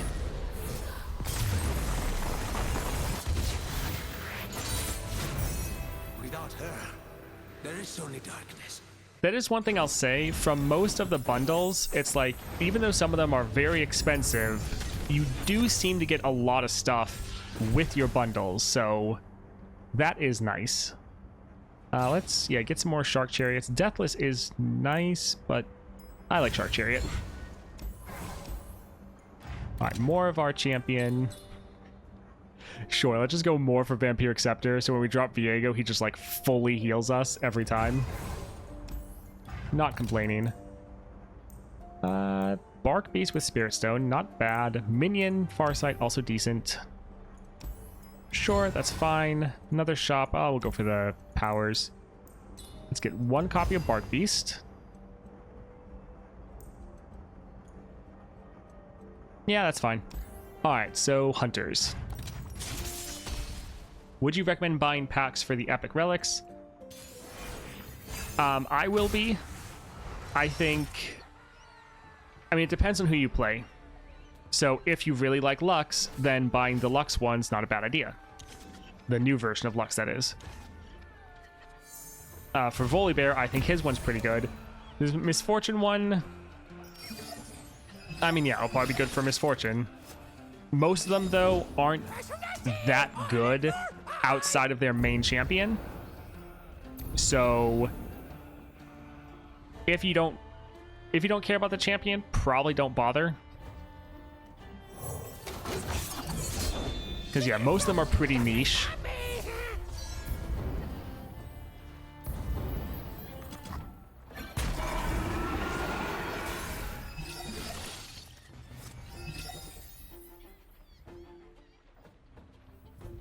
A one-cost Shark Chariot's not bad. Blood and guts, golden glory. You know what? Sure. Let's just go full-on Shark Chariot. And attack, kill both of these. Beautiful. Okay, so those had 4 power, and yeah, reduced down these, which is nice. That cost reduction finally coming in a little bit. I got Defeat Lysandra with Viego as a challenge for a Diamond Vault. I got 40 shards. Huh. Yeah, that seems weird. I would think a Diamond Vault would give you more than 40. I thought that's what a Platinum Vault gave you.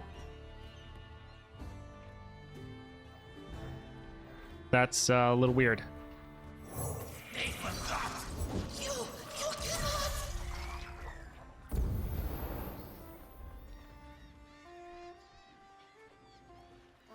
Let's see. Yeah, let's just... Well, let's kill our prey. Yeah, that's fine.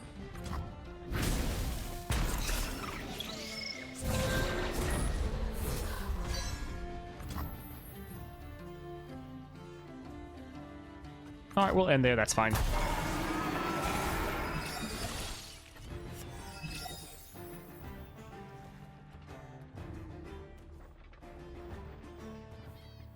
Sure, let's just immediately drop Viego. Or death for all who live. Oppose me and die.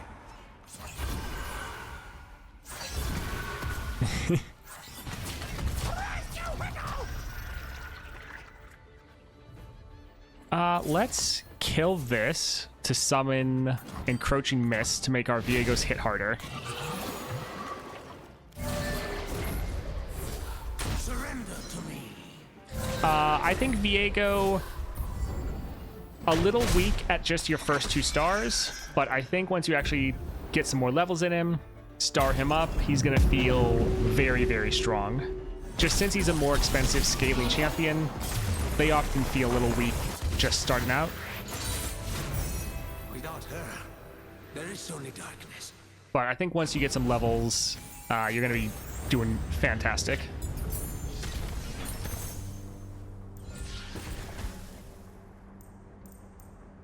This doesn't really matter, but getting more of it's decent. Yeah, the upgrade's not really going to help us. Cost reduction. Sure, a little bit. It's going to make the heal less, but we're already healing so much.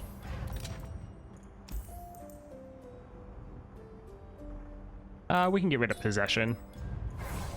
Alright, finally, Nautilus. Isn't the new relics a bit of a bait? I mean, extra mana for your Lux isn't bad. And drawing a cheap unit at the start of the game, potentially your Luminos Bright, I think it's probably going to be pretty solid.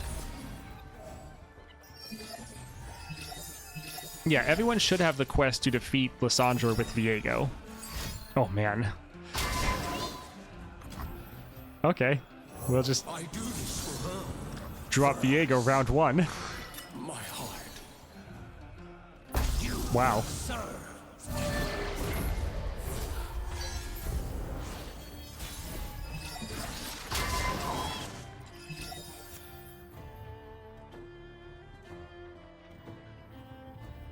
Our Bark Beast won't actually die. We could kill our own unit with a Shape of Fear.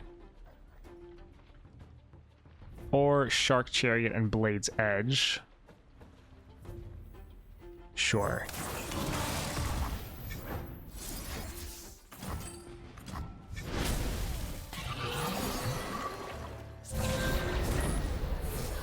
Surrender to me. I love the amount of scaling we get from all the Encroaching Mists.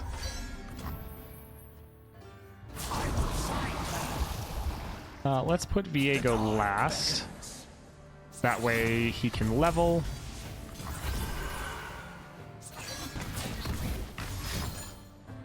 Well, this is going pretty well.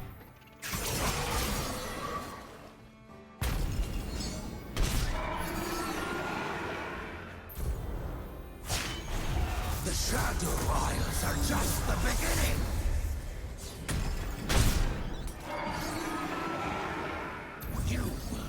Well, at least we got to see some level up Viego.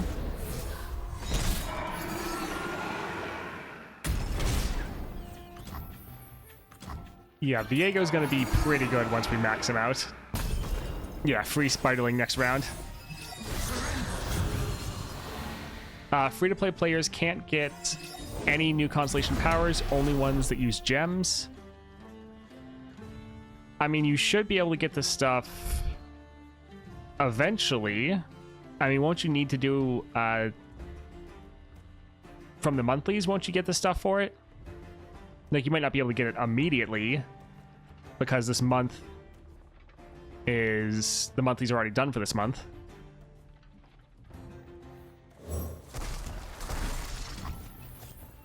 I do need to go back and look at all the rewards for the monthlies. Let's kill that.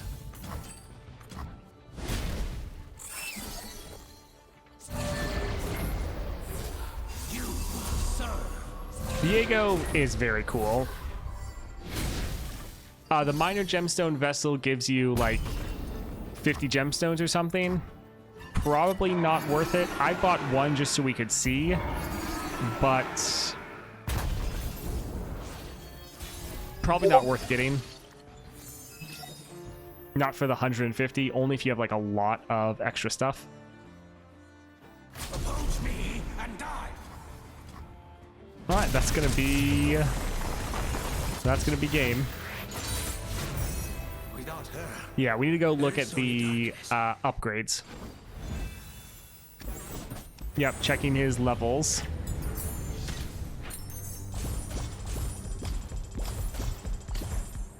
Yeah, half a golden reliquary for 50 gems definitely isn't great. Yeah, except my Discord is bugged out. It sometimes goes where it's a completely blank screen, so I can't even see or mute the notification, so I'm just gonna have to close it. Sorry, anyone over on Discord.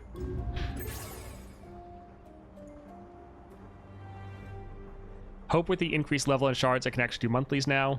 Yeah, hopefully. Hey, look. We're level 16. Oh, that was you? Oh, that's funny. Well, that makes it a little bit more important. I'm going to go ahead and open that up then. Alright, so our Viego is level 16. Very nice.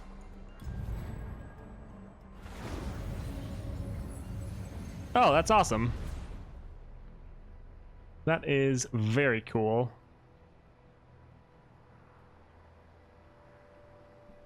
In the Riot cafeteria, they have me up on a big screen, so that's cool. Hello, everyone over at Riot. Right, there's so many notifications here, but we won't look at them. We're gonna go ahead. Wait, did I just get the rewards from doing that adventure? One second. Still says 2 out of 7, so probably not. Okay. Let's go ahead and look at the champion levels. It's hilarious that we're level 16 already. Alright, so Shape of Fear gets Elixir of Skill, so draw 1. Very nice. More draw. Awesome. Camavarian Soldier gets Studded Leather. Pretty much there's always a Studded Leather in here, I feel like. Also good. This is also going to make it hit the 4 power threshold, so this will potentially help your second star power. Very nice. Nexus health. Support upgrade. So support champs have a common item. Basic. Hapless Aristocrat gets the Coral Crush Gauntlets. So 1 power and brash. That seems fine. I mean, more power is better, but not really that big of a deal. Oh, the Bronze Vaults, yeah. Fading Icon gets Bounty Board. Last Breath, summon a random 1-cost unit from your regions. So this is one of the new items they added. This is very good because you can then kill this unit. Essentially, this is summoning 2 units for you to kill, itself and the prey. So a good target for you to use your spells and abilities on. And then you get another free unit as well. Very solid upgrade. Very nice. Let's go then. Death's Grasp gets Charging Sigil, so 6 damage. Not that big of a deal, but a nice little bonus. Dragon gets Great Club. Oof. I mean, I guess this is good. The only issue is that you're gonna get it. You're going to get overwhelmed from Crush from the Constellations. So not actually helping you that much. I mean, it's great if you can't get the Constellations, then yes, this will help you out early. But kind of is, yeah, not the best upgrade right there. If you're going to get the Constellations. All right. Hey, look, they kind of added this. That looks cool. That background, and it kind of it's shining over your next star to get. Possession gets Nomad's Medallion, so 2 cost reduction, so 3 cost possession, steal an enemy follower. Very good, because you can steal an enemy follower and then kill them, but this also doesn't matter how big the unit is. So like stealing a giant unit, like stealing the Watcher from Lysandra, you could potentially steal her Watcher and then play her Watcher to kill her own deck. So very good. Like, very solid. Let's see. Hydrovine gets Phage, so even more stats. Yeah, solid. Death's Grasp gets Mana Potion. So this is going to deal 6 damage and only cost 2 mana. Very good, especially because you can kill a unit or kill an ally, so summoning a Mist. Probably killing an enemy, so summoning another Mist. And yeah, just for a 2 cost, that is solid. Hydrovine gets Speed Wraps. Alright, that's fine. And that's about it for the upgrades. Some solid upgrades there. Really good for the possession. Death's Grasp gains some buffs, is solid. Fading Icon, also solid. Not anything too insane, but just a lot of little nice bonuses, which for the power you're getting with Viego is also pretty good. Imagine we get Sign and Path of Champions. Payload has to be amazing on him. Yeah. Already at level 60. Oh, it gets me. Alright, let's look at his Constellation. And yeah, let's just get his 3-star already. That'll be very nice. Support champions. Yep, get that. 8 regen. Pretty good. Shape of Fear has Stopwatch. I guess we can use this for a lot of the constellations, so maybe we'll hold off for now. Shadow Isle of Falls, where you get Pickaxe. Yep, just kind of making sure everything's the same. Yep, allies have Crush, so this is a little bit bad just for your one unit that already has the Overwhelm. We're gonna go and look at some of the other constellations because we still haven't finished them all because there's so many. Toast, Remitted for Lillia, what should I look for? I mean, Spell Shield and all spells cost 1 less isn't bad because a lot of your spells are already cheap. All cards cost 2 less, also wouldn't be bad. The Narwhals would be okay. Kind of thinking that's potentially about it. Skirmishing Saber, and then yeah, his final one. Alright, so everything's about the same, which is solid because he was already really good. So let's go back and try to make it through the constellations because some of the upgrades we've seen have already been amazing. I want to try to get through them. Volibear, one of my favorite champions. Can you upload this? No. So we will be uploading this to YouTube later. Yes. Let's take a look at... Goodness. That is interesting. Alright, interesting layout. So we have his first 3. In my sights, round start, grant the weakest enemy vulnerable. This is really good because you can be able to then challenge and kill their units. So that will be very good. Sorry, my voice is dying. I've been talking for the past like 6 hours.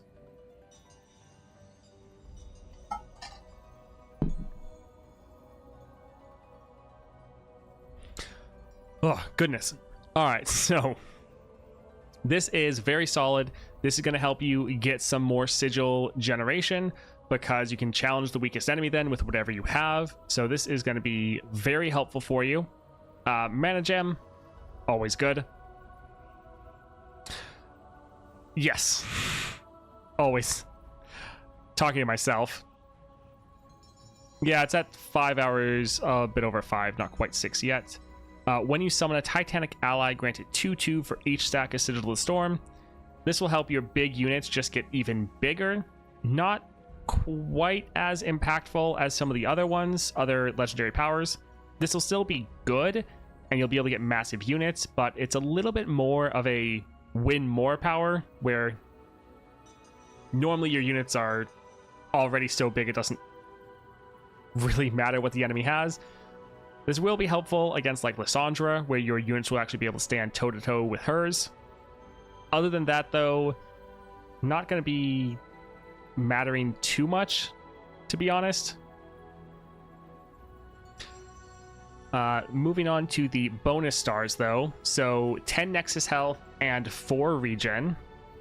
Solid. Support champs have Titan's Axe, Phage, or Studded Leather based on their cost. This is solid because this is really going to help you get your support champions to also be Titanic. Quite often you'll have like a champion that is just like 1 or 2 away. And so having like a Phage to help get them to that level will be very good. Valhyr's Prophet gets Shadow Totem. This is solid because when I'm summoned, summon a Sigil of the Storm. So this getting Shadow Totem, so you can then summon another unit and Sigil. Very helpful. Also, when you play this, if you're running Disciple of Shadows, that's 1 more unit on the board for you to be able to reduce down the cost of your Volibear, but then also kill in order to get some more cost reduction. And then just another extra unit that you might be able to attack with, block with. All around pretty solid. Followers you acquire in adventures with a 6 or more cost have hearty rations. So they're able to get that regen. This is decent. I would have preferred if this was just followers you acquire that are Titanic, because sometimes you can get a really good cheap unit that also is Titanic. So could have been a little bit better, but it's still going to help you out. Having regen for all of your units, especially your giant units, will be very good. The Tribeless has hearty rations, which is also fine. Like it's good, but it's not blowing me away. And then support cards, additional items, Celestial Fortune, Bounty, plus 10 Nexus health for Freljordian champions, and chance to find epic power for Freljordian champions. Yeah, it's fine. Like, I like Volibear a lot, and all of these upgrades will definitely help. And Volibear was already a solid champion, so it's not like he needed as much help. I was kind of hoping for a little bit more sigil generation. Like, this is a good upgrade, and the vulnerable will help you able to generate more sigils. But I was hoping for something a little bit crazier. Volibear was one of the champions that I wanted to upgrade, like, immediately. But after seeing these, it's like, there's some other champions that actually are getting more improved from these. So, not getting me too excited, which is a little bit sad. Let's go take a look at the level ups, though, just to look at the path you might want to be looking for. All right, so you start here and go up. And then if you go over, Nexus Health and Regen, champions have the extra items, which this will actually be more impactful for Volibear than many other champions. Then over here, Prophetess Shadow Totem. Nice to be able to maybe grab that early. Followers have Hearty Rations. Decent. Over here, we have Vulnerable for the weakest enemy. And then Mana Gem and Tribeless. So this is our 6-star right here. So then we can go up and get a lot of the bonuses. Yeah, for Volibear, kind of just grabbing what you want. There's not anything too major to really rush towards. It's not like support champions have double attack or something as crazy as that.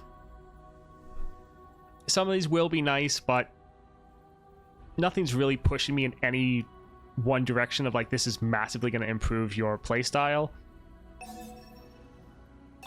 Like, the extra starting mana will be nice, but you have to get the Tribeless first.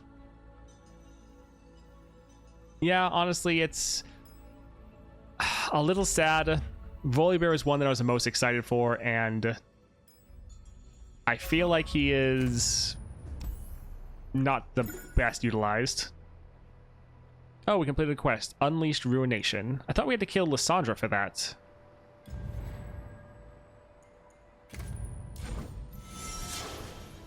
Oh, no, that was the diamond one? Best served cold. Yeah, okay, that one's still there. The Ruin King, spend mana on Shadow Isles cards and Path of Champions to give us a Cosmic Blessing. Okay, that's not too bad.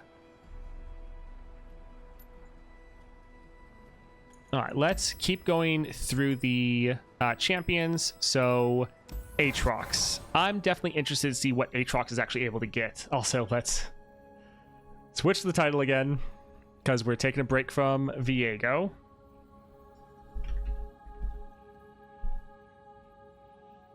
Take a look at constellations.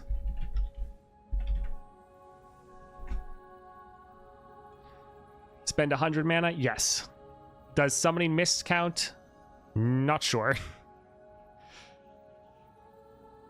Those are greater cosmic blessings. Also, the quest asks you to play adventure, give a ton of rewards.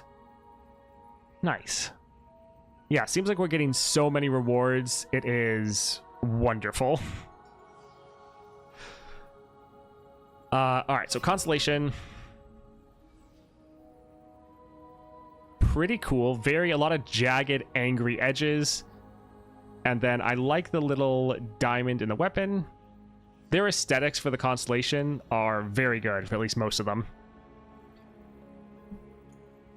All right, so let's look through. First three are normal. Okay, armed to the teeth again. I'm not complaining, though. Allies with equipment or attachments have 2/2. You're already trying to equip all your units, so giving them extra stats, really good. Also, those stats, when they transform into Darken, when they get... There's a specific term, I think, but transformed is fine. Those extra stats will then also go on the Darken, which is very nice. So, very simple and straightforward, but I am not complaining. Assimilated. There you go. Thank you. Mana Flow... And then Darken Awakened when you summon or transform a Darken, double its stats. This will be very nice. While it is simple, when you drop a Darken, you want them to be massive. And so this is really gonna feel very good. And then you're gonna drop your Aatrox. It's gonna get stats doubled. It's gonna transform when it levels up, get its stats doubled again. Really, really good. Also, one thing you can do is you could scale up your Aatrox before he levels with like Berserker's Buckle. And then when he levels up, those stats, he's going to have even more, so he's going to be even stronger. Transforming unit into Darken doesn't double stats.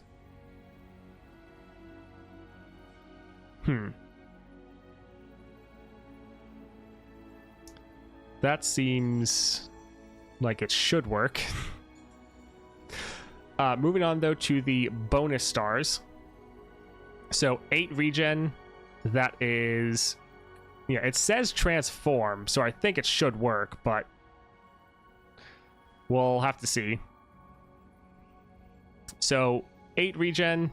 Regen's very nice to have, and regen fits into Aatrox's theme, because he is regen as a champion as well. Star of Legends. Support champions have Iceborne Gauntlet. Interesting. Definitely didn't see that one coming. But... a free capture, free removal for your support champions. I mean, that's fine.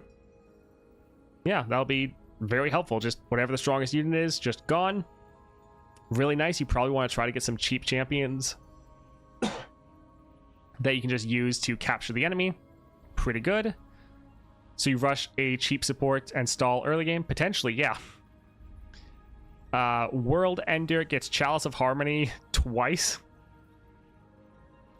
So 6 cost reduction. So it goes down from a 16 to a 10 cost, which is a lot. You're going to be able to level up your Aatrox way faster because you get 6 cost reduction on it. Very big blessing or bonus. Yeah, blessing. There we go. And that'll be nice with your other power because you want to get your Darken on the board. So you want to be able to level your Aatrox. So this helping you level way faster, going to be very nice. Equipment you acquire in adventures have Phage. That is very, very good because you're already getting the stats on the equipment. You're now getting Phage on it as well. And you're also getting Armed to the Teeth to give you an extra 2/2. So equipping any units is going to give them massive stats. Now this is just equipment you acquire, not necessarily equipment you have in your starting deck already, but still really, really good. Cedar and Super Sheepy, thank you for the follows. We already read that one. Each darkened follower has an item. Okay, it doesn't say darkened choir you get through the adventure, just each darkened follower.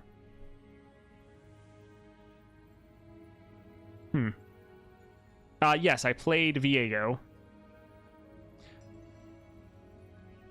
Items on your darken, sounds good. Support cards have an additional item. Alright, same as normal. Extra powers, and then extra regen and XP for your Runeterra champions. So, pretty good. One of the Aatrox 6 stars we tested in development was when you equip an ally with a darken equipment, immediately assimilate it. That definitely would have been very fun. I like the one you went with because having the units be absolutely massive will be very fun thematically. As far as just like a stat upgrade, it will actually fit very well. But yeah, having them immediately be assimilated would have also been pretty fun as well. It was sick, but also ended up playing out the same every time. Yeah, I could see that. But yeah, that definitely sounds like a good time. So yeah, Aatrox has some pretty straightforward upgrades, but all very solid. Getting a free capture on support champions, that's good. 6 cost reduction for World Enders, pretty crazy. And then extra equipment, having Phage, Darkened Followers having an item. Nothing's necessarily changing how you play it all. It's all just making everything better. So that is very good. Armed to the Teeth, great upgrade, just giving you some more stats, because, yeah, often against Lissandra, you would just get stat checked because your units would be too small, and Aatrox could really struggle with that. So having the extra stats from all of these little bonuses will really help you out.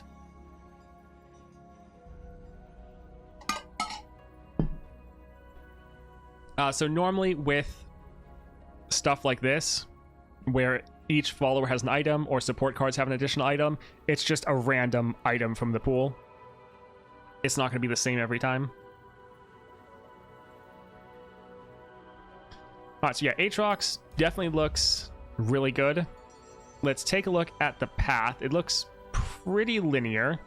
So you get your 3 powers, armed to the teeth right away. Oh, that is very nice. Regen, support. Okay, so your extra mana gem is down here, a bit out of the way. And mana gem is going to be pretty important to pick up. If you go up top, Phage, World Ender. Okay, so you have to go all the way up here to get your 6 star, and then these are all just the little bonuses. So yeah, you pretty much have to choose whether or not you want to go and get your next mana, or go up for your 6 star. I would probably get the extra mana first. Yeah, I'd probably grab this first and then make my way up, personally.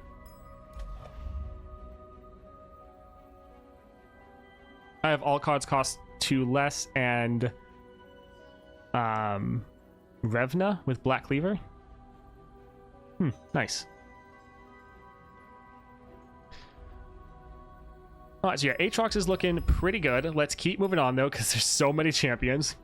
Ashe, this will be interesting. Ashe definitely could use a lot of help. Man, the constellations. You guys really nailed getting the artwork down and, like, the little effects. Yeah, the constellations all look top-notch. So good. Anyways. Alright, so the same as normal. Treacherous terrain. Okay, so this is also what we're getting just baseline with Ashe. It's kind of funny that the two powers you guys added is just the ones that we were getting in different champions. It's kind of silly. But very nice. Each round, the first time an enemy summons a unit, frostbite it. So we already know that you're frostbiting their strongest unit every round. So they're already getting frostbitten there. But then the first time they play a unit, you're also frostbiting it. This is going to give you a massive amount of control. And that's going to pay or go very well into your last star power. When you decrease an enemy's power, randomly distribute that much power among allies in hand. So this is going to be very good. You're already having 2 passive frostbites every single round, which is very strong. And then every time you're frostbiting, you're buffing up your hand. That means that some of the on-summon mechanics, such as like Trifarian Might, where when you summon a unit with 5 or more power, it strikes the weakest enemy, or there's another one that I'm currently blanking on the name, but when you summon a unit that is Titanic, they get another 8/8 in stats. Both of those are suddenly going to pair very well with your Ashe. This is really going to help you out. Mana flow, always good. Not really too much to say there. But yeah, the treacherous terrain is very good as far as an extra power for you to get. Frita Tofu, thank you for the follow. So yeah, solid powers right here. Is the regen stat bugged? I still see the stamina power instead. Not sure. All right, let's go for the bonus stars. So reroll and gold. All right, not bad. Your support champs have Stalker's Blade. So again, when I'm summoned, I strike the weakest enemy. This, very fun to have. Also kind of works as free removal somewhat. Not going to be as impactful as it is for like Lillia, where you can keep summoning them over and over again. So not quite as good, but still nice. Enraged Yeti has Philosopher's Stone and Great Club. So extra draw and overwhelm. Not bad. Freljordian followers you acquire in adventures have Giant's Belt. I think I would have preferred Pickaxe, but more stats. Yeah, that's fine. Oh, this is... Flash Freeze has Mana Potion. So this is only going to cost 2 mana now. You're using this a lot. The Grand General's Counterplan is one of the best relics for you to grab with your Ashe. So being able to generate these every round and then have them cost less when you're casting them, very helpful. Also, one thing that'd be kind of funny is you could have Ashe with Echoing Spirit. So your champion spells cost 1 less and then also Mana Potion. So you could have like 1 cost Flash Freeze. Pretty good. Support cards have an additional item. And then, yeah, bonus, reroll for Freljorn champions, and XP. Overall, this is very good. I mean, well, it's not as crazy as some, but Stalker's Blade, nice. Enraged Yeti, getting some of these upgrades, also good. All your units are a little bit stronger. And then Flash Freeze, getting Mana Potion, that is solid.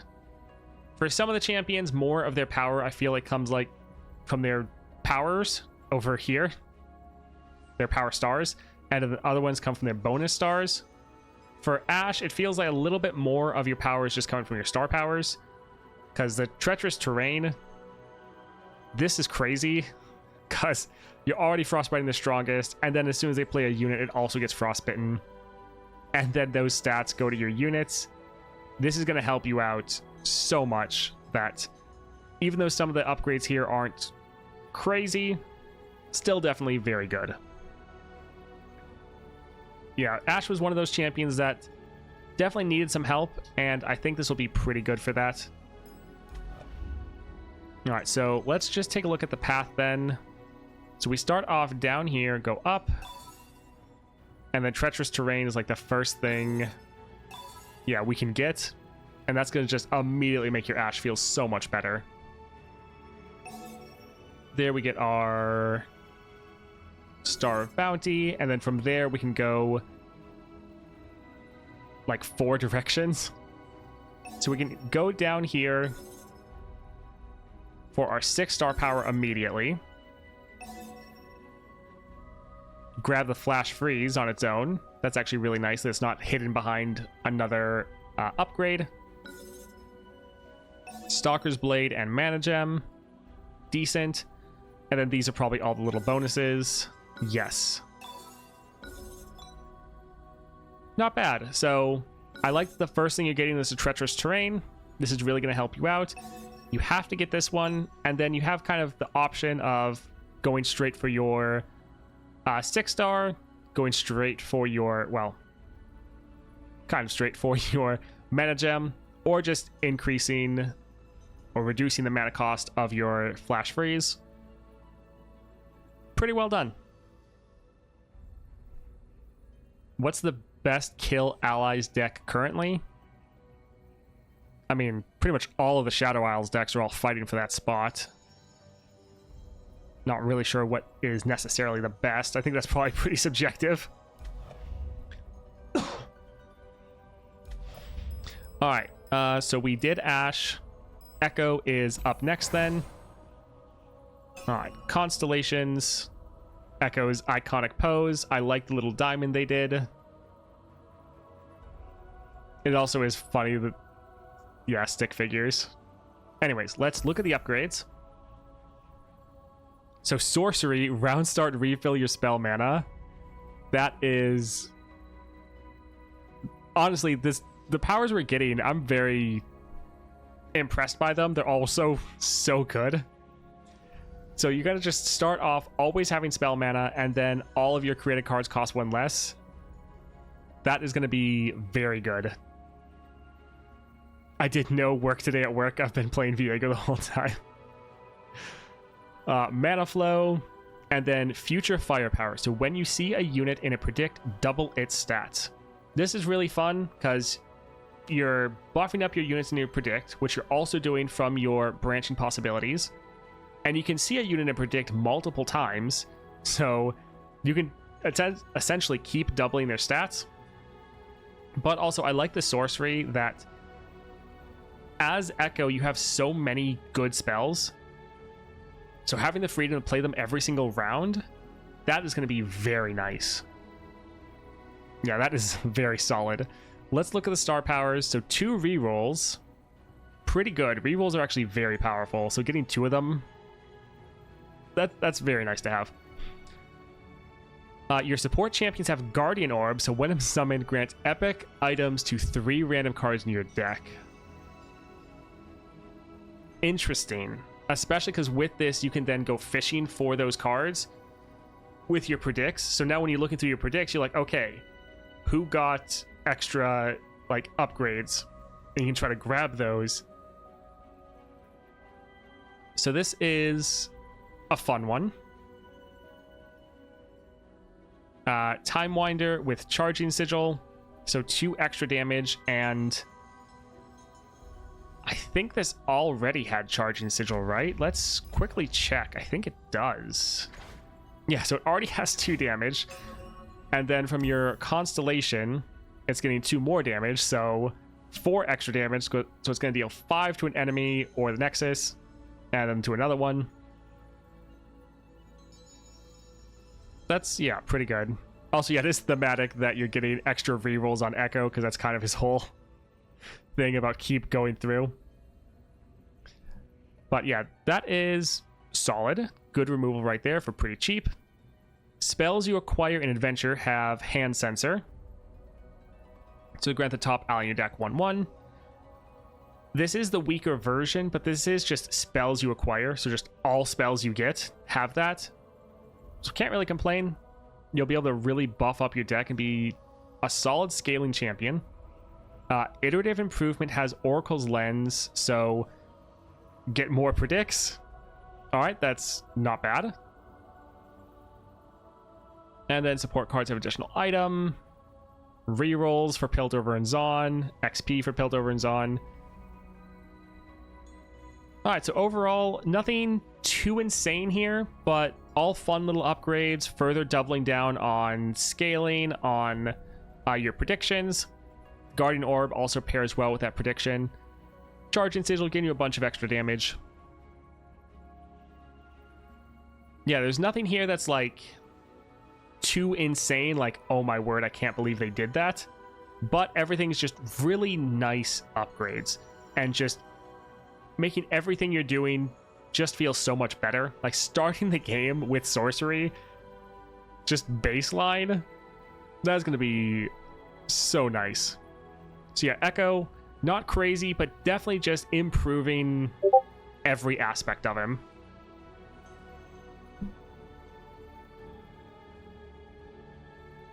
Don't worry, that was me. Sorry, someone else was messaging me. All right, so looking at kind of the path you want to take, you start here.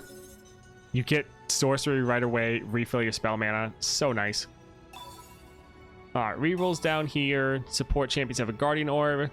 While these are nice, probably not necessarily have to focus on. I just thought I got a Discord notification. Yeah.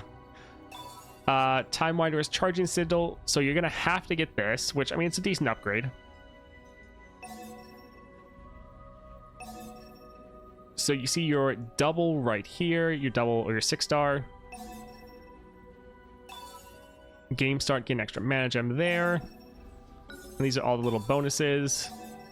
Really, I think Ekko's kind of another one of those champions that probably very similar to Volibear, except I wasn't as excited for Ekko, where everything you're getting is just nice, but it's not as necessary to get right away. So for me, I would probably get like the sorcery pretty early for Ekko, and then maybe work on leveling up some other constellations first.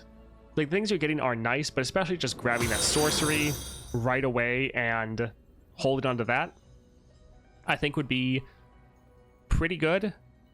And like, his other upgrades are all solid, all decent, but not as crazy as many of the other champions. So yeah, he's not going to be the top of my priority list. I'm most hyped for Vex, not gonna lie. Yeah, Vex upgrades, like, everything you're looking at is like, this is insane. Vex is definitely going to be one of the most improved champions. But yeah, Ekko, looking good, looking good. All right, so we've been here. Let's see, is Jinx up next? Looks like it. Norra will be fun. I don't think Norra will be the most fun, at least not to me. It'll definitely be fun, but yeah, I think others look a little bit more interesting personally. All right, constellations. Yep, pretty much the iconic pose. Interesting that it's all the way a loop. Oh, sorcery yet again. I mean, again, it's just really helpful. You have a lot of spells with your Jinx, and especially with how they're going with the 6-star, this is actually pairing very well with it. So really nice to see that right here. Mana flow, not really much to say. Great. Jinx, your spells and skills deal double damage. So obviously that's a lot. So making sure you actually have the mana to play your spells, really, really good.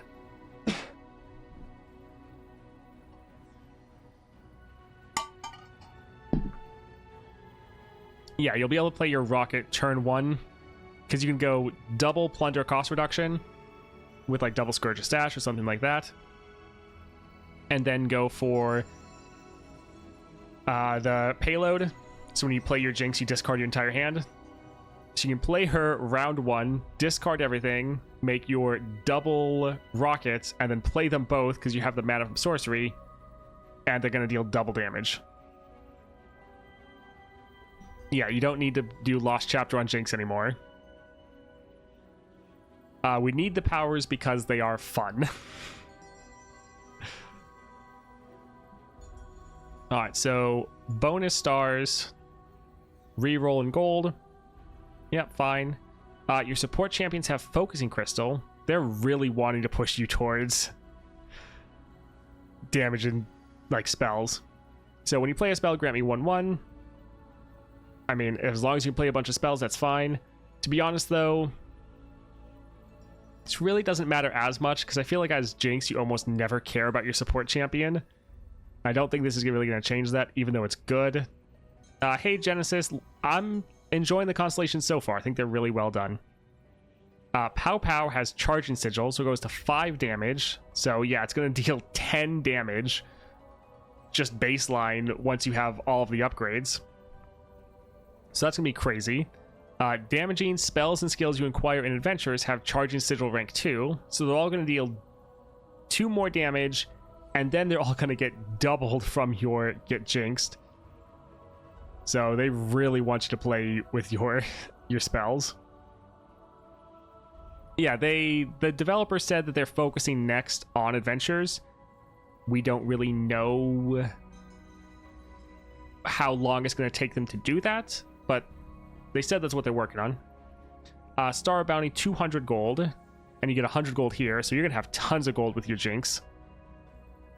And then support cards have additional items, more chance to find legendary powers, starting gold for Piltover and Zaun, and XP. So yeah, with Jinx, they're just going full on damage for your spells. Like, they want you to just do as much damage as possible.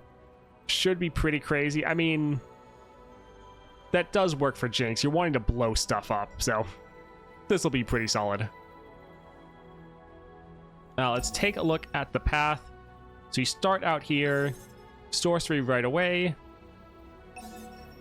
and then you can go straight into your mana gem if you want. That's the fact that you can skip over Star of Bounty and just go straight into mana flow.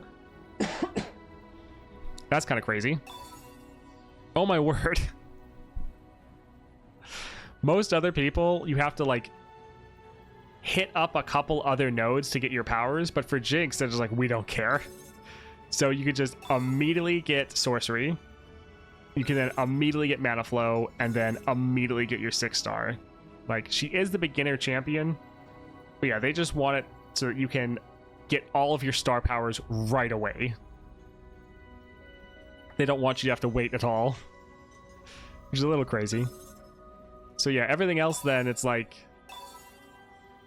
it's good stuff, but there's not really a path for you to take. It's just immediately get all of your star powers. Yeah, Jinx is the type of character to blow up a wall instead of using a door. So going for the spells and skills route for her and just dealing massive damage with them. Yeah. Alright, so yeah, Jinx. Pretty good. Not that anyone's surprised. Alright, who do we have left? I don't even remember anymore. Oh, Morgana and Lux.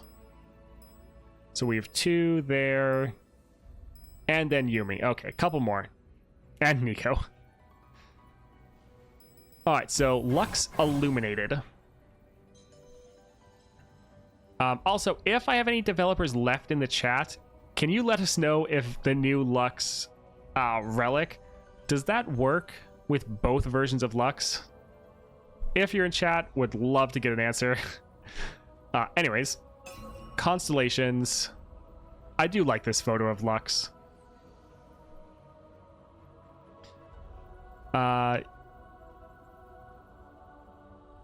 Yeah, looks pretty cool. Let's go look at the constellations. So allies have Crush. Really solid. I mean, it's something everyone was getting on their Lux anyways. Everyone was wanting to get Beast Within or the Troll King's Crown. So the fact that we're getting this baseline is very solid. Really what this is doing is just opening up another relic slot for you to use something else. So that's really handy. Very simple, straightforward, but definitely helping you out. Mana flow, again, really good. And then Lady of Light. Each round, the first time you attack, refill 1 mana for each attacking ally and draw a spell. So that draw a spell, very good for your targeting spells. So you can keep triggering that power. Very solid right there. but then also refilling your mana. This is going to perfectly pair with Crown Guard Inheritance, because you can attack, you level up, so then you trigger your rally, and then because of this, you'll be able to refill mana, so you can either then play a spell or play another unit and then attack again. So further doubling down on just making you a very aggressive champion and also pairing well with your spell benefit. So everything just pairing very well right here. Bonus stars though, so 200 gold at the start. Your support champs have Dreams of Yordles. Solid. So they get Spirit and Impact. So when you boost, they're going to get the full benefit of that. And then they're also having these extra keywords, so it's going to be easier to level you up. Pretty good. Prismatic Barrier gets Mana Potion. This is so good. So Prismatic Barrier, you're making this from your second star power. Normally it takes 3 mana and then gets reduced down by 1. But now when you're making it every round, it's just going to be 1 less. So if you want to wait to be able to play it for free because you're getting a cost reduction, that's 1 less round. And this is just going to really help you out. They're doing so much to make Lux have a lot of extra mana. Like there is the Epic Relic that gives you +1 starting mana. You have your one right here, which is refilling mana as well as mana flow. And now you have this giving you more cost reduction. Very nice. Followers you acquire in adventures with a base cost of 2 or less have Bright Staff. That's pretty fun. It's further just pushing you towards, hey, go wide with your board, get a lot of units, and try to go for cheap units as well. Because a lot of the other decks are trying to push you towards expensive units. So it's fun that we have some that are actually pushing you towards those cheap units. And them having Bright Staff is very good.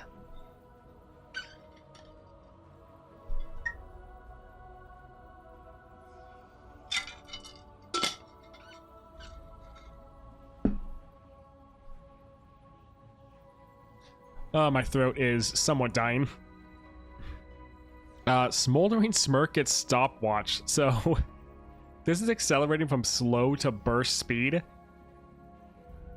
Normally when they do this, it's not that crazy of a spell, but Smoldering Smirk is an insanely good spell for you.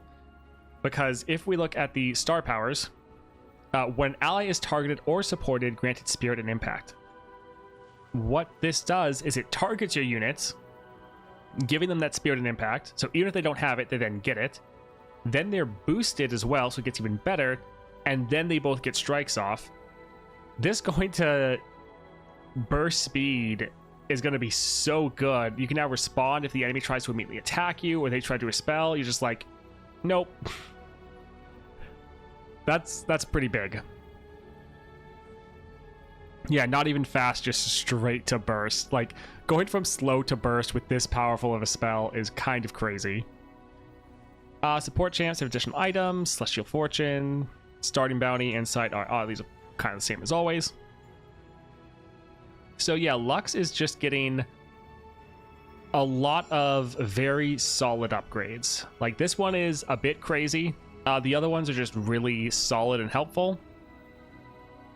There's nothing here that's like, this doesn't really fit. Like, for Vayne, her fish strike, whatever it's called, that getting Summoning Beacon. That's another one's like, okay, that's a decent upgrade, I guess, but not like super synergistic or anything. Like, it's fine. Here, everything is like, oh, this is really nice to have. And that's every single thing you get. So really nice upgrades here. I think that this is a champion, once you have them fully maxed out with like the new epic that's made for her and everything, she is going to be one of the strongest champions in the entire game. Like, even against the other Constellation champions. This Lux is going to be nuts. Anyways, let's take a look at the path. So we start out up here. We grab Overwhelm. And then we can go up to get our 6-star right here. Or we go over to get our Mana Gem. So yeah, compared to Jinx, where everything was right next to each other, you are going to have to make a choice here. Do you go for the mana? Or do you go for, like, mana in another way. This one will be interesting to test out, honestly, because I feel like this is an option where one might just be better. Like, just having the starting mana could be better, or the fact you can refill your mana could be more impactful. So yeah, you might just want to immediately go for your 6-star, potentially, because you'd also get your Prismatic Barrier on the way. So yeah, you might just want to immediately go up here. Alright, that is Lux, though. Let's keep moving on. Morgana. Morgana's such a fun champion, and already so strong. Also, thank you, Ortho Dawn. Thank you for the follow. And everyone that's followed, anyone that I've missed, thank you for your support. There's been a lot going on, so sorry for any follows, subscribes, chats that I've missed. Didn't realize the 4 damage to the Nexus if the enemy died while not in combat is also a general new power. It's a fun one. I just got a Morgana. Yeah, that's another one they're adding. Very fun. Did they actually increase the number of rewards for adventures, or is that a bug? They said that they increased it. It's just a visual bug right now for the people that already completed them. So there's something going on. But yes, they did increase the number of rewards you can get. It might not be working right now, but yes, they did do that. How does Star Gauntlet even... Does Star Gauntlet even work with Morg? I mean, if you can get her up to Titanic, yes. Beat Thresh with Viego and got 500 Stardust, so I think it works. Nice. Nice. What are adventures rewarding you with? I forgot already. I couldn't see because it wasn't displaying for me, so I don't really know. Okay, that's cool. That's very good with her whip. Yeah, the art team is just killing it with their constellations. Yeah, really well done. All right, so same ones. Your spells cost 1 less. That is very nice. Yeah, Spell Slinger, you're trying to play so many spells all the time, making them all cost less so that you're always winning the trade of how much mana you're putting in based on how much mana the enemies are getting or having to spend because of the curses. Very good. Yeah, the whole team is killing it. So this is very solid. Nice to have. As always, every one of these powers has just been so impactful. All right, Mana Flow, and then Share My Torment. When you curse an enemy, grant allies 1 power. You're doing a lot of curses, so this is pretty simple and straightforward, but definitely going to help you with your scaling. Really help you close out games, because kind of your biggest issue with Morgana is just games going too long. And also, with Morgana, you're so strong already that you didn't really need to add too much extra power. And yeah, this will just help you be a little bit more aggressive. Thank you, Scarvias and Easy Dazzle Dizzy. Thank you both for the follow. I appreciate it. So bonus stars, Nexus Health and Gold. Your support champs have Focusing Crystal. This will definitely be more impactful than Jinx, because with Morgana, you're playing a ton of spells. So this going off will have more scaling. Also, Morgana games tend to go longer. So this will definitely help you out. Mahira, Ascendant, or Aspect Ascendant, gets double time watch. No, I don't think they have any... Do they have cost reduction normally? I need to check that, actually. No, they just gave her a ton of stats, right? I forgot about that. Alright, so we look at constellations. This is now going to get some cost reduction. Pretty good, especially because normally your games are going longer, so you will end up playing this. So, curse 2 units. Not bad. Oh, you still don't have Morg? She's so good. They reworded, or at least reordered, the wording of Bound Wings too to avoid confusion. Really nice. Oh, increase the cost of enemy curses everywhere by 1. When you target an enemy cursed with shackles. Yeah, that does look nice.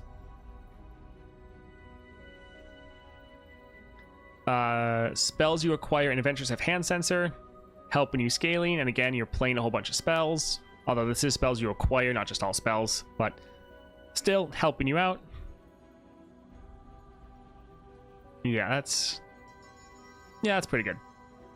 Startled Stomper gets Bonded Bucklers. Okay.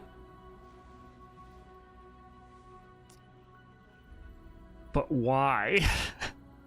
Like, that's fine.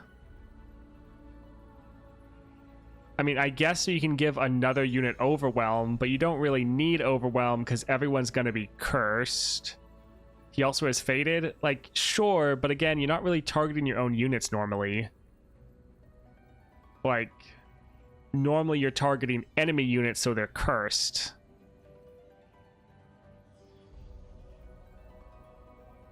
Huh.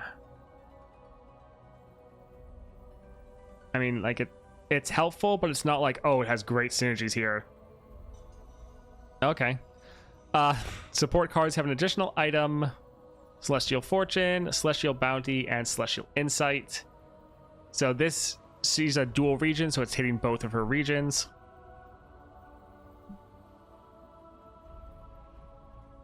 So I get that for some of the champions, if they're weaker, they tried to give them more impactful buffs, and for some of the ones that were already really strong, they didn't as much.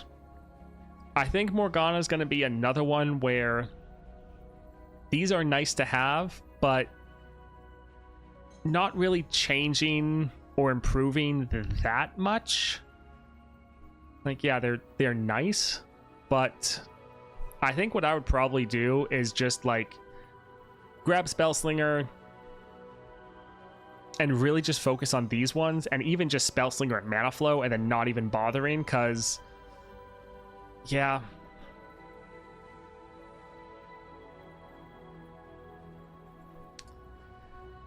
that's an interesting one. Let's see how the upgrades are laid out. So we go here, we get Spellslinger right away, very nice. Have to get the Nexus health, Mana Gem right there. All right.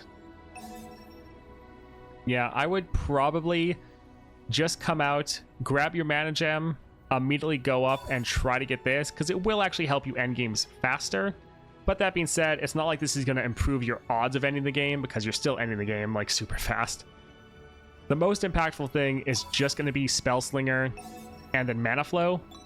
Getting those two will help you out the most.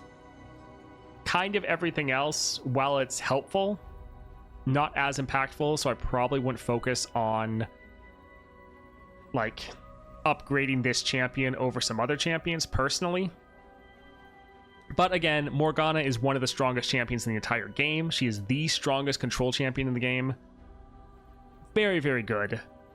So it's not like she needed a lot of help. But yeah, nothing too crazy here, sadly.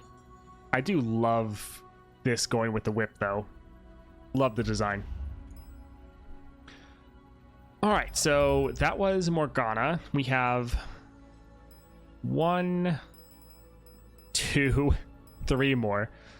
Oh, there's so much. It's like it's a whole new game. They're adding so many rewards, so much stuff to get. It's kind of crazy. Oh, Morgana. No, my mind is melting. We just did Morgana. I'm going crazy. Sorry.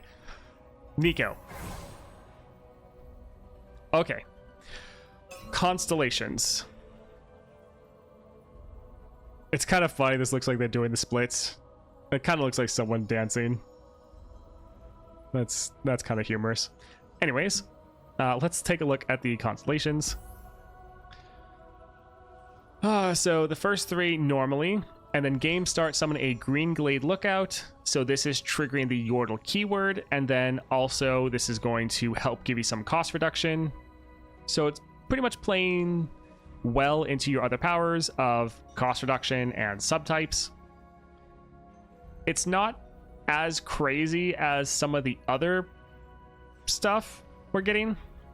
Like, as far as the powers most champions are getting, doesn't seem to be as good, but fine. Let's see. Then we have Mana Flow and Pop Blossom. So when allies attack, deal 1 to all enemies and the enemy nexus, increased by 1 for each attacking sub-typed ally.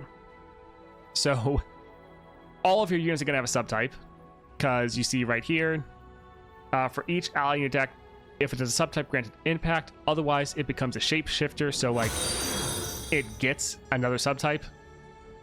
So essentially, when you attack, you're dealing 1 to all the enemies and the enemy nexus for just each unit you have attacking with you.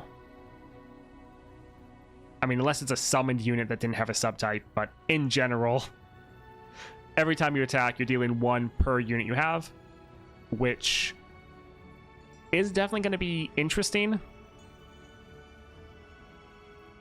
I think this is going to absolutely destroy some monthly challenges and some adventures.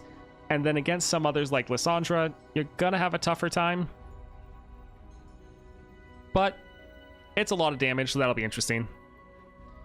Her second star power gives Shapeshifter, so that's a subtype. Everyone has it. Everyone has it in your deck, yes. But sometimes you play cards that aren't technically from your deck. Like you summon a card or something like that. So there might be some situations where you're attacking with a unit that doesn't have a subtype. In general, though, pretty much everything you play is going to have a subtype, yes. Alright, so bonus stars. We have reroll and gold. Solid. Your support champions have Dragon's Tooth, so 1/1 and Fury. I'm a dragon, so make sure they have another subtype. Bonehide Tritail gets Skirmishing Saber, so it has that overwhelming challenger. Okay, that's fine. Like, nice to have, can give you some good removal. This is normally going to be your biggest unit on the board fairly often. Star of Discovery. Bird, cat, dog, Elnuk, fae, reptile, and spider followers you acquire in adventures have studded leather. So just all of those subtypes are going to be a little bit better. Again, this is pretty good because now when you're going through shops or looking at rewards, you're trying to get one of these because it gives you something else to play and think about. Wallop gets Charging Sigil rank 2. So the Wallop got added to your deck and now it's getting extra damage. So it's not only going to work as control, it's actually going to be a removal for decent amount of opponents. Support cards have additional items: Celestial Fortune, Celestial Bounty, and Insight. Plus 10% XP for all champions. So that's cool. It's hitting everyone. And then reroll for Runeterra champions. Huh, that's pretty cool. I kind of thought Neeko would get some stuff that was... I mean, this says 10%.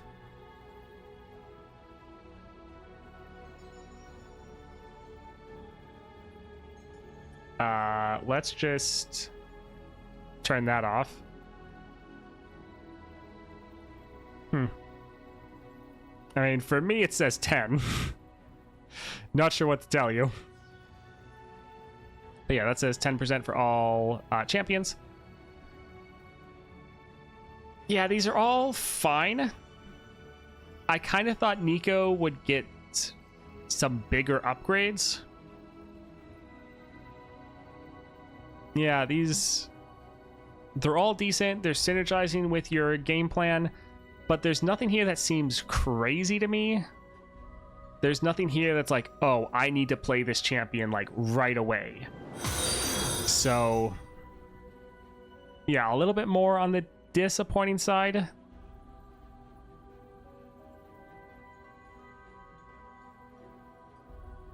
Isn't the XP useless if all your champs are at max level? Yes. But for any future champs that then come out, now it's useful. Licky Width, and Trock88, thank you for the follow. Yeah, not too impressed with Neeko, to be honest. Let's see. So, Green Glade Lookout, and then Pop Blossom. So it is nice that you can immediately get your 6-star if you want, your 4 and 6.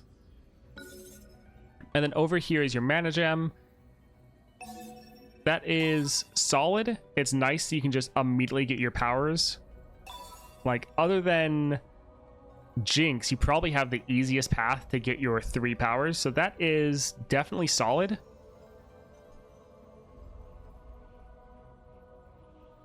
Yeah, it's not bad. I was hoping for a bit more, to be honest. Neeko's probably near the bottom of my list as far as champions I want to rank up personally. So, all solid upgrades, but not as good as I would have expected. Not nearly as good as some of the other upgrades. That being said, this is all just going off of like first impressions. Maybe things will change when I actually play them. Alright, Taliyah. Game got a lot more grindy, but we also got way more rewards. See ya, Jump. Thanks for hanging out. Yeah, it got more grindy, but it also got more rewarding. Alright, that's pretty solid. Alright, so we have our 3 powers. Then we get each round, the first time you play a landmark, refill mana equal to its cost. This is also new. This is also a brand new power. I haven't seen this anywhere before. Interesting. Well, it's awesome that they made a brand new power for Taliyah that also really goes into the landmark synergy. This will be very good, so you can essentially play a landmark for free every single round. That's going to be fantastic. It's going to play a little bit similar to Lux, where you want to play a spell at the start of every round, pretty much, because you can play it for free. This will be really nice, though, like, especially paired with getting extra mana, because then you can play a more expensive landmark and then get more mana back. So this is very solid. This will really help your game plan. Yeah, this is great. Mana Flow, extra mana gem, great. When a ally attacks, it plays Threaded Volley. Your spells and skills deal 1 extra damage for each allied landmark. So that'll be fun. The one thing I'm not sure about, it says for each allied landmark. I think that's only allied landmarks you currently have on your board, not like each landmark you've played this game. I think they would specify. So this will buff up your attack while you have landmarks on the board. If not, though, then not going to be that impactful. That being said, when ally attacks, it plays Threaded Volley. This is an elemental skill, so if you get the Volibear Epic Relic, put it on your Taliyah, suddenly this is way more impactful, because even if you don't have a landmark, it's now doing like 4 damage. So that is pretty good. Taliyah Taliyah's going to be really good, and the funny thing is, I think Shurima is going to go from one of the worst regions to one of the best, because Kaisa I think is going to be way better. Nidalee is already really overpowered, and these star powers seem really good. I said Shurima as a region is going to be good. I'm not saying Taliyah is going to be the best in her region. Some new powers have a lock on them. Is that a glitch? Probably, yeah. Some of them don't, some of them do. Yeah. Can't wait for NASA's Constellation. Is Nidalee still S tier without Spectral Scissors? Yeah. Alright, so bonus stars. Nexus Health and Reroll. Support champs have Stud Leather, Phage, and Titan's Axe based on their cost. Okay, that's fine. Yeah, just fine. You don't really have any crazy synergies there, but that's decent. Grumpy Rock Bear has Phage, so it's going to be even stronger. Grumpy Rock Bear is the main unit you're bringing out of your landmarks, and this you have one at the start of the game right here, Hibernating Rock Bear, and you also have this in your deck to be able to make more of them, so just making them even stronger. really good. Landmarks you acquire in adventures have mana potion. Interesting. That's a little bit going against your supple stone, since the mana reduction doesn't matter that much. But still, it's another bonus for your landmarks and more reason to pick them up. Mr. Tomonsky, thank you for the follow. Same with Not Genbu. Thanks for the follows. The ones with a lock are available to upgrade right now. Without lock means you have to get different upgrade.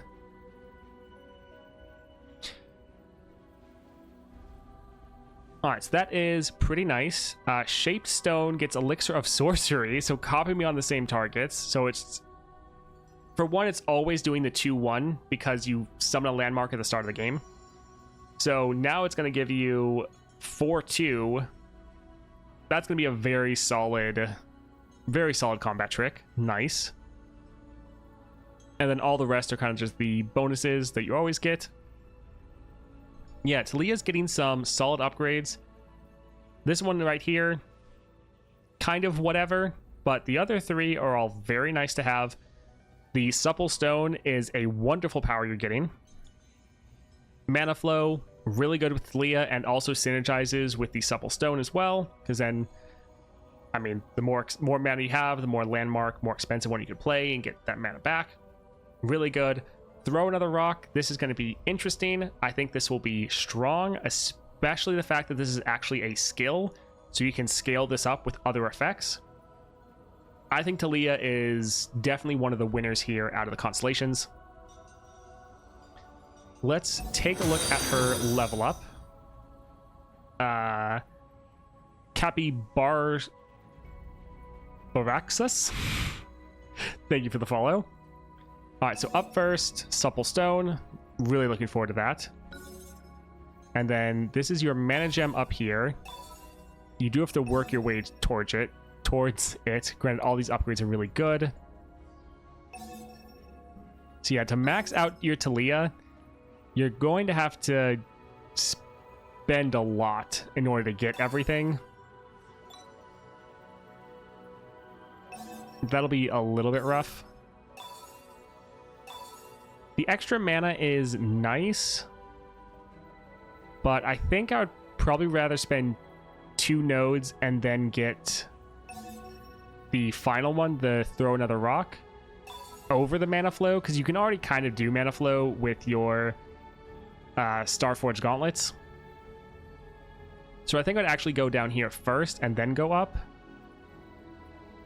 Yeah, compared to some other champions, Taliyah's definitely having to spend and get a lot more of these nodes. Granted, all the nodes are very good, so it's not like it's that big of an issue, but as far as resources and how long it's going to take, it'll definitely take a while.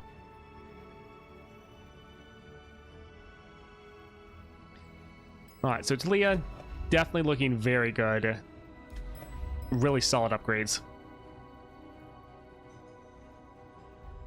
Alright, let's go ahead. I think, other than Yuumi, I think we're finally done.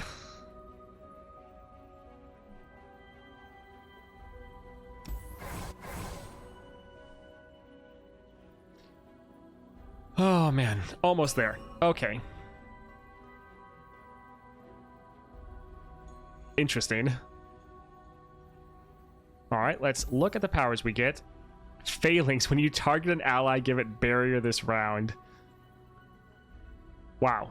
Okay, so this is going to help us build out our board and not have our units die, because we can just give them barrier. We're all about targeting our own units with the Fated.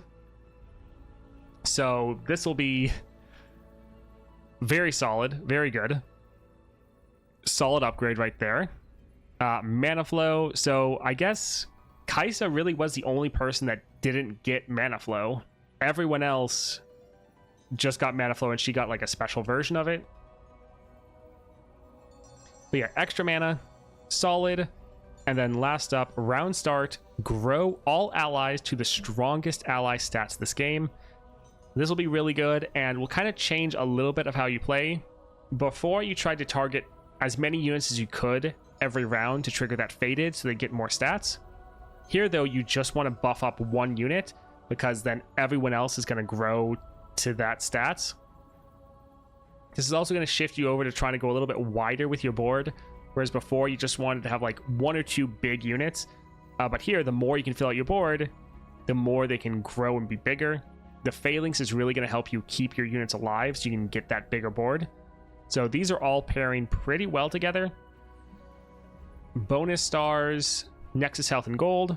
All right, your support champs have bonded bucklers. That is fine. It'll be better for support champs than what we saw this on before, because now if you get a really good support champ that has like scout, elusive, anything like that, they can then transfer that over to another unit with the bonded bucklers. That's not bad. Could get punished if that strongest ally is removed. Those the growth is temporary. I mean, you better protect it with phalanx then. Tiny spear, or tiny shield, tiny spear, and gem have hex tech fabricator rank 1. So it's nice that all of those do, because these are all the spells you're generating. Yeah, scout does work with bonded bucklers, that's true. But just if they have a good keyword. But these all gain fabricators to be able to give you some more solid upgrades. That's not bad. Followers you acquire in adventures have Warmog's armor, so regen. That's decent. So I guess depending on the champion and the route, it's sometimes better to just pick great bonuses, bonus stars over star powers. For some of them, yes. For some champions, they don't get as much of a bonus from some of their effects, so they're not worth prioritizing.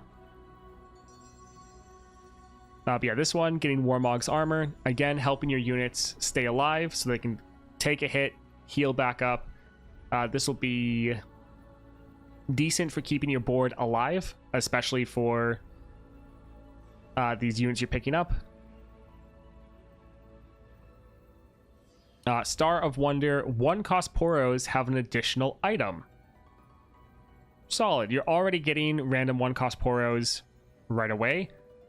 But now if you play more Poros, you'll get even more stuff.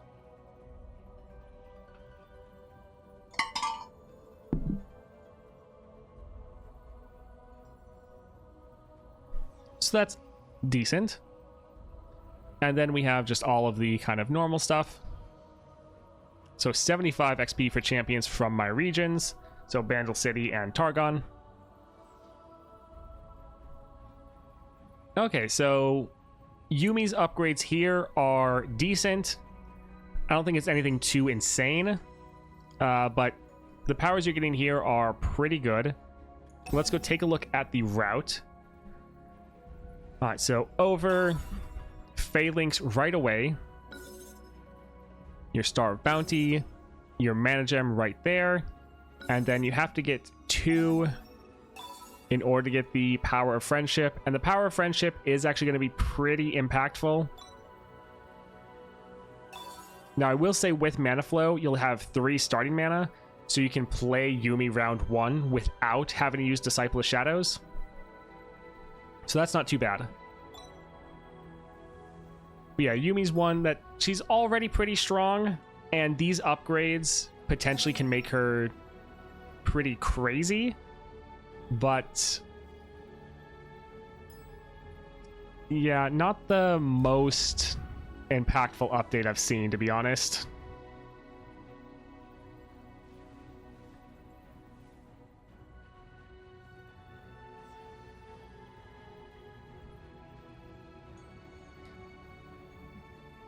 Yeah, that is a little bit rough. All right, so I think we've gone over everyone. Yeah.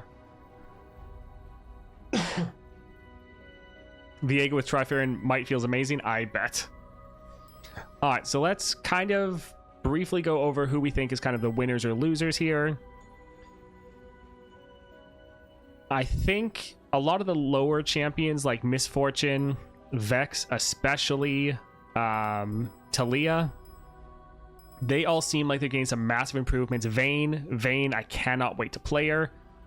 Some of the other champions that are already pretty good, especially like Volibear, Yuumi, Morgana, a lot of their upgrades are a little bit more...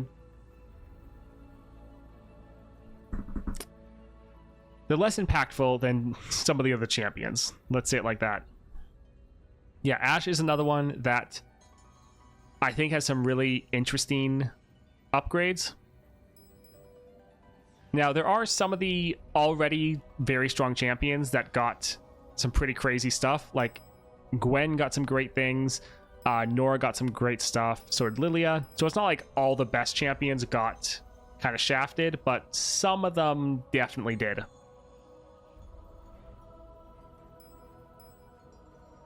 But yeah, really looking forward. Like, Vayne is one of the ones I'm looking forward to the most. Still need to level up our Viego, though. Overall, though, this really does feel like almost 3.0. Like, the fact that as long as all of these are accurate, and I believe they are, we have so much to go through. Like, yes, the game got a lot more grindy, but at the same time, we have so many more rewards. Like, as someone that previously completed everything, we now have like 11 more attempts to go through with Lissandra. We have like just so many of these adventures have way more, like double or higher what they previously gave you as far as rewards. So having stuff to go and play and do is fantastic. That's amazing. It's not just grinding the same adventure over and over again. You can actually go and do this on a bunch of different champions. That is going to be amazing. So this should be pretty good. On my low level account, it's going to be the same, because on my low level account, I've already completed pretty much everything. So it's not really going to be very different, sadly. But we not only have all these rewards, and these rewards are going to run out, that's true, but now the monthlies, they give us way more rewards than they did before. We're now getting rewarded for, like, we're now getting a gold vault every week. That's crazy. I just noticed a quest to give 60 fragments for completely free. Nice. We have some more achievement quests, which are very nice. Granted, these will again run out, but it's still giving us more incentives to go and play, so that is fantastic. More quests right here, and then daily quests are now giving us more rewards as well. So while there is tons more to get, and while this would be terrible if they didn't add the other rewards, they've added so many rewards that it's just awesome. So it's a visual bug that it's not showing us like the next rewards, but I believe it's either supposed to have rewards for us to get.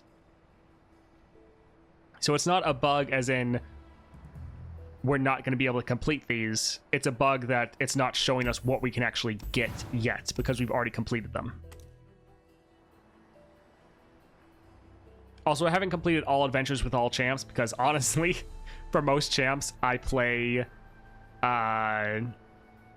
Nautilus and then I go straight into Aurelion Soul.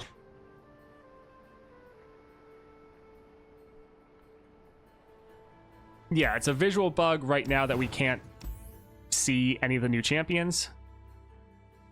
So yes, it is bugged, but it's not bugged that we're not going to be able to get those rewards.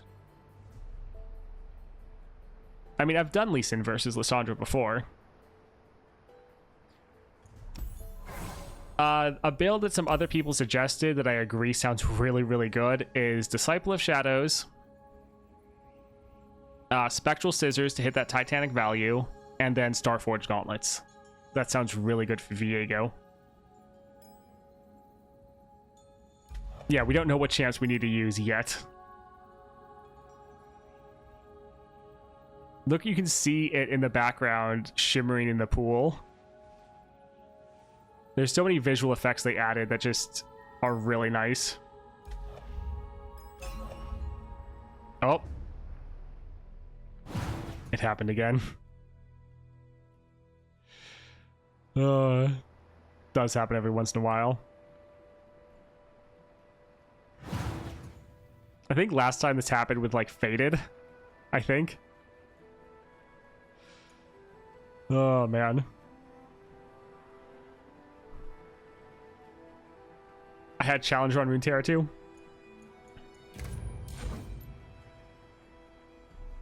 Oh, there's so much to do.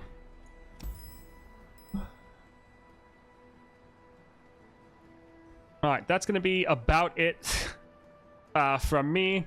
So, it's been now about 6.5 hours. My throat is hurting, and it's going to be a little rough. But we're going to be playing through over the next couple days. We're going to be doing a lot of big streams.